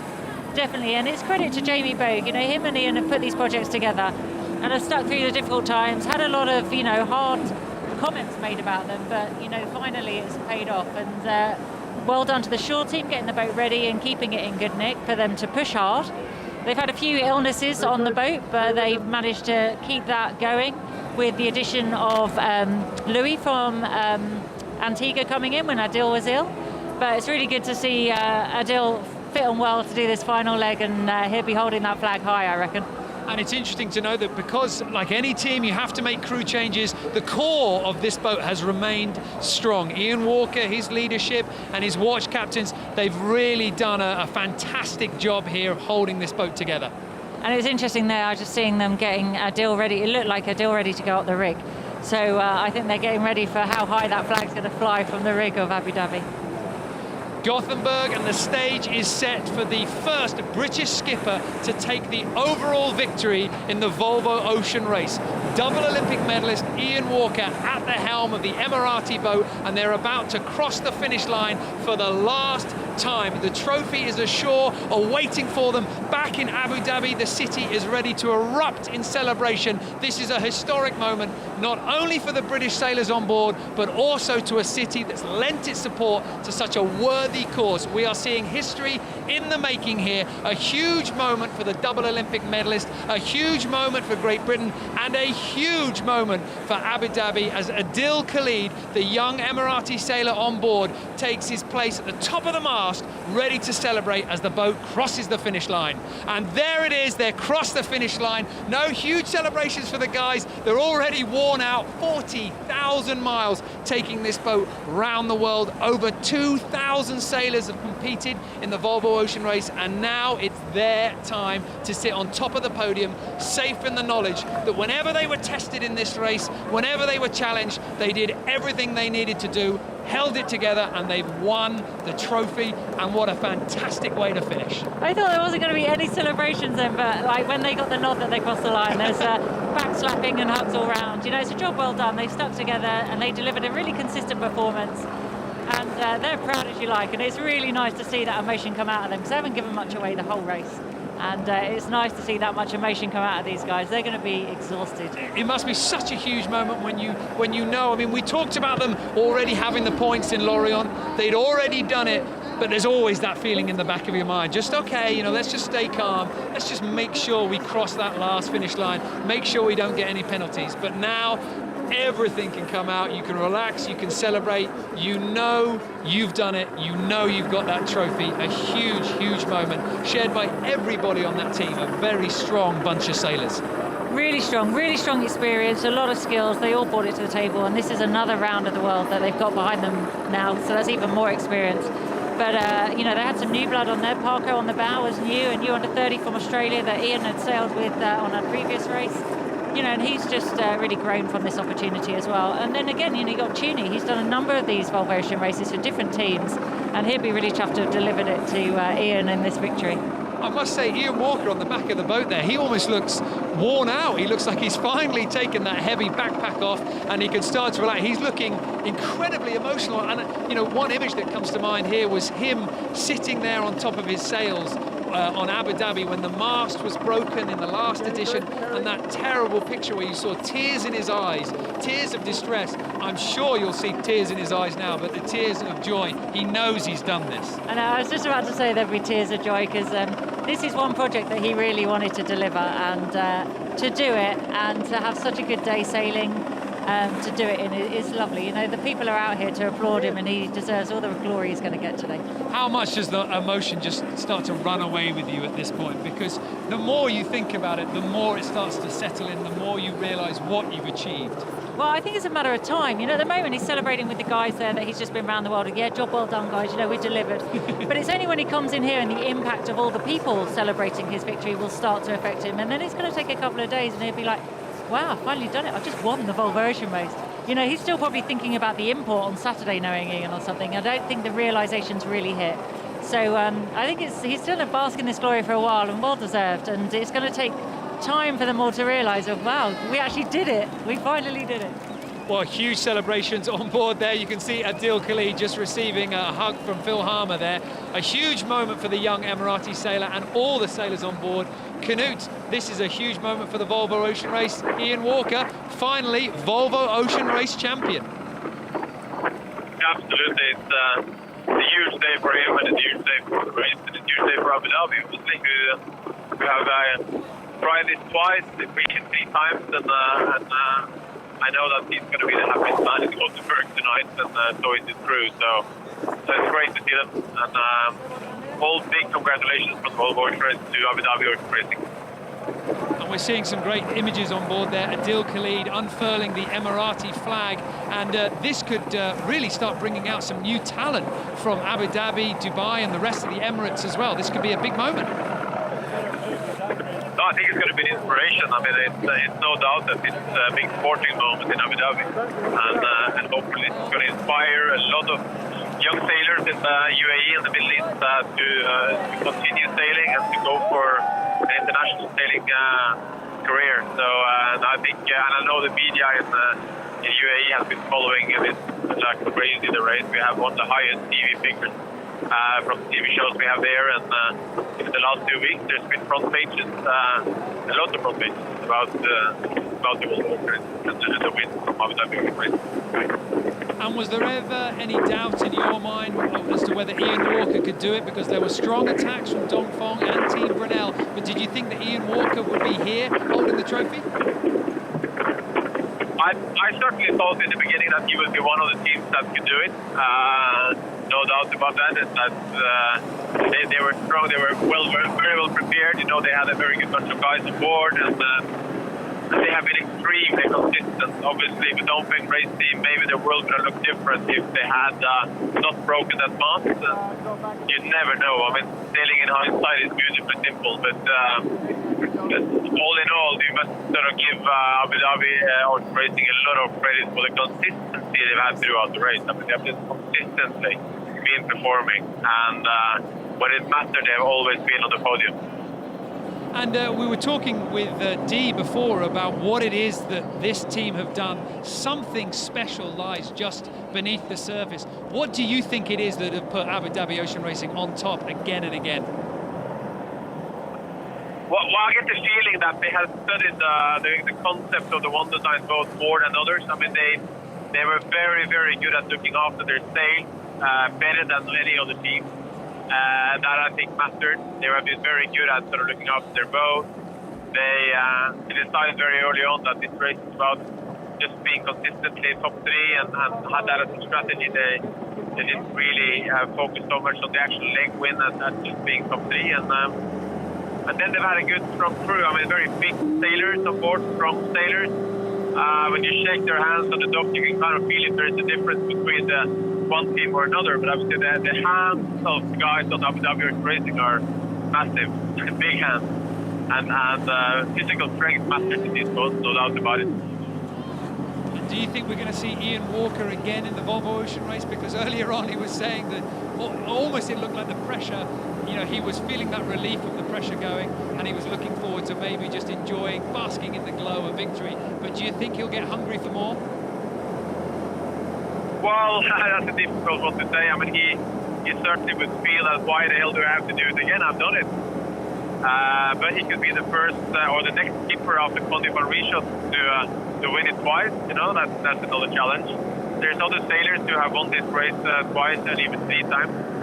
So why not? I mean, I feel he still has some years as a competitive sailor in front of him, but I know that he's going to take a big break and he'll probably reconsider. But he comes back in the form of a skipper or a coach or team leader, who knows? But certainly he feels he has accomplished something now that has been very high on his wish list for a long time. Well, thanks, Knut. And I understand that on board Abu Dhabi Ocean Racing with Ian Walker, we have Shirley Robinson ready to get the thoughts straight from the skipper himself. Yes, now a very privileged position, first on board with a crew who I think can't quite believe it. What a moment to finish there. Yeah, it's a bit strange. It's been a while coming because we sort of won in Lorient but kind of hadn't, and then we've had this leg where been sort of racing but didn't really care too much, and finally we crossed the line, and I don't know, I guess it's the fulfillment of a huge dream, but it doesn't really sunk in yet. Well, not long enough, but it still hasn't sunk in. This edition, the boats were all the same. They called it the human edition. I mean, maybe a little bit of a word about the team, the very special team, these guys around you here in this boat. Well, we said all along that I wanted to get the most experienced guys, and I wanted guys that I was going to enjoy sailing with, and we've done that. Certainly on board the boat and ashore as well. We had a really strong shore team, really good camaraderie, and I think that stood us in good stead. We knew we wouldn't get an advantage from the boat or the sails or the mast, so it had to come from the people, and I can't thank everybody enough for everything they put into it. We've been listening to the commentary, and they've been talking about the last 2 editions. Terrible things that we always think about, the first night out of Alicante, the mast falling down the Southern Ocean, and I'm sure all that's far from your mind, but take a moment to think about those 8 years and those really tough moments, and then think about this one. It's funny, you think back, and Green Dragon was almost an accident. It never even meant to do the Volvo race. Ended up doing it, and doing it as skipper, and actually really fond memories of that. We had a great bunch of guys, and learned an awful lot. And even though we weren't fast enough, we still took an awful lot from that campaign, and that's what made me come back. And the last one was tough. I won't lie to you, it was tough. But all the people who worked with us then, they're still part of this, because it was all part of what built up to winning. We sort of had to go through that pain to learn the lessons we needed to learn, and then we just put it all in place. And this time around, just everything's gone right from the word go. I mean, almost to the dot. Ian, we've seen you win in all kinds of areas within our sport. Put this victory in context, firstly on how hard it has been and what today means. Well, I said at the start of the race that I was confident, but I also said there's like 100 ways you can lose this race, and there's only one way you can win it. So no matter how well trained you are and how good your team, you still need a lot of luck, and especially with the guys we've been sailing against. We've had really tough opposition, and first of all in Dongfeng, and towards the end of the race from Brunel, I think everybody's won a leg. I think it's shown that we've had a very competitive fleet, and really, it wouldn't mean anything if you weren't sailing against the best sailors in the world. So really want to thank everybody we've raced against. Yeah, I mean, it's been a long time coming. It's a long time since I won my Olympic medals. I've been bashing my head against the wall for 10 years. Other than coaching you, Shirley, that was probably the last thing we won. That and the TPs. So yeah, it feels good. It feels really good, and it'll feel even better when I get to share it with friends and family. Best moment of your career? It's tough, Olympic medals are special, but I think this is special because it's with a bigger group of people. It's over a longer period of time, and I think the fact that we have a country behind us with Abu Dhabi, and I think it won't really sink in until we get to Abu Dhabi and see what it means there. I mean, our goal is to promote sailing there and get sailing on the map. I don't think we could have done any more to do that. You wrote on the billboard, the giant billboard of Ian Walker, "My wish is that my children can say that I've won the Volvo Ocean Race. You're about to come ashore to friends, to family, to thousands of people here in Gothenburg, thousands of people watching online. What does that mean? Well, I wrote that because, you know, my daughters weren't born when I won the last of my Olympic medals. It's a long time ago. And I don't know, it's kind of more special if you can share with them. So they've seen Daddy bashing around in 5th place around the world, and I wanted to see them to see Daddy holding the trophy, and now I'm going to get that wish. You look very composed on the boat. I've got a feeling that it hasn't quite sunk in, but it's going to very soon. Yeah, I'm not quite sure what's in store, but yeah, it's a big day. It's going to be a big week. When you look back over the last 9 months and the last 2 years with this group of guys in your team, what are your thoughts? Well, I think everyone's played a role. You know, everyone's had a part to play, and I don't think we could have done it without any one of the people. And you know, and I think the person who's not here, who I wish I was sharing with now, is Neil McDonald. You know, he was one of the first people I hired. He's the person I look up to most in sailing, and I've had him right alongside me to keep me under control and to help me make good decisions. So, you know, I'm looking forward to sharing it with Neil as well. You know, he's a special guy, and I think everybody in our team looks up to him. And you know, in many ways, he's also been our leader of our group. So it's a little bit for Neil as well. But yeah, I think we've now got something that nobody can take away from us, and we're going to be able to share this for the rest of our lives. There's going to be a lot of celebrations. Volvo Ocean Race champions, congratulations. Sounds good, thanks. Well, thanks, Shirley. That was a very emotional Ian Walker on his boat there, about to make their way up to Gothenburg, where we're going to meet them on the dock. But I'm joined at the moment on the top of the Sailors Terrace by Mark Towell and Charlie Enright, 2 sailors from Alvimerica, skipper and watch leader. And guys, first of all, let me say, congratulations. A great way to finish the Volvo Ocean Race. At what point did you think, this is it, you know, we're going to claim our first offshore leg victory? I don't think it was until we actually crossed the line. You know, coming up the river is a hard thing. We've seen it firsthand a couple legs ago in Lisbon, and certainly know it's not over till it's over. So, you know, we saw that final gust of wind, which was a little shady, but you know, that's how it goes, sailing in rivers. So until we crossed the line, I think it was everyone was on pins and needles. And just how close was that moment where the breeze kicked in? Because on the cameras, it really looked like you were sort of going quite far and not a lot of control as that breeze came in. You know, Mark, how was that for you? Easy to take, something just in your stride? Yeah, I mean, to be honest, we were actually quite headed. We were getting ready to tack, so we had the leeward runner all ready to go. We got a big lift and big puff of breeze, but I guess that's how it goes sailing in rivers. You get ready for anything, but I think it's just a good testament to the guys. You know, we fought hard this whole leg and really the whole race, and I think you know, this result shows a lot about how far our team's come. And speaking of that, I mean, you guys have put this team together almost from just an idea. You know, hey, let's do the Volvo Ocean Race. And how does it feel now? You know, did you think that you were going to feature this strongly? That's got to be rewarding. Just an idea, yeah. It was more I guess, you know, I was supposed to say it's a little more of a dream than an idea, but no, you know, we went into this with no expectations. You know, having not done it before, we didn't really know what to expect. But I think, you know, with this result and a couple of the other milestones that we've achieved throughout the course of the race, we've proved that we can be competitive. And you know, in some ways, it feels like we're just getting going. So it's hard to say, you know, this is the end, at least for now. But I think we're hungry to do a little more. Well, you speak about it being just a dream, or maybe we can do the Volvo Ocean Race, but now you're a serious contender, and if we see you on the line again, you're going to be someone that other sailors are thinking, well, you know, Alvimerica, they're a serious belt on the water. That's got to be a good feeling. Yeah, it is. You know, I think we both kind of waver, you know. We always want to do better, and I think that's what's got us to the starting line in the first place, certainly. But, you know, sometimes we can actually kind of sit back and reflect on some of the things we've accomplished, and yeah, you know, hopefully we're formidable foes in the future. You know, there's a lot of things we'd probably do differently, but overall I'd say, you know, we proved that we could be contenders, and that's what's important. And Mark, if I can just ask you, you know, obviously you guys are friends, you go way back to college and you've sailed together over many years, but you're obviously an important figure on the boat, watch leader, but what's Charlie like as the boss? What's Charlie like as a skipper? He's pretty relaxed, actually. You know, all the guys joke around. We've got a really good demeanor on board, and you know, I think we've got a good balance between the intensity and being serious, but also having a good time and really enjoying each other's company. And I think Charlie sets the example. He does a really good job of that. And what's been your standout moment of the Volvo Ocean Race? Getting to the start line in the back of Alicante, or finishing here in Gothenburg, or something in between? Probably the top three for me are those two. You know, just getting to the finish line was really an accomplishment in itself. I mean, this whole process for us was a multi-year thing, and we'd been working for a long, long time just trying to get to the start line. And then obviously today is a pretty special moment to win the leg, something we've been dreaming about for a long time, and a nice way to culminate it. But another personal one for me was in the Southern Ocean when we crossed with Mapfre. Swapping jibes, going 25 knots was pretty cool. Yeah.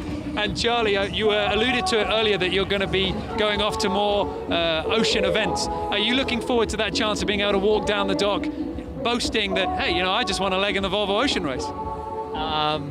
I know you're a quiet guy, but let your emotions run wild. I don't know about that, but I can't imagine it being more stressful than what we've been through in the last 9 months. So, you know, in some ways it'll be nice to enjoy it, you know, as something different. You know, kind of back to what we, you know, used to do, which was races kind of one at a time. And yeah, you know, excited to get back on the water. I hope, you know, I'm thankful my wife gives me another couple days to go sailing before, you know, we kind of take August off and welcome fatherhood, which is a scary prospect, but you know, one I'm looking forward to for sure.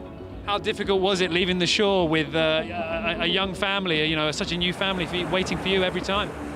Yeah, it's interesting. You know, we you know, kind of just get right into it. You know, we left Alicante, and it was just her and I, and we left Abu Dhabi, and all of a sudden there was 3 of us. So it feels a little different leaving the dock with a small family, but more than that, it's, you know, leaving my extended family at home. You know, I come from a very tight family. They're really what allowed me to do this. You know, my parents always encouraged me to, you know, do what I wanted to do and what felt right, as long as I worked hard and I was nice to people. And no, it's great. It's you know, this is a lot of what they've let me accomplish for sure. And if they're listening, you know, thank you very much. And Mark, Charlie there saying he's about to take to the sea again. What are we in store with you? You know, are you going to be enjoying this moment, just putting your feet up, or, you know, when are you going to be back in the action? Actually, Charlie and I are doing the transatlantic race together next week. You guys are inseparable, aren't you? Friends for life here. You haven't had enough of him? Yeah, Thunder Buddies for life. No, it should be cool. We're going to do the transatlantic race next week, which should be awesome. And then I'll head back to Hawaii for a couple weeks to get to catch up with my family, which should be great. You know, I think part of what makes Charlie and I such good friends is we come from similar backgrounds. My family's been a huge part of what's gotten us here, and you know, I think without that support system, none of this would have been possible. So I'm looking forward to getting back to Hawaii, seeing all of them, and then yeah, hopefully just starting to work on the next race. Well, congratulations to both of you for just having sailed around the world and having won the final leg in this year's Volvo Ocean Race. All the success in the future. Thanks very much for joining me, guys. Cheers, thanks. Well, Abu Dhabi Ocean Racing having crossed the finish line, now making their way into port, into Gothenburg. And soon we're going to be joined by the other sailors who have finished this race. The race village, certainly the party atmosphere is kicking in here. It's looking set to be a fantastic arrivals party tonight in Gothenburg. This draws to a close.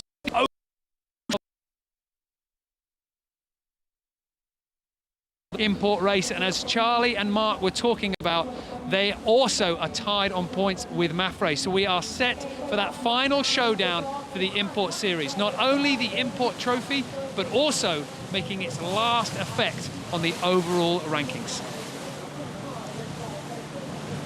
Abu Dhabi Ocean Racing still making their way in, and you can see the smiles on board the boat. Ian Walker giving up the helm for a moment, taking a well-deserved rest at the back of the boat just to breathe in the moment here. A beautiful victory for the British skipper, the first British skipper taking the Volvo Ocean Race trophy. And down on the dockside we have a huge reception party ready for everybody, and down there we have Xabi Fernandez talking to Joe. Let's have a listen in. So I think we did the right thing to come back with the fleet, and then it's been a very big fight all the way. And let's talk about fighting at the end. I mean, that was amazing. Coming down into the river, Ika and your own Olympic experience really came into play there, didn't it? And you just rolled over and took that third place. It's pretty impressive. Well, it was very hard. It's, these finishes inside the harbors are not the most fair finishes, but this time was good for us, and everyone was stopped. We thought it was very hard to overtake anyone, but we had an opportunity. They got stuck, and we could pass over. So let's talk about 4th and 5th position here on the 12th edition of the Volvo Ocean Race. You are now equal points with Alma Medica, and it all rests on Saturday. Your points are very, very close on the overall import series. How do you guys feel about that? And does your experience, your joint experience in the Olympics standings help you with that? And do you feel a little bit more secure because of that? Well, right now they are in front because they are 2 points in front in the import races as well. But, well, I think now we feel much better than half an hour ago, which we were 1 boat behind, and now we feel we have a lot to win and not much to lose. So we feel okay. Hopefully we have a good import. Okay, well, welcome to the dock. Congratulations on 3rd place to all of the team, Manfred, and over to you, Frida. Well, here I am with Bauer Becking 7 times around the world on the Volvo Ocean Race, and KP as well. The real powerhouse of Team Brunel. But of course, your team, they've come very, very strong, haven't they? You guys have come together and produced a fantastic team. KP, what's it like to be sailing on board Team Brunel? What's the atmosphere like? It's a good atmosphere, great team, and well put together, well supported, and did the business. And you guys certainly did the business right here. That was a thrilling finish in Gothenburg. Were you challenged by the Chinese boat, or did you have a secret plan? No, we only overtook them last night, so we were fully challenged by them, and it was tough. And everyone else was in the mix as well. 5 boats within sight, and anything could have happened. And Bowie, for yourself, you were saying to me earlier at one of the press conferences that you were so pleased to have the young sailors in, and such a special moment for you to share sailing around the world with these young sailors. What does it mean to you to be the mentor for these new Volvo Ocean Race sailors? Well, of course, I'm hugely proud of them, but it was always one of the things what we said about Sailing Holland, putting this campaign together. If you don't do anything, then sailing might die in Holland. Of course, that's a bit over-exaggerating it, but we saw last week in The Hague how popular sailing is, how many young kids have been following the race. And so that's on top of our own guys who have on board in general. That's just the public loves the sport, and that's a really important thing. Well, let me just get your opinion on that, because those images of all those boats following you out from The Hague, that's probably the most impressive spectator fleet that we've seen in this entire edition. You know, for you, that's got to be something special. That was a perfect send-off. Well, I think the whole stopover was perfect in a lot of ways for us to see the enthusiasm. So that's why we said to each other, boys, we owe it to the public back home, and let's pull it together in the last bit and go for second. And even though it was very, very tight in the end, second place is ours. So really happy. Now, you have a reputation for being quite a cool customer, but in fact, both of you guys, you come across as pretty much in control. How's KP when things don't quite go your way? Is he still pretty cool under pressure, or do you see little flares of emotion on the boat? He's probably the most quietest guy of everybody. So win or lose, he's always the same, and I think that makes him such a bloody good navigator, because in the heat of the game, you have to make calls, and the right calls. And then it's great to sail with KP and to have a guy like him on board. And for your team, you didn't feature too highly in the early parts of the race, but towards the final few legs, you guys have been chasing the lead up in front and putting yourself firmly on the podium. At what point did you feel like this Volvo Ocean Race started to go to plan? Well, I think it started really well. We had a third in the first, and then the wheels came off a little bit. But it was basically a Newport when we finished third over there. Then our leg went into Lisbon, and even the leg to Lorient was okay actually for us. We just broke a sail, which was quite painful for us. But I think Newport was the break point for us. And KP, you've been round the world. You've been doing the Volvo Ocean Race for many years. And are we going to be enjoying your company on the Volvo Ocean Race in the future? Have you got more races left in you? I've certainly got the races left in me. I've got to wait and see though. I need to sit back and think about it and see what happens. Being a little cagey about your options there. No, I like that. I appreciate that. This is the cool customer that I think Bauer was referring to. What's Bauer like as a skipper there? Is he equally cool under pressure? Or very. I mean, you can't have a fruitcake that goes around banging stuff. You've got to have a guy that, again, is level-headed and gets on with the job. Win, lose or draw, and then you've got to be steady. And on the shore, you guys certainly do come across as quite a well-knit team, and but also you do have your fun. Personally, I've really enjoyed some of the videos coming off your boat and telling the story of what the life like on board. Is it as fun as it comes across, or are you guys just choosing the best bits to show? I think a lot of the stuff off the boats, obviously from Stefan Koppers, he's a bit of a unique character, and I'll give him full credit for that and think that he deserves the media prize, or whatever they call it, onboard reporter prize. He deserves whatever they give them now, 30 grand, so that's his job. Yeah, it's certainly the hardest job, but in terms of what you guys have done, what's been the toughest part of this race? Where's been your low point? Well, I guess on that third leg up into China, that was a low point. You know, we were well placed and it just wheels fell off. And again in the fourth leg, we were really well placed and the wheels fell off. And you know, they were low points. But you got to get on with it. Everyone's had bad moments, and that's what's happened in the end. We've prevailed through a whole series and come second. Oh, so from low points to high points. Bauer, you 7 times with the Volvo Ocean Race. What's your one memory that you're going to take out? What is the moment that stands out for you? Come back. I think it has been just the team. I think the first race and this one has been the best. And the first one because it was just an adventure, and this one just because of the teamwork what we had. So that's I'm hugely proud of. And if we do see you in this race again, of course, it's going to be a real treat for everybody. But if there's anybody out there wanting to pick some of the young sailors from your boat, what would you say to somebody who's putting a team? Worth having the young guys in? Bit of energy? Well, the young guys, I would even put the age even a little bit lower. It's right now under 30. I would love to see a rule under 25, because then you get really the young kids on board. And but our guys have been tremendous, and they earned every dime what they made on this campaign. They got paid way too little because they've been great guys and they learned a lot. And I think for sure you see these 3 guys back, or 4 guys back in the next race. Well, I know you're finally back ashore, the Volvo Ocean Race safely behind you for this time at least. And important to see, the first thing you're doing is enjoying some tasty food here. What have you missed? Is it nice to be back on shore, safe in the knowledge you're going to sleep in a comfortable bed tonight? Well, I have to be very honest. I actually took my first beer, I think, during the entire year, and I think I earned that. I missed it a little bit, but of course that's something for this. I've got some other things on my list what I have to do, but I promised to the guys, so it's better there's no media around with that. And any word to Ian Walker and Abu Dhabi Ocean Racing? You guys made them work for it, but a formidable opponent, and now overall victory. Yeah, Abu Dhabi did a fantastic job, and that's what I said to my guys as well. There can only one team win. They were better than us. That's how sailing sometimes goes, and I think that's what the old guys can relevate a little bit easier and say, okay, somebody else was better, and we worked our butts off to become as good as we are. But Abu Dhabi, the well-deserved winners of this campaign. And what are you going to be doing tonight? Is there a big party left for you guys? Are you guys going to be going off the hook? Silence. Off the hooks for sure. Well, thanks very much for joining me, guys, and congratulations on a strong finish here and second overall. And I look forward to seeing all the action you guys are going to bring to the import as well. Yeah, there's still second place for grabs over there, even first place theoretically. So it will be exciting.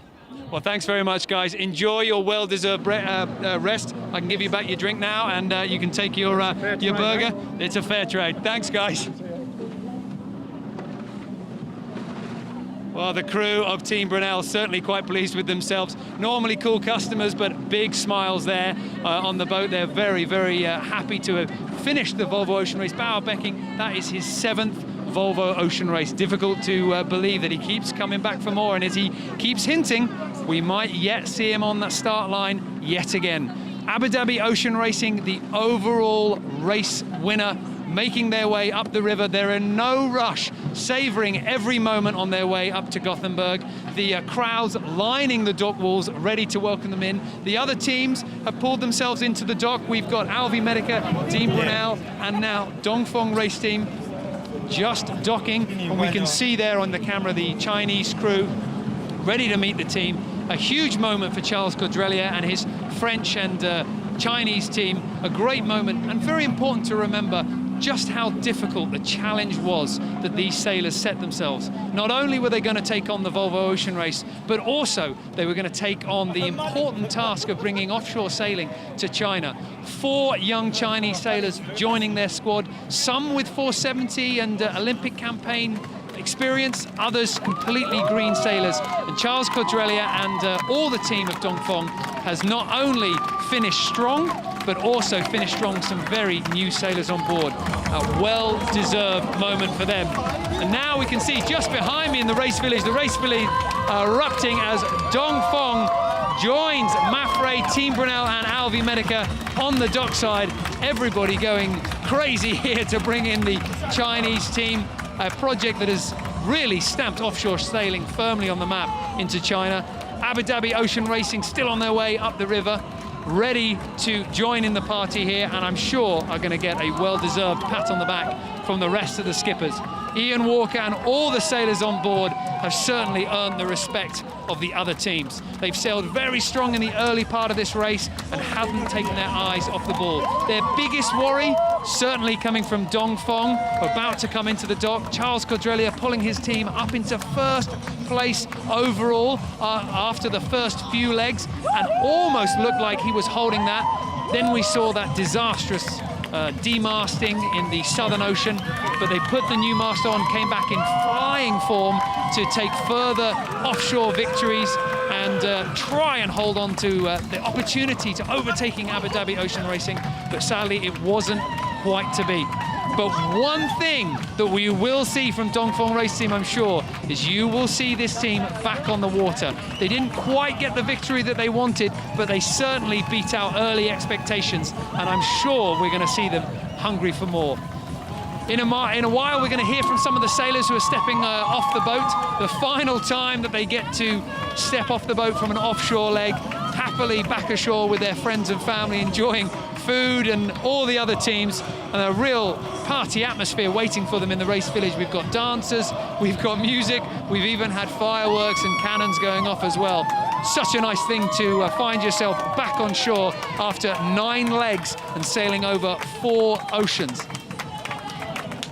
The Chinese flag there being flown proudly by the Chinese team. 4 members of the Dongfeng Race Team are Chinese. They've got a revolving squad. They always have 2 on board, and a huge pressure that they put on with the French sailors. And as Mark Turner was alluding to earlier, this was a big moment for their team, a big aim for their team. Not only are we going to perform in the Volvo Ocean Race, but we're also going to bring in new talent, new skills, and spread the experience over to China.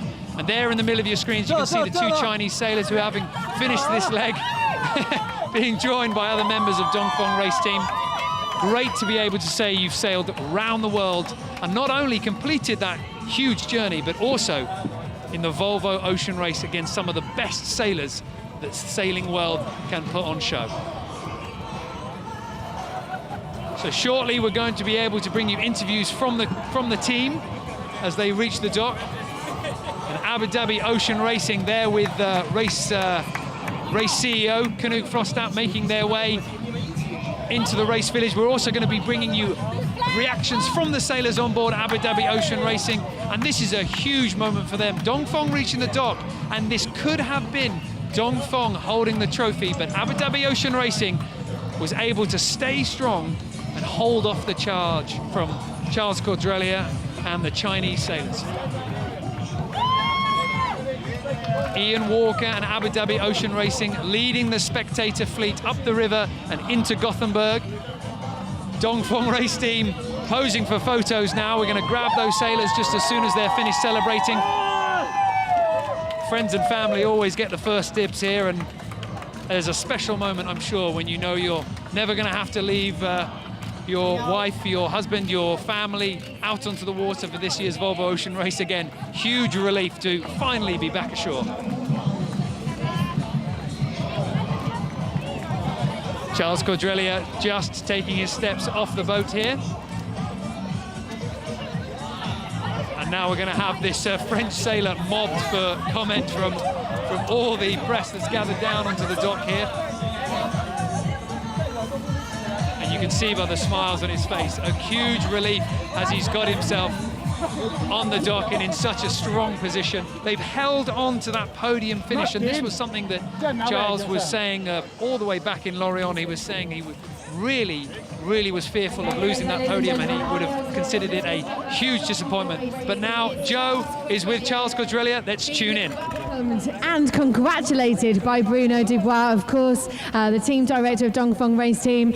Charles, I know you. I've been interviewing you for 9 months now. Now, I know that you are going to be a little bit disappointed with what just happened, but you need to remember that you have just got 3rd place in the 12th edition of the Volvo Ocean Race. Let's not think about just what happened. Let me tell me how you feel about your 3rd place position, because it's amazing. Yeah, we are happy for sure for our team. It was the objective, so it's a good place for us. We are very happy about that. Yeah, I'm disappointed. I'm sorry. Okay, so you're disappointed in leg 9. You're disappointed in the end, but that is a battle that has been fought in the whole of that last leg. You have said yourself for the whole of the campaign you didn't concentrate on the match racing element, on the import sort of section, and when you come down to a river finish, that is actually what it is all about. It's about the smaller manoeuvres, which of course Ika Martinez and people like that, Olympic sailors are more experienced at. If I spoke to Mark before and asked him if he would redo anything differently, and he said no. Would you, if you did the campaign differently, would you focus at all on more import sections? I think I was one of the first team to consider it's very important. But the goal for me, the first goal was to train. It was for me a very good training for the maneuver for the Chinese, especially. So I thought it will be important, and it's also very important when you. For the team, for the spirit of the team to sail well on the inshore, because after a bad leg, if you do a good inshore, you get the smile back. And before a leg, if you do a good inshore, you are very motivated for the next leg. So I think it's really important, and it could make the difference. And we are lucky. It's not going to be important for us because I think we don't need the point for the inshore. We'll be fair anyway what happens on the inshore. So it's good. So you were thanked before by the head of Dongfeng, and what does this mean to China, and what does this mean to the legacy that you wanted to leave? Do you feel, as the skipper of Dongfeng race team, that you have successfully done that? I think we managed to get the Chinese people interested about our team because we won a few legs and we have been leading the race during a long time, so it was very good especially winning in China was fantastic. And I hope that this young guy will have some fun. Who in a few years would like to sail like they do, and I hope they will continue to sail because they can be one of them can be the first Chinese skipper in the Volvo Ocean Race. What would that mean to you? I will be very old when it will happen, but I will be very proud to think that I helped this guy to become the first skipper, and I hope to be the first skipper to win a leg or the Volvo Ocean Race. Well, I hope that does happen, and huge congratulations from everybody here in Gothenburg for taking 3rd place at the 12th edition of the Volvo Ocean Race. Congratulations. Ladies and gentlemen, please can you put your hands together for Charles Caudrelier and Dongfeng Race Team! Frida, I am not making it easy for you, sorry. Well, a very emotional Charles Caudrelier from Dongfeng Race Team, disappointed with his overall position in the standings. He really wanted that victory here, but Abu Dhabi Ocean Racing just denying it to him in the dying stages of the offshore competition. And Knut, you're on the water out there. We heard from Charles, he's not too happy with his performance, but he really should be very proud. This team has put in a very worthwhile challenge. Absolutely, it's been amazing they've achieved, and I think that it will go into the history books. But I'm with Abu Dhabi, and I can tell you Abu Dhabi Ocean Racing is just passing the entrance here of the race village, and the crowds are applauding and yelling and screaming, and they're keeping their sail up, coming all the way in. Fantastic. Drones are in the air and lots of cameras, so getting a fantastic welcome here in Gothenburg. Lots of people in the race village welcoming the overall winner of the Volvo Ocean Race 2014-15. Great to see them coming in here. Well, I found myself in the import village in Abu Dhabi last edition of the Volvo Ocean Race when Abu Dhabi won there, and Adil Khalid, I mean, the smile on his face, you could see it from the shore, and we can see him on the screen now, Knut, flag waving. This is a huge moment for that young sailor.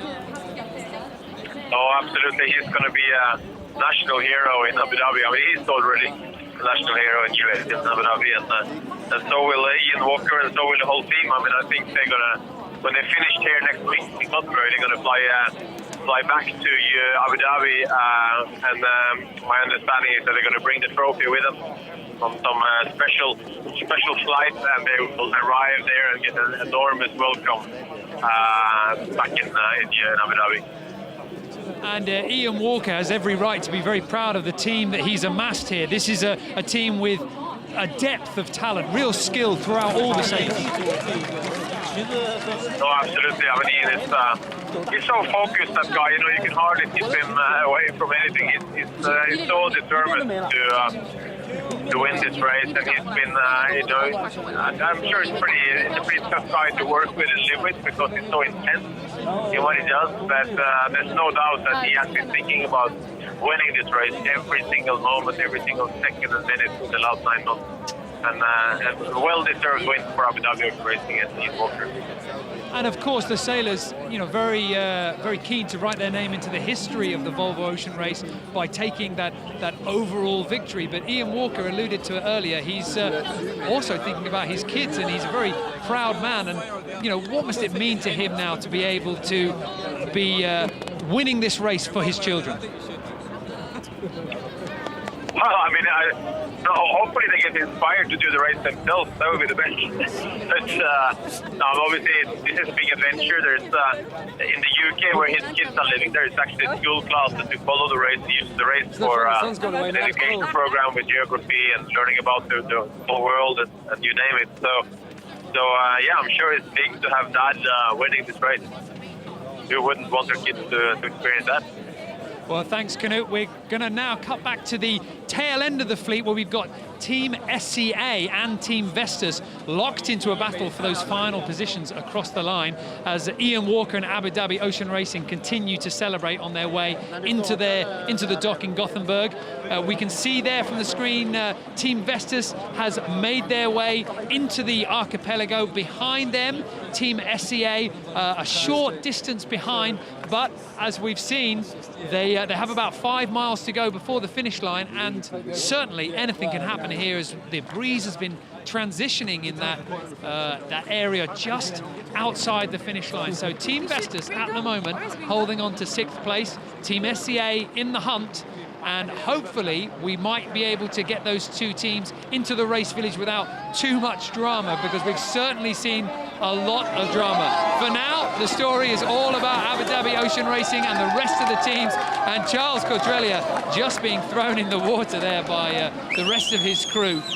A very traditional way to finish your Volvo Ocean Race experience, and I really hope that the moment starts sinking in for Charles Codrelia as he starts to realise just how much his team has achieved and just how much of a credible threat they were to Abu Dhabi Ocean Racing for so much of this race.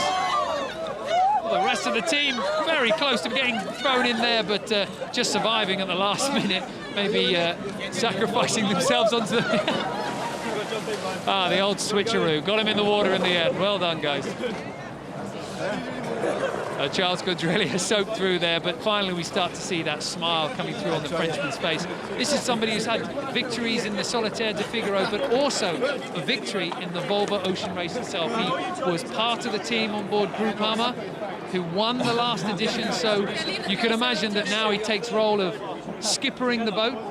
He's got his eyes firmly fixed on that #1 prize, but when it all settles in, the dust starts to settle down, hopefully he'll start to realise and feel rightly proud about everything that he's done, and we will indeed see this sailor back in the race and back challenging hard for the victory.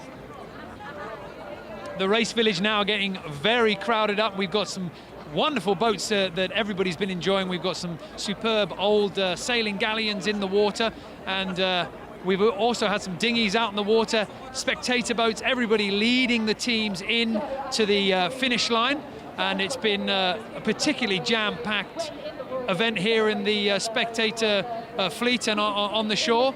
And shortly we're going to have Abu Dhabi Ocean Racing back on the dock. There you can see the flags being hoisted. Overall leader says it all. The Emirati boat just moments away from docking in. And we'll get the opinions on the crew on this historic moment, as Ian Walker is the first British skipper to take overall victory in the Volvo Ocean Race. The weather still holding out at the moment, a little threat of rain, but nothing could dampen the spirits of the Emirati team. Finally, after 9 legs, 10 countries, 4 oceans and 4 continents, they're back ashore for the last time. Celebrations on board with Dongfeng race team as well. The last few crew members getting thrown in the water. In fact, I think that was their team manager. No one escaping the water. And the race village here certainly looking quite packed out, with everybody wanting to share the victory. There you can see the all-important burger going down the mouth of the crew of Abu Dhabi Ocean Racing. It's the one thing that you always see sailors missing the most. The dock just waiting now for Abu Dhabi Ocean Racing to pull into that reverse berth. And then we're going to get reactions from the crew. And Dongfeng race team, the smile starting to settle in, as surely we get to see the reward for all those many years of hard work and trials from the team. Now I've got a special treat because I've just been joined on the top deck of the Sailors Terrace by members of Mafre. I've got Xabi Fernandez, the Olympic champion. First, let me shake your hand. I've also got Rob Greenhouse. Welcome, guys. Congratulations on completing this year's Volvo Ocean Race. Xabi, if I can just start with you. I know this isn't the result that you guys wanted to finish here, but been a fantastic campaign for you guys, and certainly from where the team was at the beginning, you didn't get the strong start you wanted, but you've really come through to feature quite strongly in this year's race. Well, of course, it's not the finish we wanted at the beginning of the campaign, but we know this is tight racing, high level, and I remember when we were talking in the boat in Cape Town, we knew that it would be very expensive to finish last the first leg, and actually it's been very expensive. Now we are 1 point from the podium, and could be very different if we started differently, but it's how it is. And I think from second leg onwards, we did some changes and we sailed very well in a very high level, and I think it's the only thing I have to remember. And of course, one of the big changes that was made after that second leg, Rob Greenhouse came on board. This is somebody with a strong reputation. You came on board. You've certainly brought some speed on board this boat. How would you describe this team that you've come into here? Because it certainly seems to have gelled quite well. I mean, yeah, Mapfre team, there's a great bunch of guys on board. I think it's always difficult with any team starting very late and always on the catch-up. And without the perfect combination of people from the very beginning, it's very hard to catch up. So, you know, it took a few little changes to get the right guys. And then we found our feet pretty quickly and we were making good progress. You know, we coughed up a few points, though, for a few legs. So we've been on the catch-up, and, you know, our worst result's been a fourth since leg one. So it's a good set of results. And, you know, we've been on the podium 4 times. So, you know, we can't complain, but it's intensely close. And what, you alluded to it a little bit there. You said, you know, you've made a few little changes with the boat, with the crew. What did you find changed with the way you sailed the boat? Was there a different style, or was it just about honing existing skills? I think we were learning every leg. You know, I think everybody's been learning every leg. I think the guys, boats like Abu Dhabi and Dongfeng, the guys have been out there a bit longer. They knew how to sail the boats. We got in and we were well off the pace, really, I would say, until almost until Newport. I'd say leaving Newport, we probably had a decent polar we could really use, and but we were learning every leg and, you know, doing new sailing angles and getting better and better, and it took time. And Xabi, if I could just come to you, because yourself and Iker Martinez, this is a partnership that's come out of Olympic sailing and now in the Volvo Ocean Race, and of course in previous editions as well. You guys have shared victory, you've shared defeat, and it's incredibly impressive to see how you guys one of you can step up to the front and be skipper, one of you takes a step back, and still the team keeps performing. What's the secret of your partnership with Iker?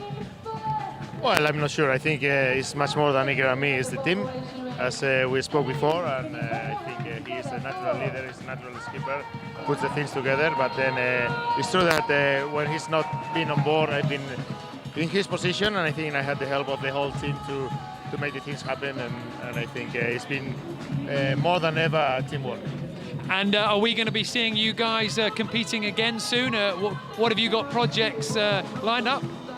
Well, for sure I can tell you we're going for a big race now. Iker is going for the Olympic campaign, still trying fighting with the NACRA 17, and I going home, and then let's see what's happening. Well, can you join me, guys, because we're just about to have Abu Dhabi Ocean Racing coming to the dock, and of course this has been a pretty formidable team. I mean, how would you describe this moment? What's this going to be feeling like for Ian Walker, the skipper who finally gets to take the overall victory? Well, I think it must be big for him. I assume they're very happy. He struggled a lot in the previous edition as well. Rob was with him in one edition last time actually, and well, say yes, congratulations. They sailed very well from day one. They took a big lead from the beginning, and I think it's been very important. And maybe at the end we were all much close together, but they had a huge advantage already. Rob, as Shabby said there, you've sailed with Ian Walker. You know, you've been with him when it hasn't gone his way. Now he's put it all in the right gear, and it's really clicked into place here. Takes the overall victory, about to come into the dock where he's going to meet the trophy. Surely this is something that he's going to remember for the rest of his life. Yeah, sure, full credit to those guys. They've, they've been the standout team, and they've had it their own way since the start. They were better prepared than everybody, and it's no surprise really that they came out on top. And Abu Dhabi Ocean Racing, this is not only a moment for the crew as well, but for the city. You know, the Emirates, they've really supported this team, and we could be seeing more and more sailing coming out of that part of the world. Yeah, for sure. I think the Middle East and the Emirate countries are, especially Oman as well as the Emirates, they're all getting behind the sports, and it's great to see plenty of that. And maybe we'll see Abu Dhabi and Oman in the race next time. And how would you describe the emotion that we've seen from this team? After Lorient, where they knew that they had the victory, did you see a little bit of a change in the guys on shore? Could you start to see the smiles coming through? I think the Abu Dhabi guys had a smile on their face the whole way, but for sure, I've been there before where you've won it with a leg to go and you kind of just want to get to the end, so they'll be pretty pleased to get ashore here and know that it's done and dusted. All right, well, thanks very much for joining me, guys. Congratulations on completing another Volvo Ocean race for you two, and I look forward to seeing you guys in the future. Thanks. Thank you. Well, Abu Dhabi Ocean Racing are now approaching the dock, and this is the moment for the double Olympic British skipper Ian Walker and his crew. This is the moment he gets to step off the boat and find his way to the trophy that means that he will be the first British skipper to have won the Volvo Ocean race in the 12 editions that the event has been running. The first time that we saw this event was the Whitbread back in 1973. 17 boats left Portsmouth back in September, and now we have a British skipper taking the trophy on an Emirati boat with a very powerful team behind him, and it's been a long journey for this sailor. 8 years he's been trying to claim this. 2 times he's come to the water with Abu Dhabi Ocean Racing, and after a disappointing campaign in the last edition, finishing in 5th place, he finishes strong here, taking the race with a leg to spare, winning in style. All the family and friends out on the dock, ready to meet the crew, and there you can see the children being lifted up onto the boat, ready to share the moment. And I think that's a special medal made with love from somebody's child there, just being given to the crew there. That's Ian was talking about it earlier, how much this means to his family, and there's the trophy you can just see behind the spectators on the shore. That is waiting for this crew, and I'm sure Ian Walker cannot wait to get his hands on that trophy. It's been a huge obstacle, 40,000 miles he's had to contend with. Dongfeng taking the lead early on, but they held on fast. They kept plugging away, and now that trophy is being delivered to the British skipper. A huge reward for 8 years of hard toil. His crew sticking by him through thick and thin. He's put together a great display of sailing talent and sailing skill, and of course the city of Abu Dhabi, a very respected emirate, coming on board and really throwing their weight behind this team in a project that they can believe in. Now everyone in this team, from the shore side to the sponsors to the crew, everything is vindicated, everything is satisfaction. The moment now as they take the trophy and they know they've done it. Here you are, Ian Walker and his team, Volvo Ocean Race champions.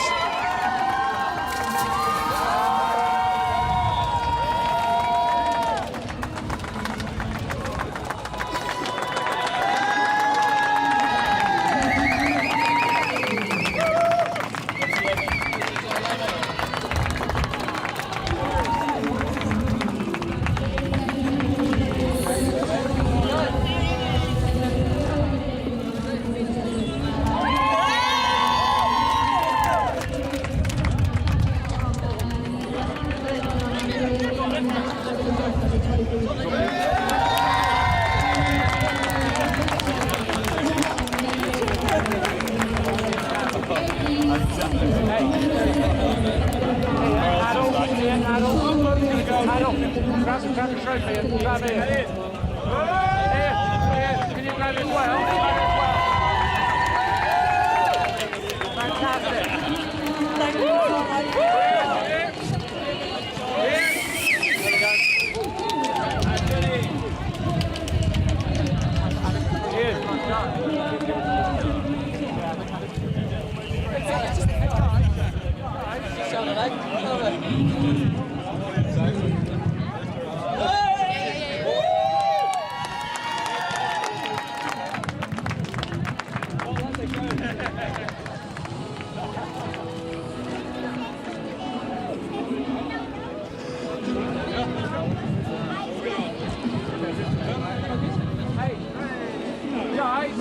Guys, one last one, everyone together with a trophy, yeah?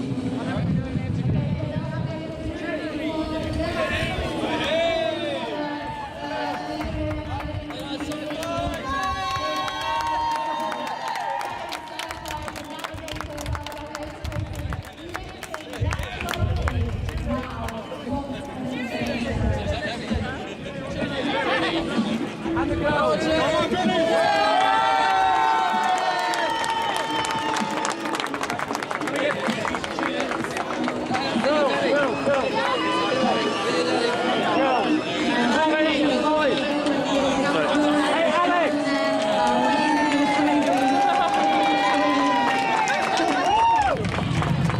Fantastic. Where's Alex? Guys. Okay, 30 seconds, 30 seconds. Parko, nice and tight.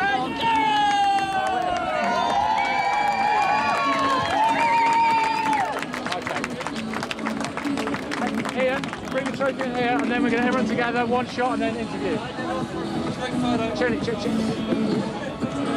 Just real quick, just in here. I can't see your face, Tuny.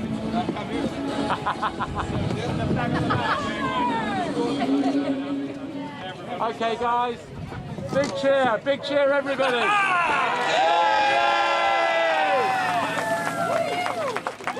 Yay.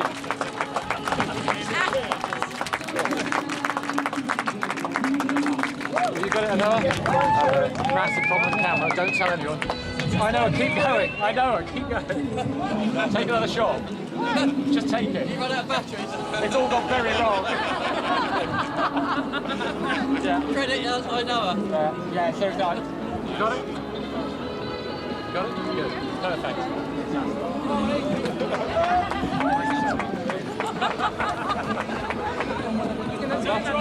My buffer went full. Yeah. Jamie! Porter. Oh, you don't? You got to stay.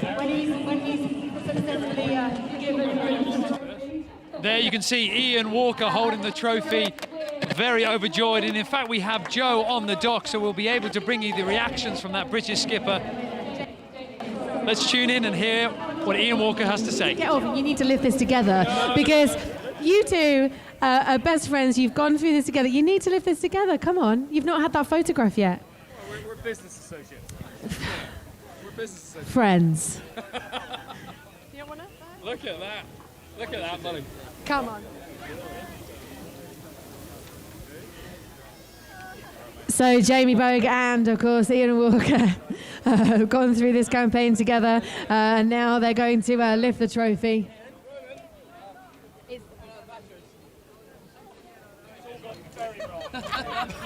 City boy. Oh, it's working again. This man here, right there, that guy. So I'm now joined with Ian Walker, the skipper, the winning skipper of the 12th edition of the Volvo Ocean Race. Ian, you've touched that trophy now. That trophy is yours. Has this dream now suddenly sunk in, now that you see all of these people come to see you in? Has it eventually become a reality?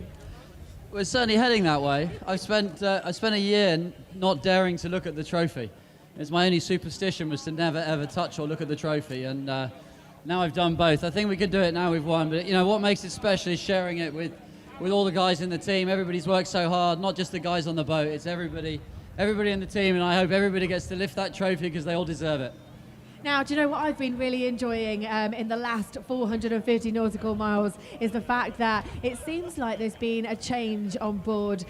You guys have seemed to have stopped concentrating, scratching your head, desperately trying to get over that line and actually take a step back, still be competitive, but enjoy yourselves. Was that a conscious choice after you arrived into the Hague pit stop?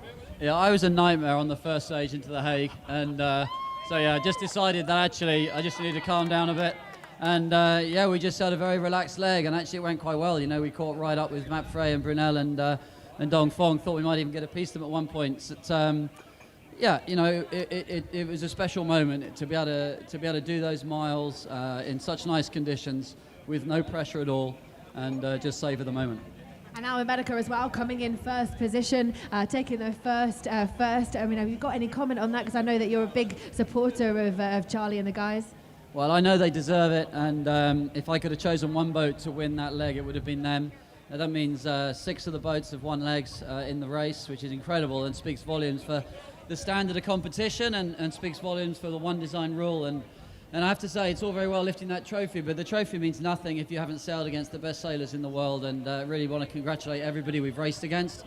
We've had some incredible battles with very tight finishes, and I think we've all made ourselves better sailors because we've had to be in order to beat the others. Well, absolutely, congratulations from the bottom of my heart and everybody here at the Volvo Ocean Race and in Gothenburg. Congratulations, we're going to see you on the podium very soon. Ian Walker, you are the winner of the Volvo Ocean Race this edition. Well done, mate. Sounds good. Sounds good. All right.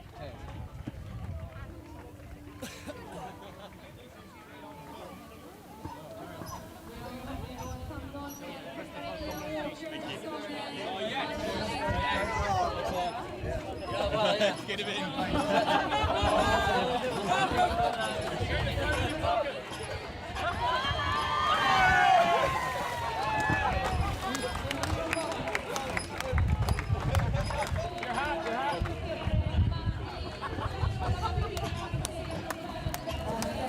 Adil Khalid happened to extract himself from the dock water there. The crew of Abu Dhabi Ocean Racing throwing him in the water, celebrating this momentous occasion for the young Emirati sailor. He's now completed the Volvo Ocean Race twice, and also now he can say he's the Volvo Ocean Race champion.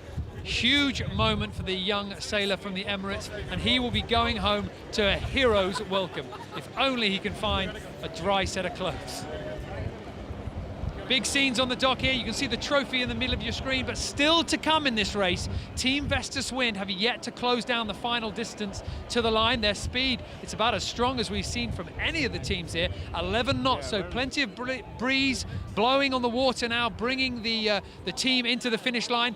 SCA behind them, also closing down behind them as well. So we've got 2 teams left to finish leg 9, the Volvo Ocean Race, before the drama is concluded here in Gothenburg. The party already underway on the dockside for Alvi Medica, Team Brunel, Mafre, Dongfeng, and of course Abu Dhabi Ocean Racing.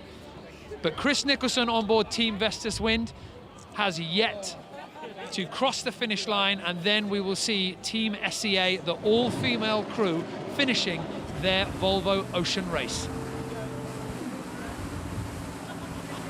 Chris Nicholson at the helm of Team Vestas Wind, making their way into the finish. Interesting to note that these guys are wearing a lot more waterproofs than we've seen from the rest of the crews, and there is the threat of rain on the horizon, so the teams that have finished will be very happy to know that they've escaped the worst of the weather. Strong enough lead in front of Team SCA. Chris Nicholson knows that he should be very confident about finishing here in 6th place. A few more jibes to go to bring them into the archipelago before they can lay the finish line and then make their way up to the finish. I'm joined here on the top of the Sailors' Terrace, right in the midst of the threat of rain, by Charles Cordrelia from Dongfeng Race Team. Charles, congratulations for finishing the Volvo Ocean Race. I know that for you, this result isn't what you wanted, quite what you had dreamt, but that just goes to show what a strong competitor you are, always looking for the victory. However, a big achievement for your team, putting Chinese sailors on board the boat, and now offshore sailing, a big feature in China. Yeah, for sure. We don't have to forget that when we come at the beginning of the race, everybody thought we would finish last, and everybody laughed when we lost the sails the first day, and we have been the only boat to fight against Abu Dhabi for the first place, so we can be very proud of that. We have been also very unlucky on the mast, and so we lost a lot of points like that, and we managed to come back, but after for sure we lost a lot of energy. So we can be proud of what we have done. Finish on the podium of the ocean race is a great result, especially with the Chinese aspect of the project. And how would you describe the Chinese sailors? Because you have 4 Chinese sailors in your squad. You rotate them in and out, but there's no easy position on a Volvo Ocean 65. Every member of the crew has to work hard. Did the Chinese sailors, did they exceed your expectations? Good members of the crew? Well, for sure, it's a team job, so you cannot finish on the podium. If you finish on the podium, that means you are a better team than the other one. So, and everybody is part of the team. So they have been great sailors, and I think I don't know what to say in English, but I think they have a great future, and I hope they will continue because they can become a great sailor. Well, I'm glad you say that, because actually we've got a couple of the sailors here, so it's good that you're saying nice things, isn't it? Chinese, yeah, Pascal. First Chinese, very good. We don't have so short Chinese. Well, Pascal, if I could just ask you first, Charles Codrelia was saying before, not the result that he wanted, not the result that you guys had dreamt to do, but realistically, fantastic for you guys to be making Abu Dhabi Ocean Racing work so hard in this race. You really made them scared. Yes, it was nice. But we break the mast. After it changed a lot of things for us. But I think we arrived after to win just the next leg. To do a very good leg to go to Lisbon. The final was horrible for us, but like a little, maybe today. No, today it was worse. But I think we, very good spirit, very good job. I am very happy to be on the podium on the Volvo Assurance with Charles and all these guys. They have made an incredible job. We start in February last year in China. And I was looking them during the 2 last leg, and it's incredible. They are not Chinese sailors; they are sailors. They are sailors like the other guys on board, and I think we have to learn also a lot of things about these guys. So it was a pleasure to sail on this boat. Well, Horace, if I can come to you with the Volvo Ocean Race now complete, a big moment for you. What's it going to be like going home knowing that you've sailed the Volvo Ocean Race? Now it's a finish. It's a finish. I think we have a good time to off, and after that we are thinking about how to keep going for the next Volvo, and hope Charles and Pascal on board and Wolf on board together. What's Charles like as a skipper? Because we've seen him before with big smiles, but also we've seen him before a little bit cross. What's he like as a skipper? Yeah. Now you can tell the truth. That is the finish. He can do nothing for you. No, because he always he take a big pressure by himself, and he want to make a good job, and he want to win every leg, and also we won, and yeah, sometimes he's angry, but we know that, and we understand. Sometimes we are angry. We're angry face again. Well, I know you guys have a huge support back in China, and if you'd like, can we please get a word of thanks to all the support you have back in China in your own language, please? 谢谢所有人对东风队的支持。我们现在所有东风的船员对大家说一声谢谢 ，merci， 谢谢，谢谢，感谢，感谢。感谢东风，感谢所有支持我们的人，也感谢夏，感谢 Pasa， 感谢我们船上所有的水手为这个比赛付出所有的一切，包括幕后的船队、幕后的岸队，还有感谢所有一切，感恩。 Well, thanks very much, guys, and congratulations on completing the Volvo Ocean Race. I look forward to seeing you guys on the start line for the next edition. Thanks, guys. Well, Dongfeng race team getting some well-deserved break after a very tough campaign for them. We are following Team Vestas Wind and Team SEA as they make their approach to the finish line. And Chris Nicholson on board Team Vestas Wind is only a few moments away from crossing the Inmarsat finish line and joining the rest of the fleet in Gothenburg. And very important to note that this boat only a few months ago was in complete ruin. It's since been extracted from the St. Brandon Reef where they struck the huge rock in leg 2, reconstructed, repaired, the crew rested and renewed, and then straight back onto the water. A fantastic return to form in the last leg, finishing second. And now they get to complete the Volvo Ocean Race.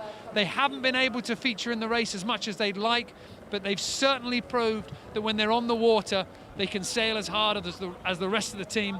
And Chris Nicholson now gets to cross the final finish line here in Gothenburg and is able to join the rest of the teams in celebrating the conclusion of this, the 12th edition of the Volvo Ocean Race.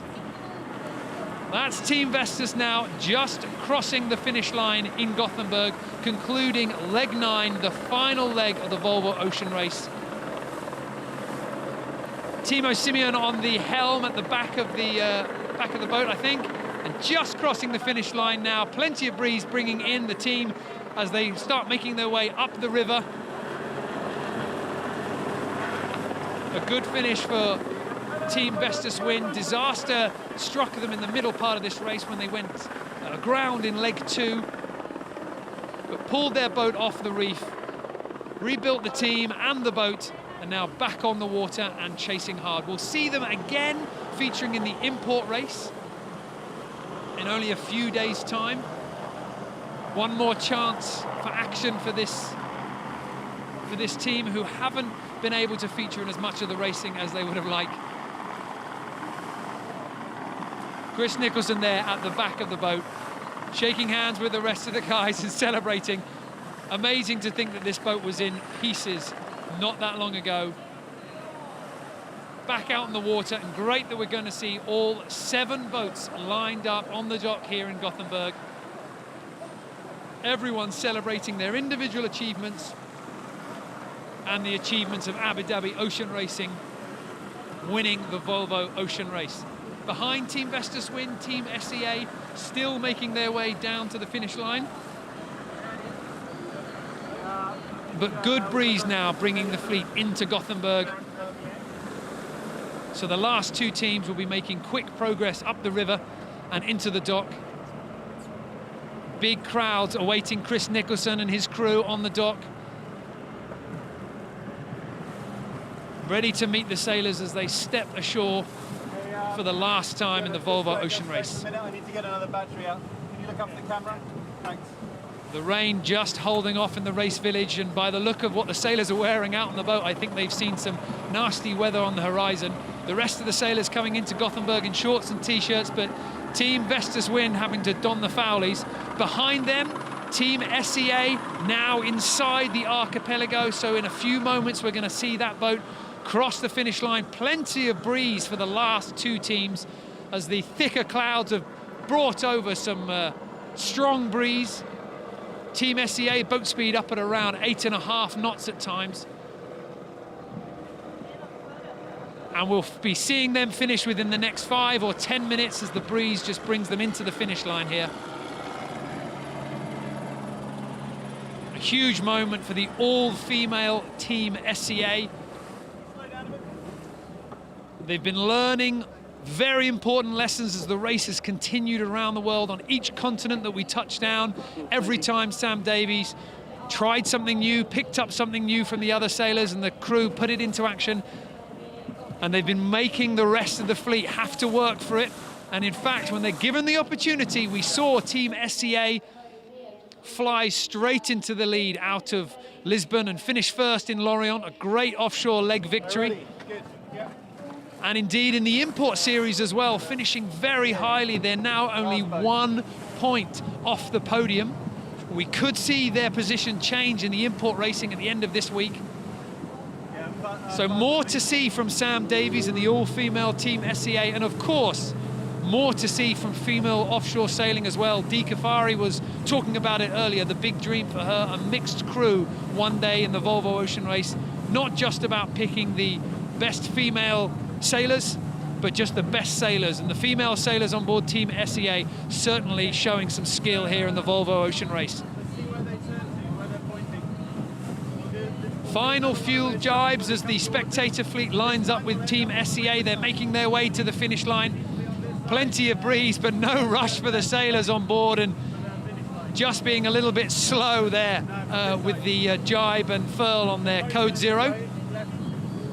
No rush, they know there's no one else in front of them, no one behind them, no one to worry about. All they have to do is bring this boat across the finish line and join the rest of the crews and the spectators ashore here in Gothenburg. 11 members of the crew on board Team SEA. The male teams get to sail with 8, but Team SEA, a full all-female team, sail with 11 just to try and counterbalance the physical aspect. But of course, only 6 handles available on the coffee grinders and on the winches. So only 6 of them winching at any one time. And just by watching the body language there, it's obviously a little bit cold down on the water. Full foulies being worn by these crew. The rain just narrowly missing us here in the race village, I think. But some cold, hard sailing for those final few miles. The spectators now bringing Team SEA into the line. Enjoying much more breeze than we've seen before. Earlier on in this race, we saw Alvi Medica just struggling to make any progress at all before the breeze kicked in and suddenly 8 knots of boat speed coming out of nowhere. No such trouble for Team SEA, plenty of wind there. And we've got Canute on the other end. And Canute, Team SEA about to conclude their Volvo Ocean Race. A huge moment for Sam Davies and her crew. And of course, a huge moment for female offshore sailing. Absolutely, fantastic. I mean, I think they have shown consistently that they can get better and better and learning more and more. And I think they've done a fantastic race. It's very hard what they have done. I mean, to sort of be fighting in the back of the fleet like they have done, it's really tough. It's a tough way to race around the world. But they had some very, very strong moments in both import races, but also that last leg win coming into Lorient was fantastic. And really, I hope it's going to be a big, big inspiration, something they will never forget, and keep them rolling into the future. And we've seen Sam Davies looking almost, you know, like she's got the weight of the world on her shoulders at times, because this is the team that's really taken on the role of proving that female sailors can cut it in the toughest ocean race in the world. And with that leg win in France, they've proved that they can do just that. Are you waited with bated breath to see how big the inspiration will be for the future generations of female sailors?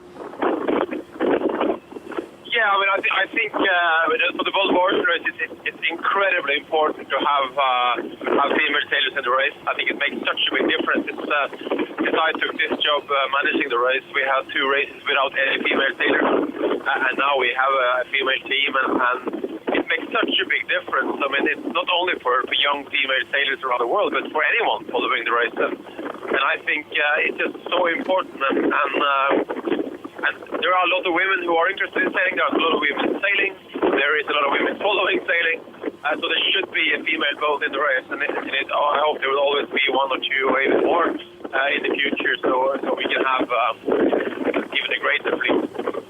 And Knut, how would you describe the support that Team SEA experiences? Because I must say, every single stopover that we visited, the magenta flags have been flying extremely high. And as I look out from the Sailors' Terrace, this stopover looks set to be just the same. This is a team that enjoys huge support.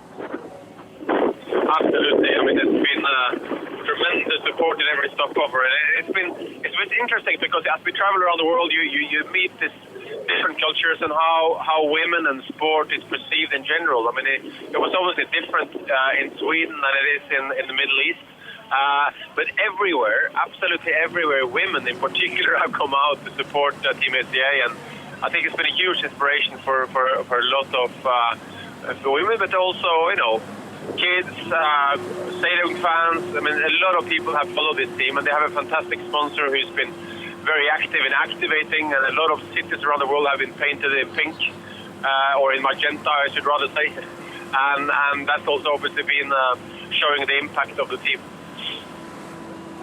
Well, thank you, Knut. We're just seeing Team SEA. They've crossed the finish line, celebrations on board. They know they can now boast to being Volvo Ocean Race sailors, sailed round the world and cut it with some of the best offshore sailors in the world, and even beating them at those moments where it's counted. And I'm joined at the top of the Sailors' Terrace by Andrew Pindar, who's supported many a female offshore sailor, and this is a huge moment for Sam Davies and everybody on board Team SEA. Yeah, and I think really they may have come last into here, but you know we'll save the best for last, because these women are absolutely incredible sailors. They want to go again. They know that they can beat the guys. They proved that into Lorient. And just to see them here, for me, I've got a tear in my eye. I don't know about you, but I'm sure that a lot of people have. Proud moment for sailing, proud moment for women sailing. And how would you describe the moment for Sam Davies? Because of course, being the leader of a team, it's not easy. And of course, you've got a lot of critics when you try and do something new. A lot of people in the press unsure of the talent that female sailors can have. But now they can say, well, not only can we get around the world, but also, when we want to, we can beat you. Yeah, and I think that in a sense she was reluctant, because a lot of her sailing in recent years has been solo sailing or short-handed sailing, but she has taken to this, and along with an amazing group of women, they've really taken on the challenge, and sometimes bluntly they've stuck it to the guys. And why is it that you are such an ardent supporter of female offshore sailor? You know, how have you seen it sort of evolve in the time that you've been there supporting it? Well, go back to some of the great women, from Claire Francis to Tracy Edwards, women who led the charge for sailing. There aren't enough opportunities for women in many walks of life today, but for sailing, that's also been the case. And the Volvo really here again, back to Amersports 2 in 2001 too. This time, the Volvo is actually delivering an opportunity for women to actually prove themselves against men on an equal footing on a world stage, and for me that's just fabulous for humankind. Well, thank you very much for joining here. The rain just starting to come down, but it's not damping the celebrations out on the stage. Let's have a little look at the action.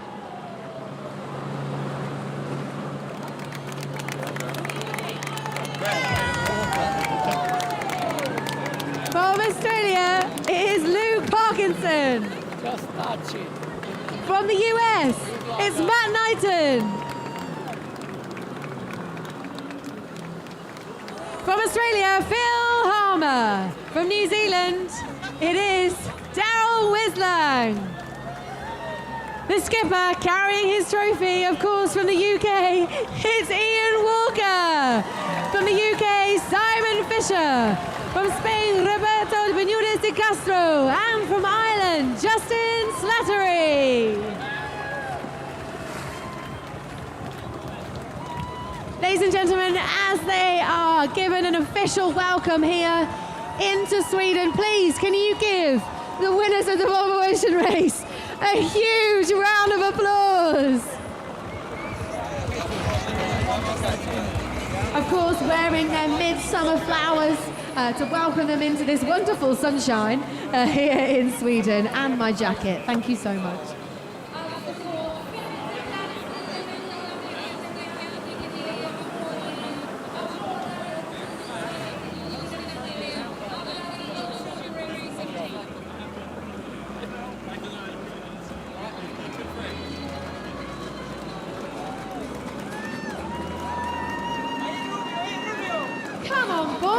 show a bit more excitement than that. Come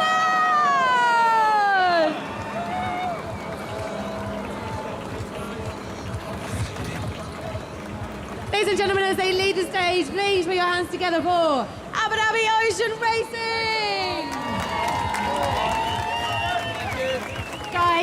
Guys, I was only joking. Do you want your champagne?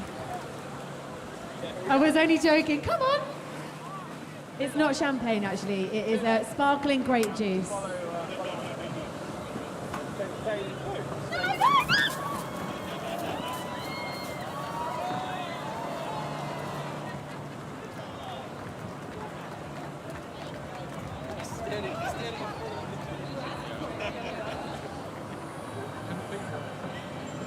Standard.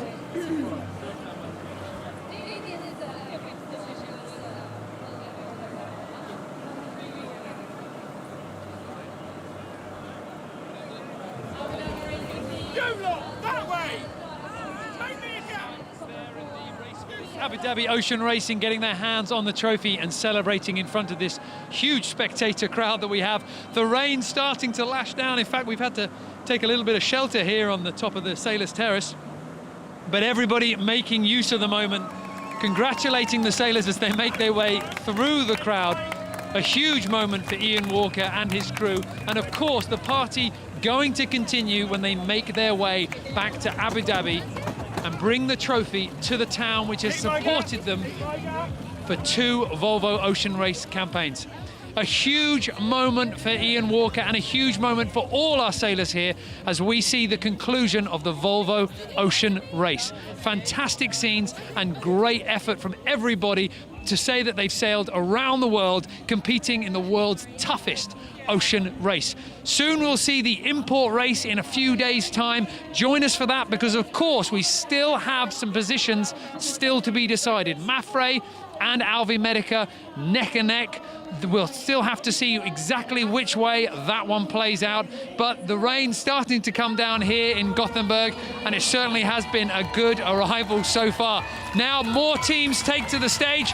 Let's dial down and have a look and see the smiles of the sailors. Skopje, from China, Yu Yang, from China, Yin Hao Shen, from France, Thomas Ruel, from Sweden, Martin Stormberg, from France, Jan Ryu, and the skipper from France, Charles Caudrelier. Dongfeng Race Team!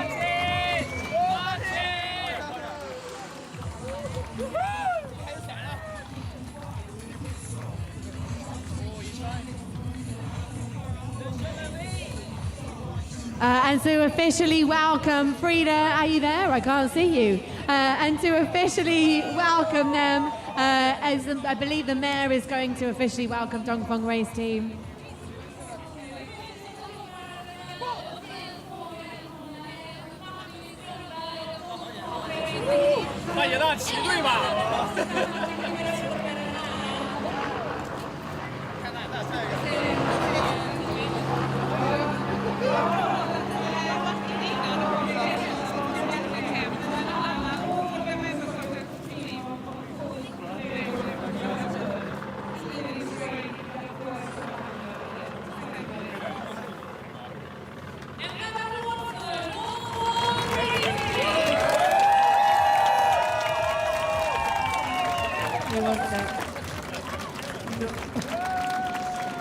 Ladies and gentlemen, please put your hands together for Dongfeng Race Team!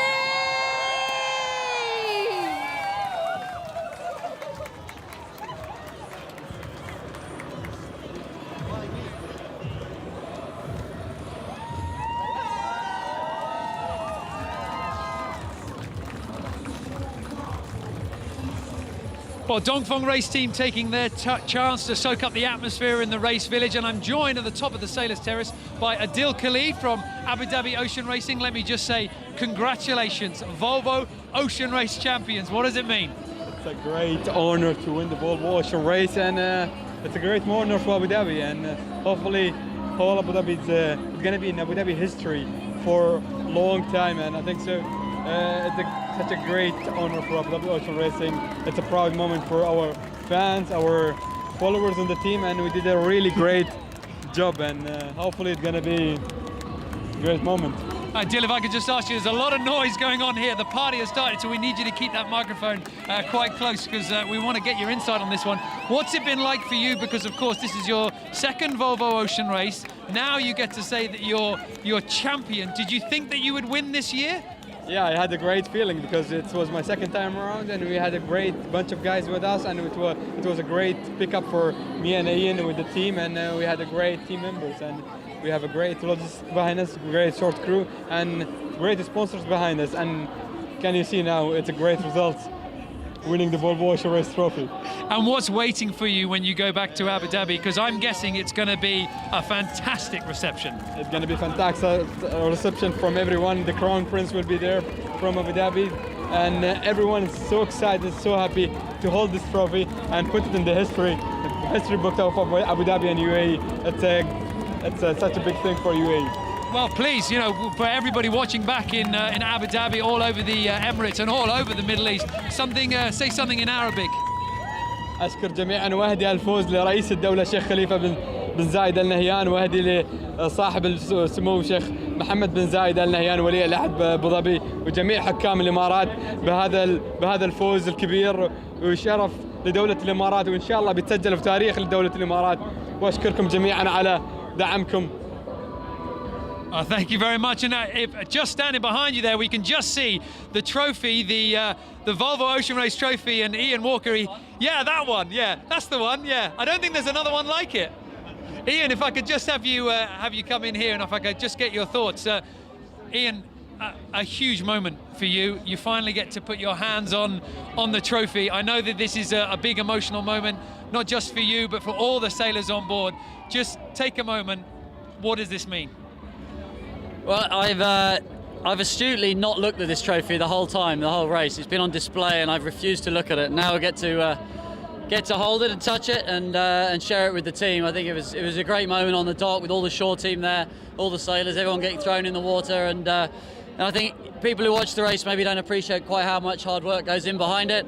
And for that to be rewarded with a fantastic prize like this, it's incredible. I think Lizzie's just told me I'm the first British skipper to win it in the history of the race, which is special for me, and it's even more special to do it with Sci-Fi as my navigator, who's done such a sterling job. And at what point did you see this coming into view? At what point did you think I might have this one? Oh.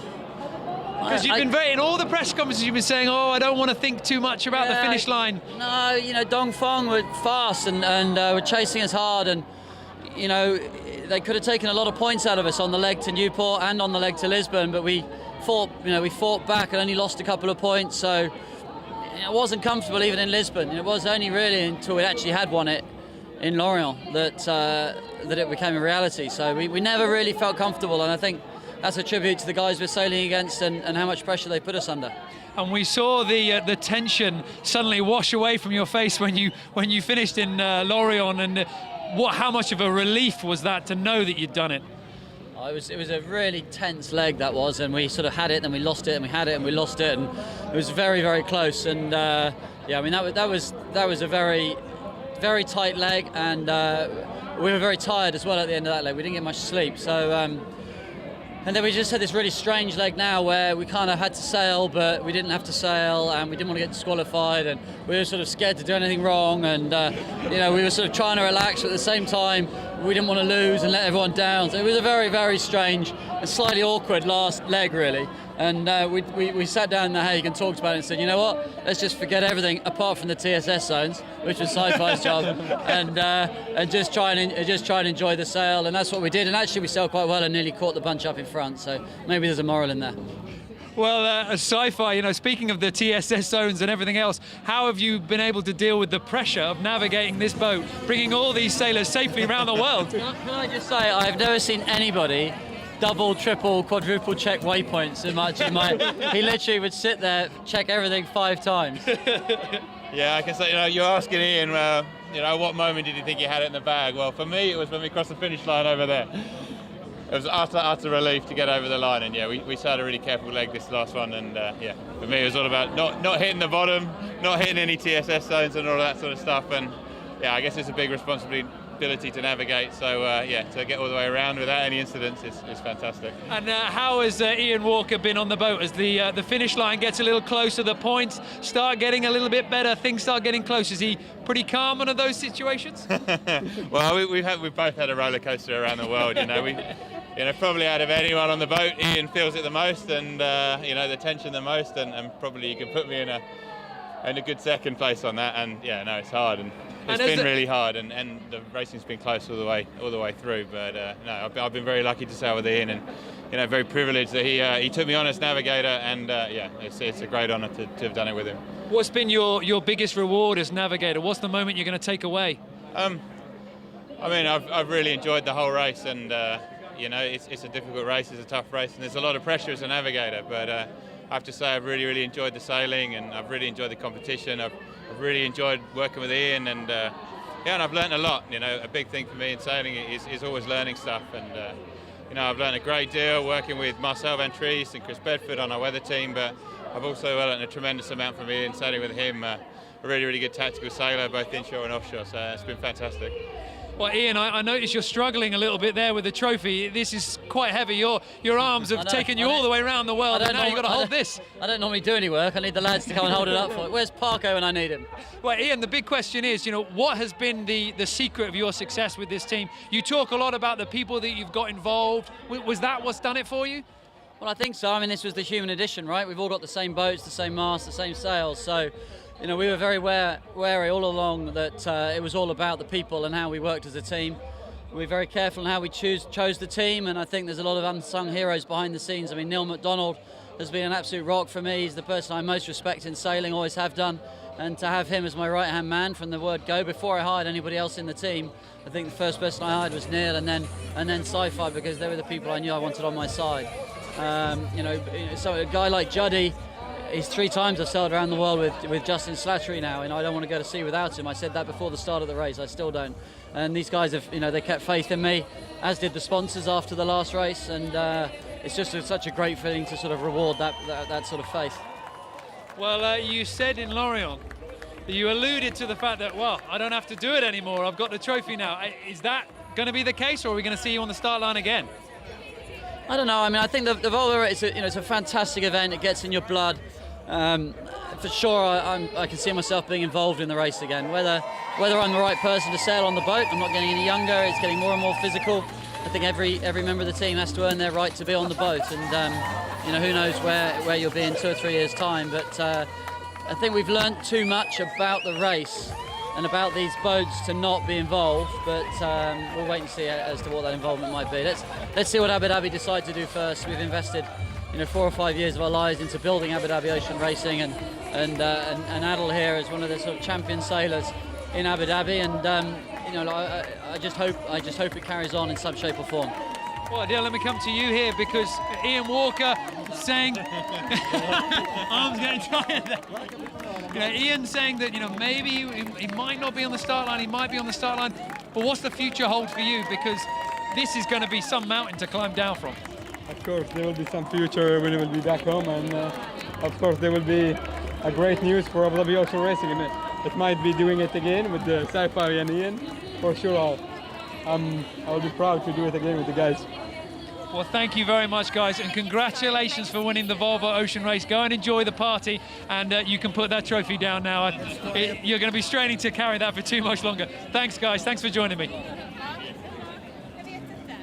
Well, big scenes up on the top of the Sailors' Terrace. A huge moment for Ian Walker and the guys, and especially Adil Khalid and the Emirate of Abu Dhabi. The trophy now going to be starting its way out to the sponsors and to the supporters back in Abu Dhabi. We go now to Team SEA, the last boat to cross the line, but of course a huge feature in this race. We've got Sam Davies at the back, and in fact she's getting rained on now as the heavens has opened. Sam, congratulations on finishing the Volvo Ocean Race. I know you've sailed around the world before, single-handed, solo. The Volvo Ocean Race, how does it compare? It's a lot longer and much more fun to share it with these amazing women. It's been a big learning curve for us, and I can't believe how much we've learned actually in the last 9 months. And for you yourself, you talk about how much you've learned. Is 1 year enough, or are we going to see more and more from your team? Well, I think it's a bit of watch this space. I think a lot of the girls would love to do it again. I know some of them said never again, but I think maybe wait a couple of days and they'll change their minds. And when you look back on this race, you look back on the experience from this edition of the Volvo Ocean Race, what's the biggest thing you're going to take away from it? I think it's part of your life, so it's not just us, it's our shore team, everybody who's supporting us, our families. It's a massive investment for everybody, so I think that's what I take away is yeah, we're the lucky ones to get to sail on the boat, but there's a lot more people in the background who've done amazing things to get us here. And when you put this team together, did you know that you were going to receive this much support? Because every stopover we go to, it is rammed full of Team SCA flags and magenta t-shirts that everybody's waving. Did you know that your team was going to be this popular? Well, after my experience in the Vendée Globe, where I had a lot of support as well, there's not so many women doing this sport. So when we do it, and especially if we do it well, then we get a lot of support.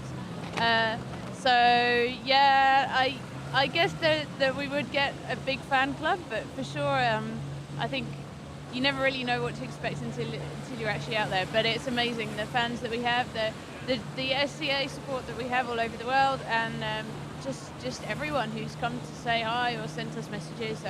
It's incredible, and yeah, it keeps going and going and going. Well, we've seen some very emotional sailors coming into the dock. We saw Ian Walker coming in, bow-becking, very emotional there. That's his 7th Volvo Ocean Race. For you, this is your first. What's the emotion like? I think it's hard to believe that we've actually finished it, because this is something we've been working 2.5 years in total. So I can't actually believe that it's all over yet. It isn't, because we've still got an import race to do this week, and yeah, it's quite hard to believe that we've actually circumnavigated the globe together, and well, we've done a lot more than that on Team SCA as well. And is it an experience that you'd like to complete, because you're no stranger to sailing around the world, but would you like to do it again in a Volvo Ocean Race? Oh, I'd love to do it again. It's an amazing race. It's an incredible opportunity, and I love racing in the ocean, and I've loved doing it with these women. It's just been amazing. We've learned so much together. We've improved so much, and I think we're going to have some amazing years that are going to rest. Well, I just see standing behind you there, just to your left-hand side, we saw Carolyn Brouwer. I'm just wondering whether we can get Carolyn Brouwer on the headset as well and get some input from her. Is that possible? Yeah, it is. Hey, Gyro.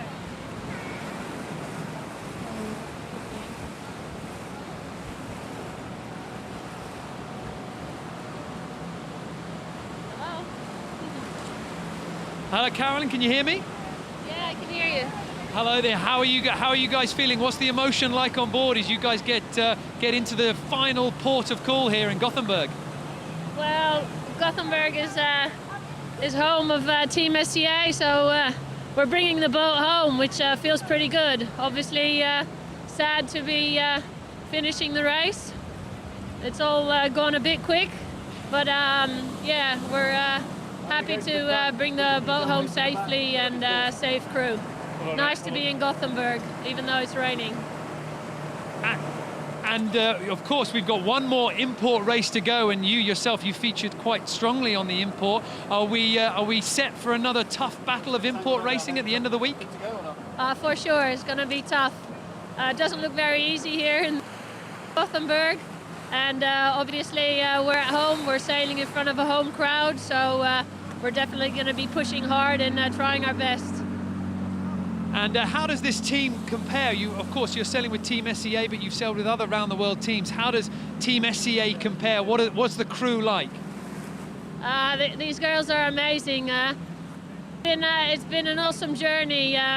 We started together 2.5 years ago at our base camp in Lanzarote, and if you look back, just the other day, we're looking back at a video, at footage of leg one, and it just felt like we were hopeless. And then you further down the track as the race goes along, and you look at video footage of leg 4, leg 5, and the improvement and how we were growing throughout the event, and closing up the miles against the guys, and then managing to actually win a leg against such a high level fleet in the Volvo Ocean Race is absolutely amazing. I'm really proud to be able to be part of this crew. It's been awesome. And of course the responsibility and the reward that you guys will have for female offshore sailing. You know, this year, big feature in the Volvo Ocean Race. Do you think we're going to see more and more female teams and maybe even a mixed team in the future? Well, I definitely do. I can only hope that this is only the beginning, really. I hope we've put women offshore sailing on the map now, and that it's on there forever and never to come off.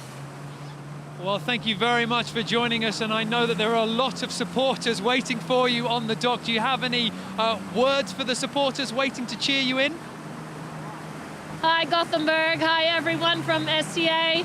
We're so happy to be bringing the boat back home and to be able to be joining you in the harbour and in the city, and enjoy the next couple of days in Gothenburg. Thank you very much for the support. Well, thank you very much, Caroline Brouwer there from Team SCA there into those final last few meters there. The Dutch sailors just coming in to the dock there. Caroline, I wonder if you're still on the line. I'm wondering if we could just get a little bit of a speak from you in Dutch, please, if you'd like, just so we can send it back to your home country. Ja, het einde van de Volvo Ocean Race, het einde van de laatste offshore leg, leg 9. We varen nu de haven van Gothenburg binnen. Dat is de thuishaven van Team SCA. Dus wij verwachten een grote opkomst. Ik ben waanzinnig trots om deel te mogen uitmaken van dit team. We hebben een mooi avontuur beleefd wat 2,5 jaar geleden op Lanzarote is begonnen. En ik ben trots om te zien hoe ver wij zijn gekomen als team. En ik ben niet alleen de meiden heel dankbaar aan boord, maar ik ben ook ons walteam, onze coaches en iedereen die ons zo ver heeft geholpen tot dit punt. Een waanzinnige bedankt van mij. Well, thanks, Caroline Brouwer, and thanks, Team SCA. We're waiting for you on the dock to give you the cheer that symbolises your Volvo Ocean Race being concluded for this edition, at least. Everybody hoping to see the all-female Team SCA in one way or another back out on the water in the future. Thanks for joining us. Thank you. Well, the rain starting to come down here in the race village. Team SCA making their way up the river. Our last boat to reach the dock. Ahead of them, Team SCA also making their way in. The sailors ready to make their last step back onto the shore side for this Volvo Ocean Race.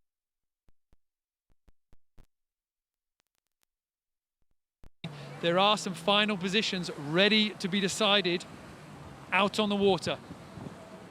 But for Team SCA, this is the conclusion of a huge journey, not only to race and finish the Volvo Ocean Race, but also to bring female offshore sailing to the forefront of everybody's minds. And they've certainly done that.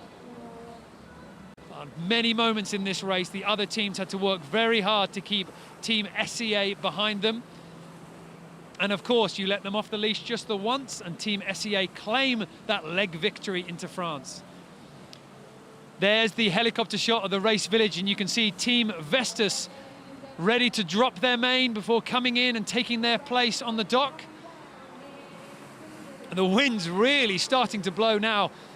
Hard to believe that at the beginning of this arrivals we were in sunshine and very light conditions, almost meaning that Alvi Medica was stranded at the finish line, but now the breeze blowing strong for Team SCA making their way up the river, and Team Vestas just coming into view in the race village, the main starting to drop and the crew about to come ashore and join in the celebrations with the rest of the sailors. There's the Team Vestas Wind supporters, the rain starting to lash down, but not dampening any spirits at the moment. Friends and family waiting for the sailors on the dock. the last time that you have to welcome these sailors back ashore for the Volvo Ocean Race.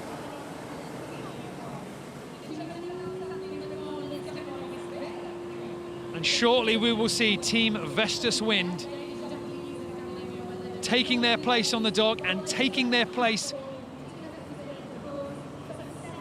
on the prize ceremony. All the teams here celebrating the fact that the race is concluding. 40,000 miles around the world, 9 legs, 4 continents, 4 oceans, and now the racing comes to a finish in Sweden. One more import race to go. Places can still be decided not only in the import series, but also Alvi Medica and Mafre, tied on points now in the overall, will have to battle it out on the water in the import racing. Team SCA as well, only 1 point off the podium in the import series. They will be fighting hard to finish on the podium.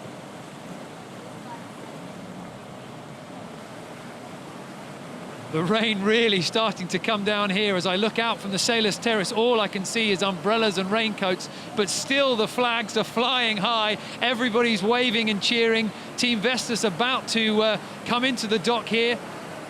And all the supporters giving the sailors the warmest possible welcome, even though the sun isn't shining anymore. The city is ready to celebrate and mark the occasion of the Volvo Ocean Race being concluded in Sweden. Back in October, the fleet left Alicante, Spain,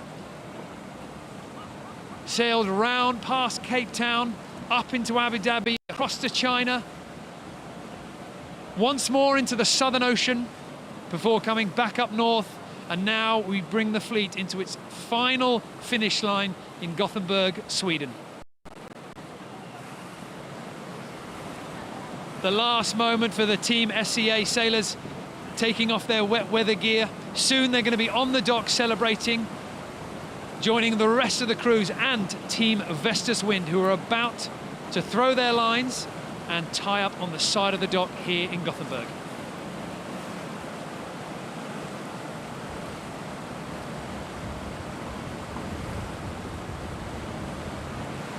Strong wind and rain now lashing down onto the race village, but everybody still piling to the dockside. The only colour that I can see out there is magenta and blue. All of the supporters making their way down, ready to cheer in Team SCA. The SCA pavilion absolutely packed full of people on the top deck, overlooking the water. Down on the pontoons, we have Team Vestas Wind friends and family and Team SCA friends and family. Everybody ready to call in those last two boats into the village.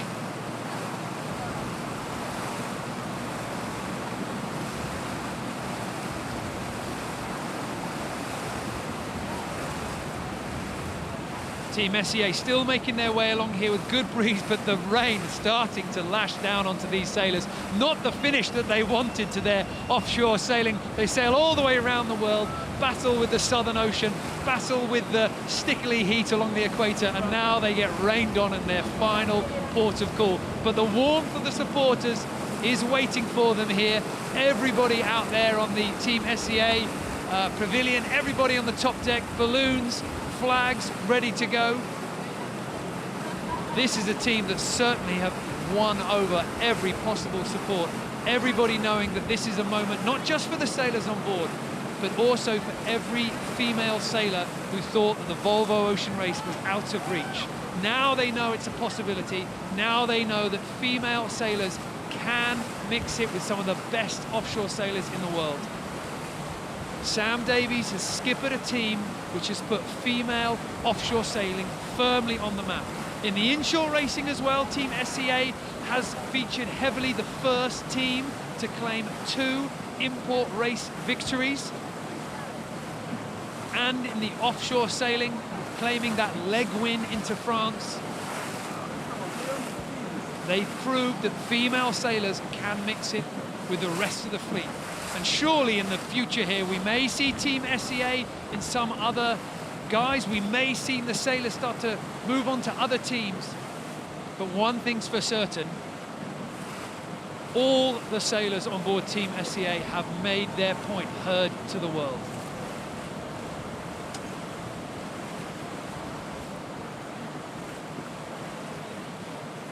Well, Team SCA just waving to the spectators as they make their final way up the river.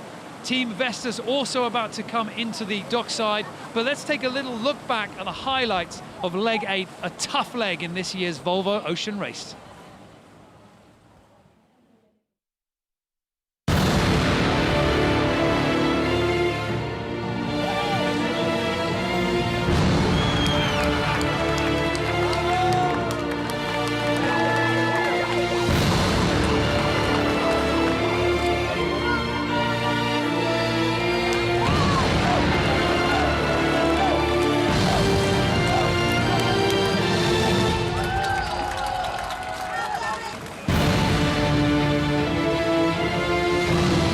And tricky conditions dominating the start here. The start for all 7 teams back on the water.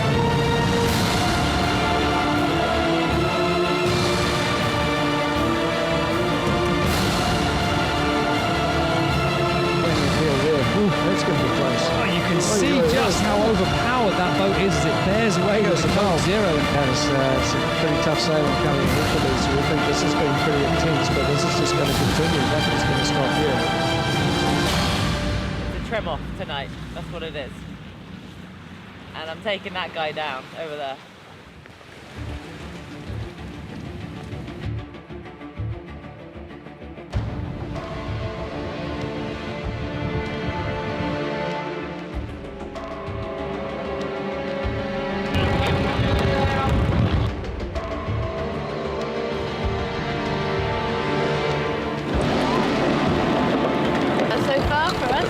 Been good. We're in the lead right now, sailing up the Portuguese coast. We lost a lot in the girls, the wind has been changing all the time, but we still have 3 days to come back. Done a good job through the night and early morning to be sitting here in second. I mean, the good news for us is the long fang are in a fair bit of trouble. They're 50 miles behind.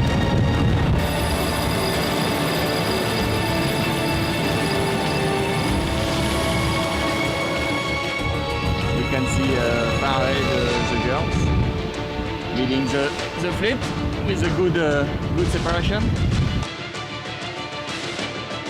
The next 24 hours will be very, very tough, so probably it could be the toughest 24 hours we had in this race.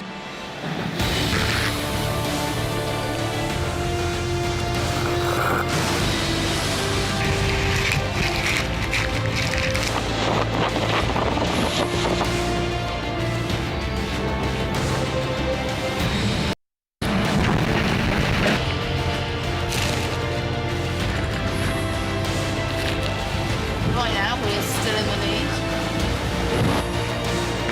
This guy we call the Bay of Certainty.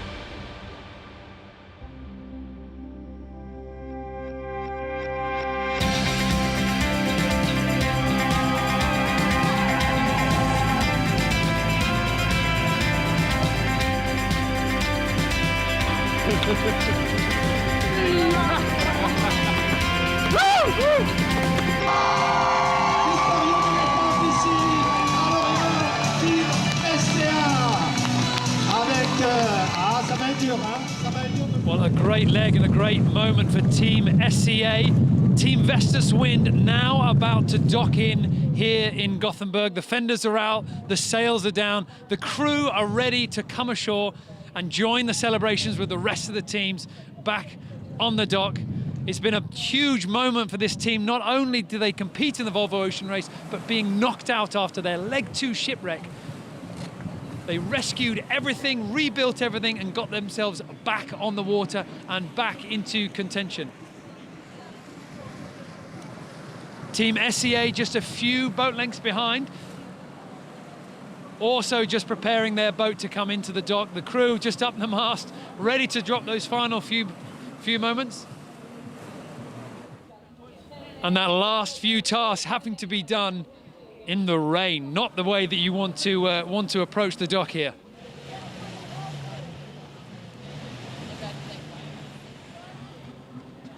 Team Vestas Wind about to hit the dock, ready to hoist their banner and their flag. And as we shelter from the rain here on the top of the Sailors' Terrace, I'm joined by some rather passionate supporters of Sam Davies, shall we say. Please, if you just take the moment here to maybe to introduce yourself to everybody watching here. I'm Jenny Davies, I'm Sam Davies' mum, so I'm one of her biggest supporters, of course, and that's the other one.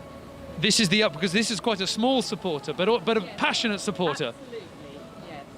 And how is he talking with a microphone? Is he pretty relaxed about it? Would you like to say anything, or are you just waiting in anticipation for Mummy? You're just waiting. I know how that feels. I know how that feels. It's been a long time, hasn't it? He spends his life waiting, absolutely. And this is a big moment for Sam Davies and a big moment for all the team out on the water. And can you try and put it into words? What does this mean for Sam? Because she's often quite kind of shy with the press. She doesn't give too much away, but this has been a huge moment for her, hasn't it? Of course, yes. It's she's done the Vendée Globe, now she's done the Volvo race, and she just loves sailing. I think as long as she can sail, she is happy. And of course, in the Volvo Ocean Race, she's really tried to prove that female sailors can compete in the race, and she's done just that.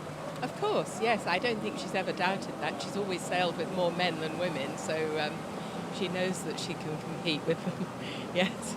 And what's she been like sort of growing up? When did she decide that offshore racing, that was what she was going to get into? Probably when she was about 10 or 11, I should think. And she always liked sailing big boats. She sailed dinghies, but I want to race on big boats. So. Did schoolwork suffer? Because 10's a pretty early age to start getting very passionate.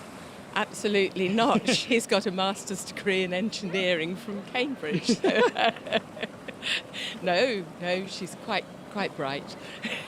And what are we expecting to see Sam do next? Because as you say, you know, she's been featuring in the Vendée. Now she's featuring heavily in the Volvo Ocean Race. What's next for her?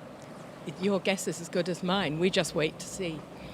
And what's it been like waiting ashore here and seeing such passionate support here? Because Team SCA, everywhere that you see, the flags are waving, everybody's here. You know, the team has really won over everybody, haven't they? Oh yes, they have. It's just amazing to be here and see the support they've got. And yeah, it's going to seem quite an anticlimax when it finishes. We won't be glued to our computer every 2 or 3 hours, so that'll be good.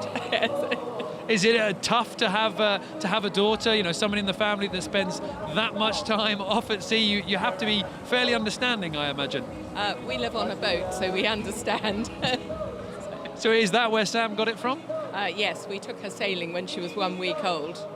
So basically she has you to thank for this, and the next task that she takes on board, anybody's guess, but one thing's certain, she's written herself into the Volvo Ocean Race history books. Not a lot of women take this race on, not a lot of women compete. Why is that? Are they wrong? Should more women come and do it? Definitely, but I think they have to be quite extraordinary women to do it. Most women wouldn't want to, but there are definitely some that would and can and will, I hope. Well, absolutely. We look forward to seeing more female sailors in the Volvo Ocean Race and offshore racing. Thanks very much for joining me. I won't keep you because shortly they'll be coming in, and I know somebody is very keen to be meeting his mum. Thanks very much. Thank you. Well, Team Vestas Wind are now approaching the dock. The fenders are out. and the crowd are starting to cheer them in here. The noise has just come up a notch. Chris Nicholson at the helm, taking the boat into the dock now. And I'm joined on the top deck by Knut. Knut, bit of rain to bring the race to a close, but didn't dampen anyone's spirits. No, absolutely not. I mean, we were a bit lucky there to get at least the 5 first boats across the line in sunshine in Sweden. Here in Scandinavia, people love weather, you know, like sun means a lot to them. So, no, I'm happy with that, but we still have good crowds here for the last boat, so good atmosphere. And Team Vestas now coming in, and of course Team Vestas shipwreck after leg 2. It's remarkable this boat is back in the race, and back in the race quite strongly. I have to bite my tongue every time I see them, actually. So it's kind of wow, they actually made it back. And yeah, I'm sure they wish they were a bit higher up on the list right now. Scoreboard coming in here to Gothenburg, but you know the guys, yeah. It takes a bit of time to get used to the boat and catch up. The other guys have so many miles with these boats now, so I think they suffered a bit in the downwind conditions and the light years as well. But all in all, great achievement to be back in the race. And of course, also a great achievement for the Volvo Ocean Race. This edition has been extremely close. It's been fantastic to watch as almost every boat has had a leg victory. Every boat has enjoyed an import victory. Did you think it was going to be this tight? If someone had told me that you know, we're going to have 6 different leg winners, I would never have believed it. Out of a fleet of 7, I mean, I would know. So that's remarkable. I mean, it's great. I mean, it's not an objective in itself to have different winners, but it shows that with the one design boat, you always have a shot at it. You know, like any great sailor and great team will have a shot at getting on the podium and doing a leg win. To win the whole race, you have to be very, very consistent. You have to avoid any bad luck or any issues you can have along the road. And yeah, I think it's great racing. You know, I wish I was out there racing it myself. I think it's such a testimony to good yacht racing, you know, good ocean yacht racing. And of course, quite tough for the sailors because they have to keep their focus right down to the finish line. We've seen some of these finishes come down to mere seconds. Absolutely, we had plenty of finishes inside a minute between boats, and nerve-wracking. I mean, it was happening here, almost happening here on the finish line, you know, between Dongfeng, Mapfre, and Brunel. You know, like positions were rocking up and down in the overall scoring as we were approaching the finish line. So, yeah, great racing. Well, then, what would you take away from this experience, Knut? Because, of course, you have experience of the Volvo Ocean Race, not just as CEO, but also as a competitor. You know, what's this edition been like? For me, it has been, I would say, more of a relief in a way. It's you know, I must say that, you know, the first 2 races I did as a CEO, I had so many sleepless nights, and I was boats breaking, we had issues. Oof, you know, like it was really tough. And then, you know, after the last race, when we were in a very difficult place, I mean, we had a world financial crisis hitting us, and sponsorship markets were drying up, and we had to make changes. And you never know if those changes were going to be right or wrong or working out. But, you know, I'm so pleased to see that. I think we made a very good call, and I'm proud of my whole team who supported that to make that happen. Well, thanks, Knut. Let's tune in to Jo down on the dockside. She's got skipper Chris Nicholson. In this leg?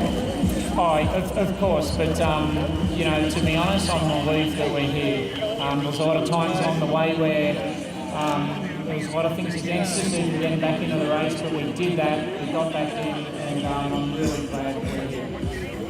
So talk to me about this leg. You had a couple of battles with Team SCA. Leg 8, of course, the battle at the front of the fleet, vying for first and second position, and of course successfully done that. But you've been battling again out there, haven't you?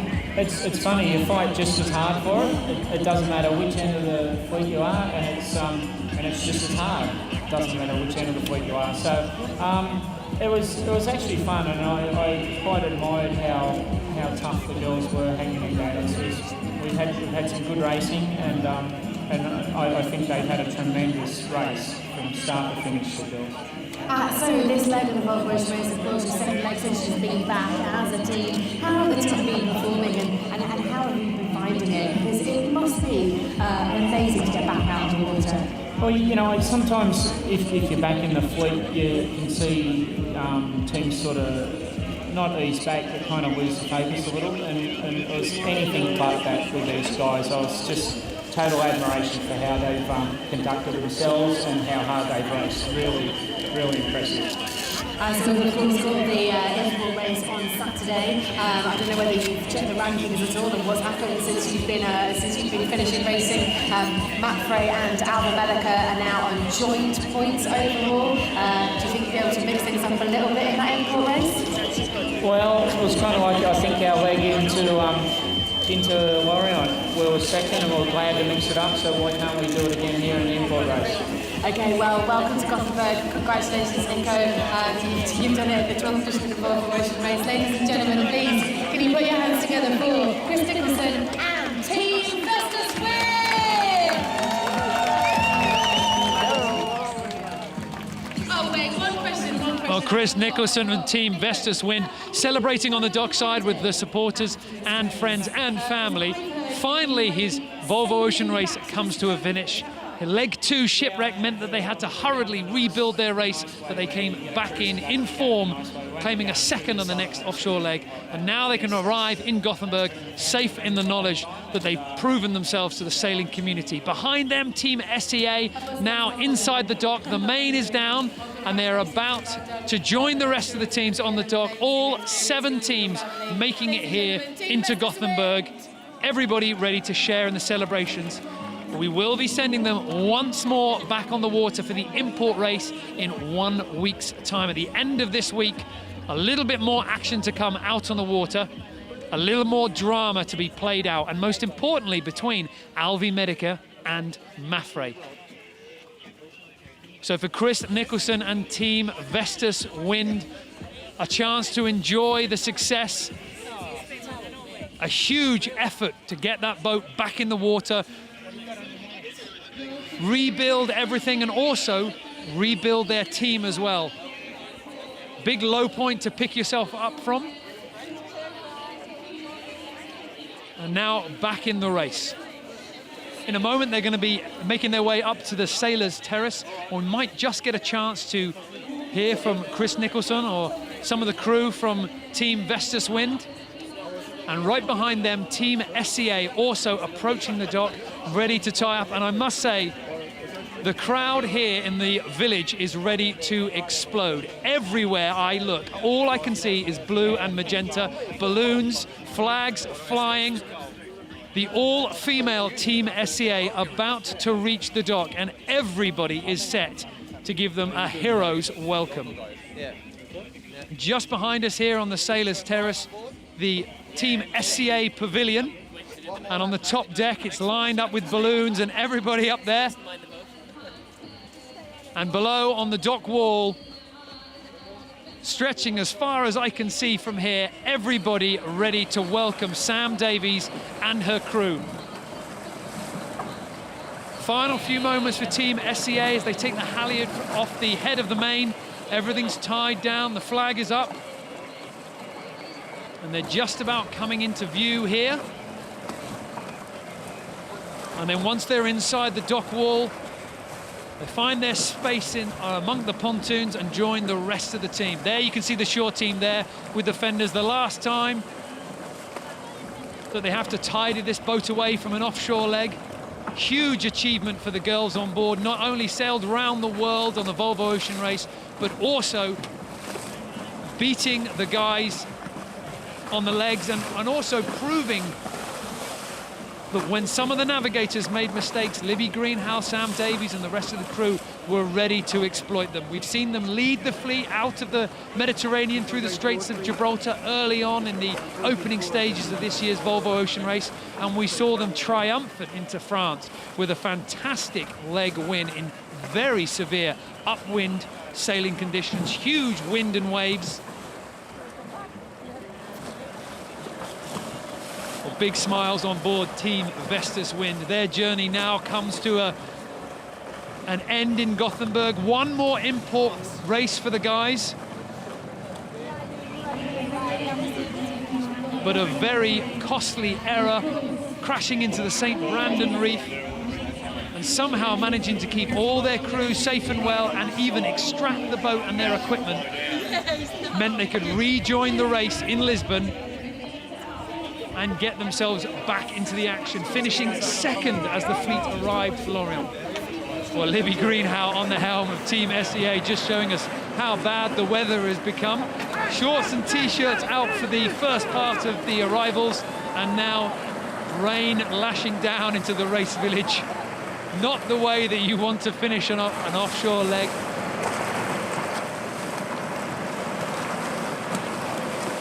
Team SEA now making their way through the harbour entrance. Then they're going to make their way along the dock wall before joining the rest of the teams and experiencing what I'm sure will be a hero's welcome. Every time I look out from the Sailors' Terrace, I can see more and more people lining the dock wall. Everyone was there for Alvi Medica, for Abu Dhabi Ocean Racing and all the rest of the teams, but there's something special about Team SEA. Everybody in the race village now wearing the blue and magenta, flags flying, balloons in the air. A great way to finish your Volvo Ocean Race sailing. And a lovely moment for Libby Greenhow as well. We heard earlier from her brother, Rob, who's sailing on board Mafre. Two members of the same family competing hard here in the closing stages of the Volvo Ocean Race, and Libby even getting the best of her brother in that leg into Lorient. Libby's been doing a lot of work for the British sailing team on their weather, and the Olympic sailors gaining from her insight. And now she finds herself in the Volvo Ocean Race having to route her way round the course in real time, cramped up underneath the boat in a stuffy aft section of the hull. And yet still she managed to make the right decisions when it counted. Big gains in the leg to Lisbon when they sailed high, further away from the lighter winds than the rest of the teams, and managed to catch their way back up into the pack. It hasn't been a team that's been nervous about doing something different. We've seen them do very different things with combinations of sails, and also on the offshore races as well, their tactics. Often they were the first to split. And when they were given that opportunity in France, they took it right the way for a leg win, holding on as the boats were battered in the wind and rain.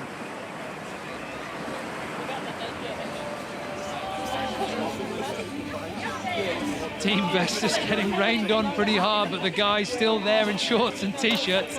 I think that's Peter on the right-hand side, looking quite happy to be back home, but in no rush to leave the boat.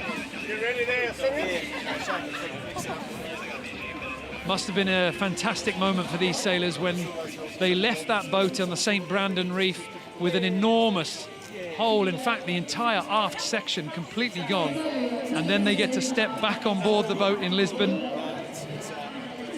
rebuilt, repaired and race ready, and then take it to a second place finish on that offshore leg. And I'm sure we're going to see these guys fighting very hard in the import race here at the end of the week. We've seen them do that. We saw an incredibly close finish with them and Team SEA back in Lorient. Some thrilling import racing, and I know that Chris Nicholson and his entire team are desperate to make good use of every opportunity that they have.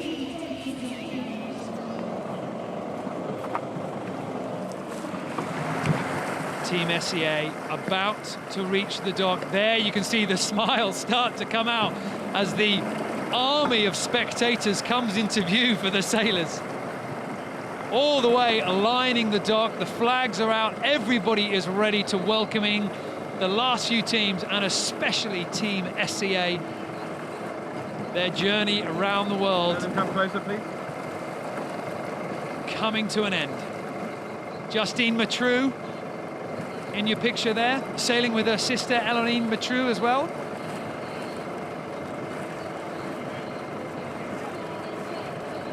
They're affectionately referred to as the Swisters on board from Switzerland. That's where they hail from, and a little bit of emotion on the faces of some of these sailors now. Everybody ready to welcome them in and give them a pat on the back, but of course behind them all those many miles of hard work and toil, the Southern Ocean, and strong memories I'm sure they're going to be taking into any races they do in the future. And of course, as Dee Kafari was saying earlier, we'll see these sailors again, and we might even get to see some mixed teams in the Volvo Ocean Race in the near future. All these sailors can be extremely proud of the fact that they've proved that they can hang on with the rest of the fleet. I know Sam Davies wanted a little bit more from the results at various times, finishing just behind the other competitors, but never quite letting them out of their grasp. All the other sailors having to work pretty hard to stay in front of Sam Davies and the all-female team SCA.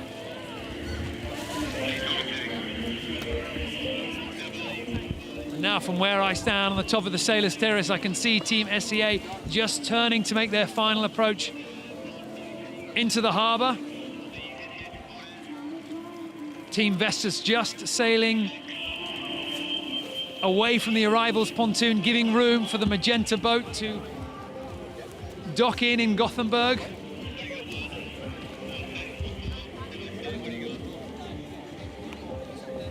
The final time for these sailors to finish off their offshore sailing. We've had 9 thrilling offshore legs in the Volvo Ocean Race, and as Knut was saying earlier, very, very close finishes indeed. We've had some extremely short numbers, all the teams battling it out right to the finish line. We had 23 minutes here in Gothenburg, which by comparison seems like an age. We've had only 12 minutes on leg 1, we had 16 minutes on leg 2, 4 minutes on leg 4, and then right the way down to we've had 3 minutes on leg 6. One thing that will certainly be remembered about this Volvo Ocean Race, the 12th edition, is just how close the racing came down to the finish line. The final moments of nearly every offshore leg were chances for boats to pick up places and beat their rivals.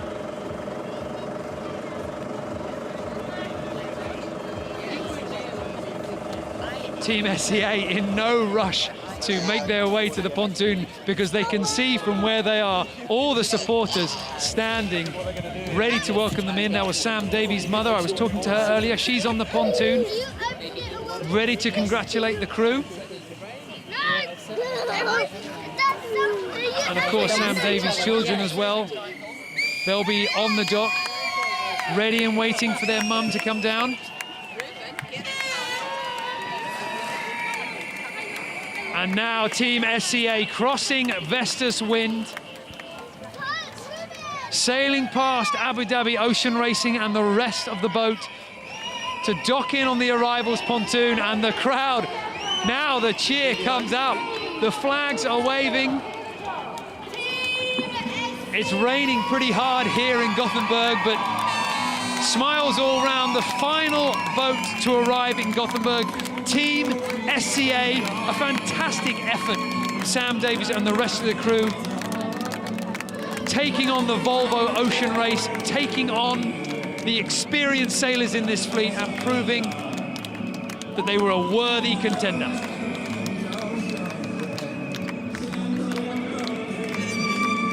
The pavilion just behind us here, Team SCA Pavilion, is rammed packed on that top deck. Everybody coming out, balloons and flags ready to welcome in the boat as their song plays. And there you can see on Team SCA, everybody on the bow. Party celebrations here in Gothenburg, a huge moment for all of the crew. And not only for the team on the water, but also the sailing members of Team SCA ashore, and their entire support staff as well.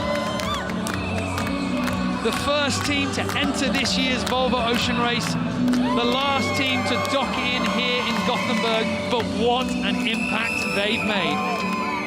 A huge army of spectators on the shore, ready to greet the girls as they arrive here in Gothenburg. a fantastic end to 40,000 nautical miles around the world, through 4 oceans, through some of the toughest sailing waters on the planet. And now, finally, at the dock here in Gothenburg, Team SEA gets the welcome that they will never forget.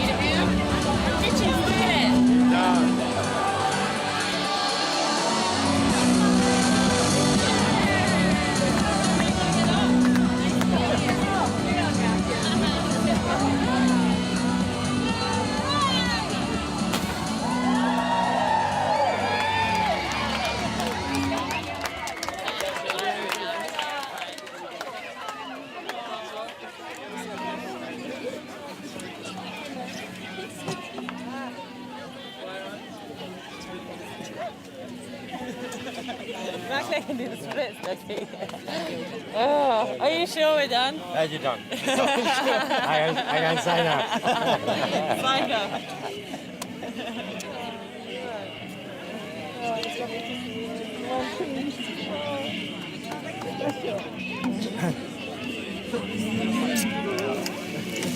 It's a bit odd, isn't it? You can sleep for a week. Probably never got to sleep again. This one was better than pie. Pie was to the Hague was none. What a journey that one was, right?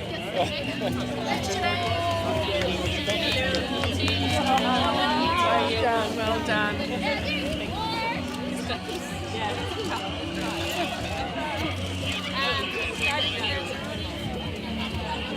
Years ago, and just learning the boat, learning to get to know each other, growing up as a team, as a family.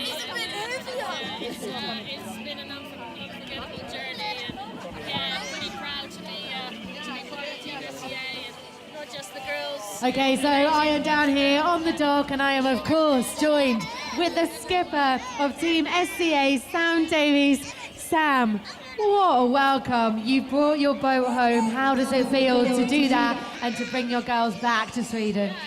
It feels amazing. The welcome was incredible. I haven't seen so much pink all the way up the river. It's magenta. Sorry, magenta. All the way up the river. It was amazing. And I'm really proud. We've accomplished something amazing. And all the girls have been fantastic. And I don't think we've realised it's finished yet. So you haven't realised that it's finished, but this is coming to an end. Of course, got the import race on Saturday, but the completion of such an epic project must feel quite big coming into Gothenburg. Yeah, and as I said, I don't think we'll realise until a few days' time when everything's finished and we finish the last import. We want to do that really well, so we're going to stay focused until then. And right now I'm just really tired. I don't blame you, 9 months. So the last part of leg 9 of the Volvo Ocean race, again, you were having a battle with Vestas. You couldn't quite, there was a little bit of a jostle, but you couldn't quite take them at the end of this leg. No, but it was great. We thought we'd be able to catch up, and we managed that. So that kept us motivated for the race, and it was great to catch up with them. We did overtake them for about 5 minutes. We thought they were being gentlemanly, but they weren't. And then we had a really good race to the finish, and I think that's how we'll remember the Volvo Ocean race, is sailing so close to the other boats. For us, I think wanting to be that close to the other boats, not quite managing it, but finally we have, and.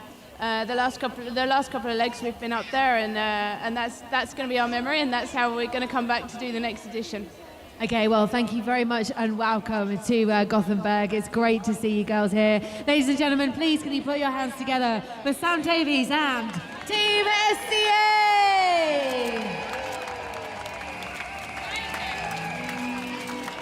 Very enthusiastic support here for Team SCA and Sam Davies, the all-female team finally coming into Gothenburg to conclude their leg 9 race and conclude the Volvo Ocean race journey that these sailors have started all the way back in October. Let's have a look at the scoreboard from that leg and see where the points have been allocated. Well, the leg 9 results, Team Alvi Medica won in very strong form, with Team Brunel, Mafre and Dongfeng race team having a good battle all the way into 2nd, 3rd and 4th place. Abu Dhabi Ocean Racing finishing in 5th, and then Team Vestas Wind, and finally Team SCA closing down into Gothenburg. All 7 boats now against the dock.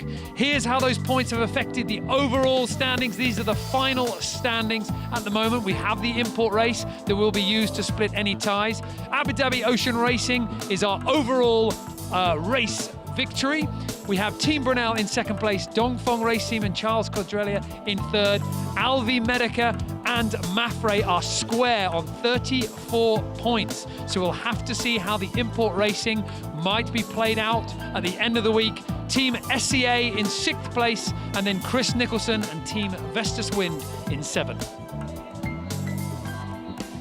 Well, as we leave the sailors to absorb the moment that is the final arrivals in Gothenburg, leg 9 safely concluded, all 7 teams back on the dock. Don't forget, we have on the 27th of June, 1400 UTC import racing, and we will have a fantastic day of drama played out on the water. The big battle will be Mafre and Alvi Medica. That tie fray will be very, very important to both those teams. How to follow the racing? Well, the easiest way is to download the Volvo Ocean Race app. Puts all the drama straight in your pocket, and you can get all the inside information and all the reactions from the teams as their Volvo Ocean Race comes to an end. Gothenburg has been a fantastic host for this final part of the offshore series, but of course, inshore racing still to come on the 27th. Raining today, but sunshine forecast for the rest of the week. So hopefully we'll have some strong drama for all the sailors. Sam Davies now gets to enjoy her moment as the crowd are all out with her. All the other sailors safely back ashore, and the man of the moment, Ian Walker, has the trophy in his hand and a hero's welcome waiting for him in Abu Dhabi. But of course, the import trophy still to be decided. One more day of action on the 27th. Join us then for the final racing in this year's Volvo Ocean Race.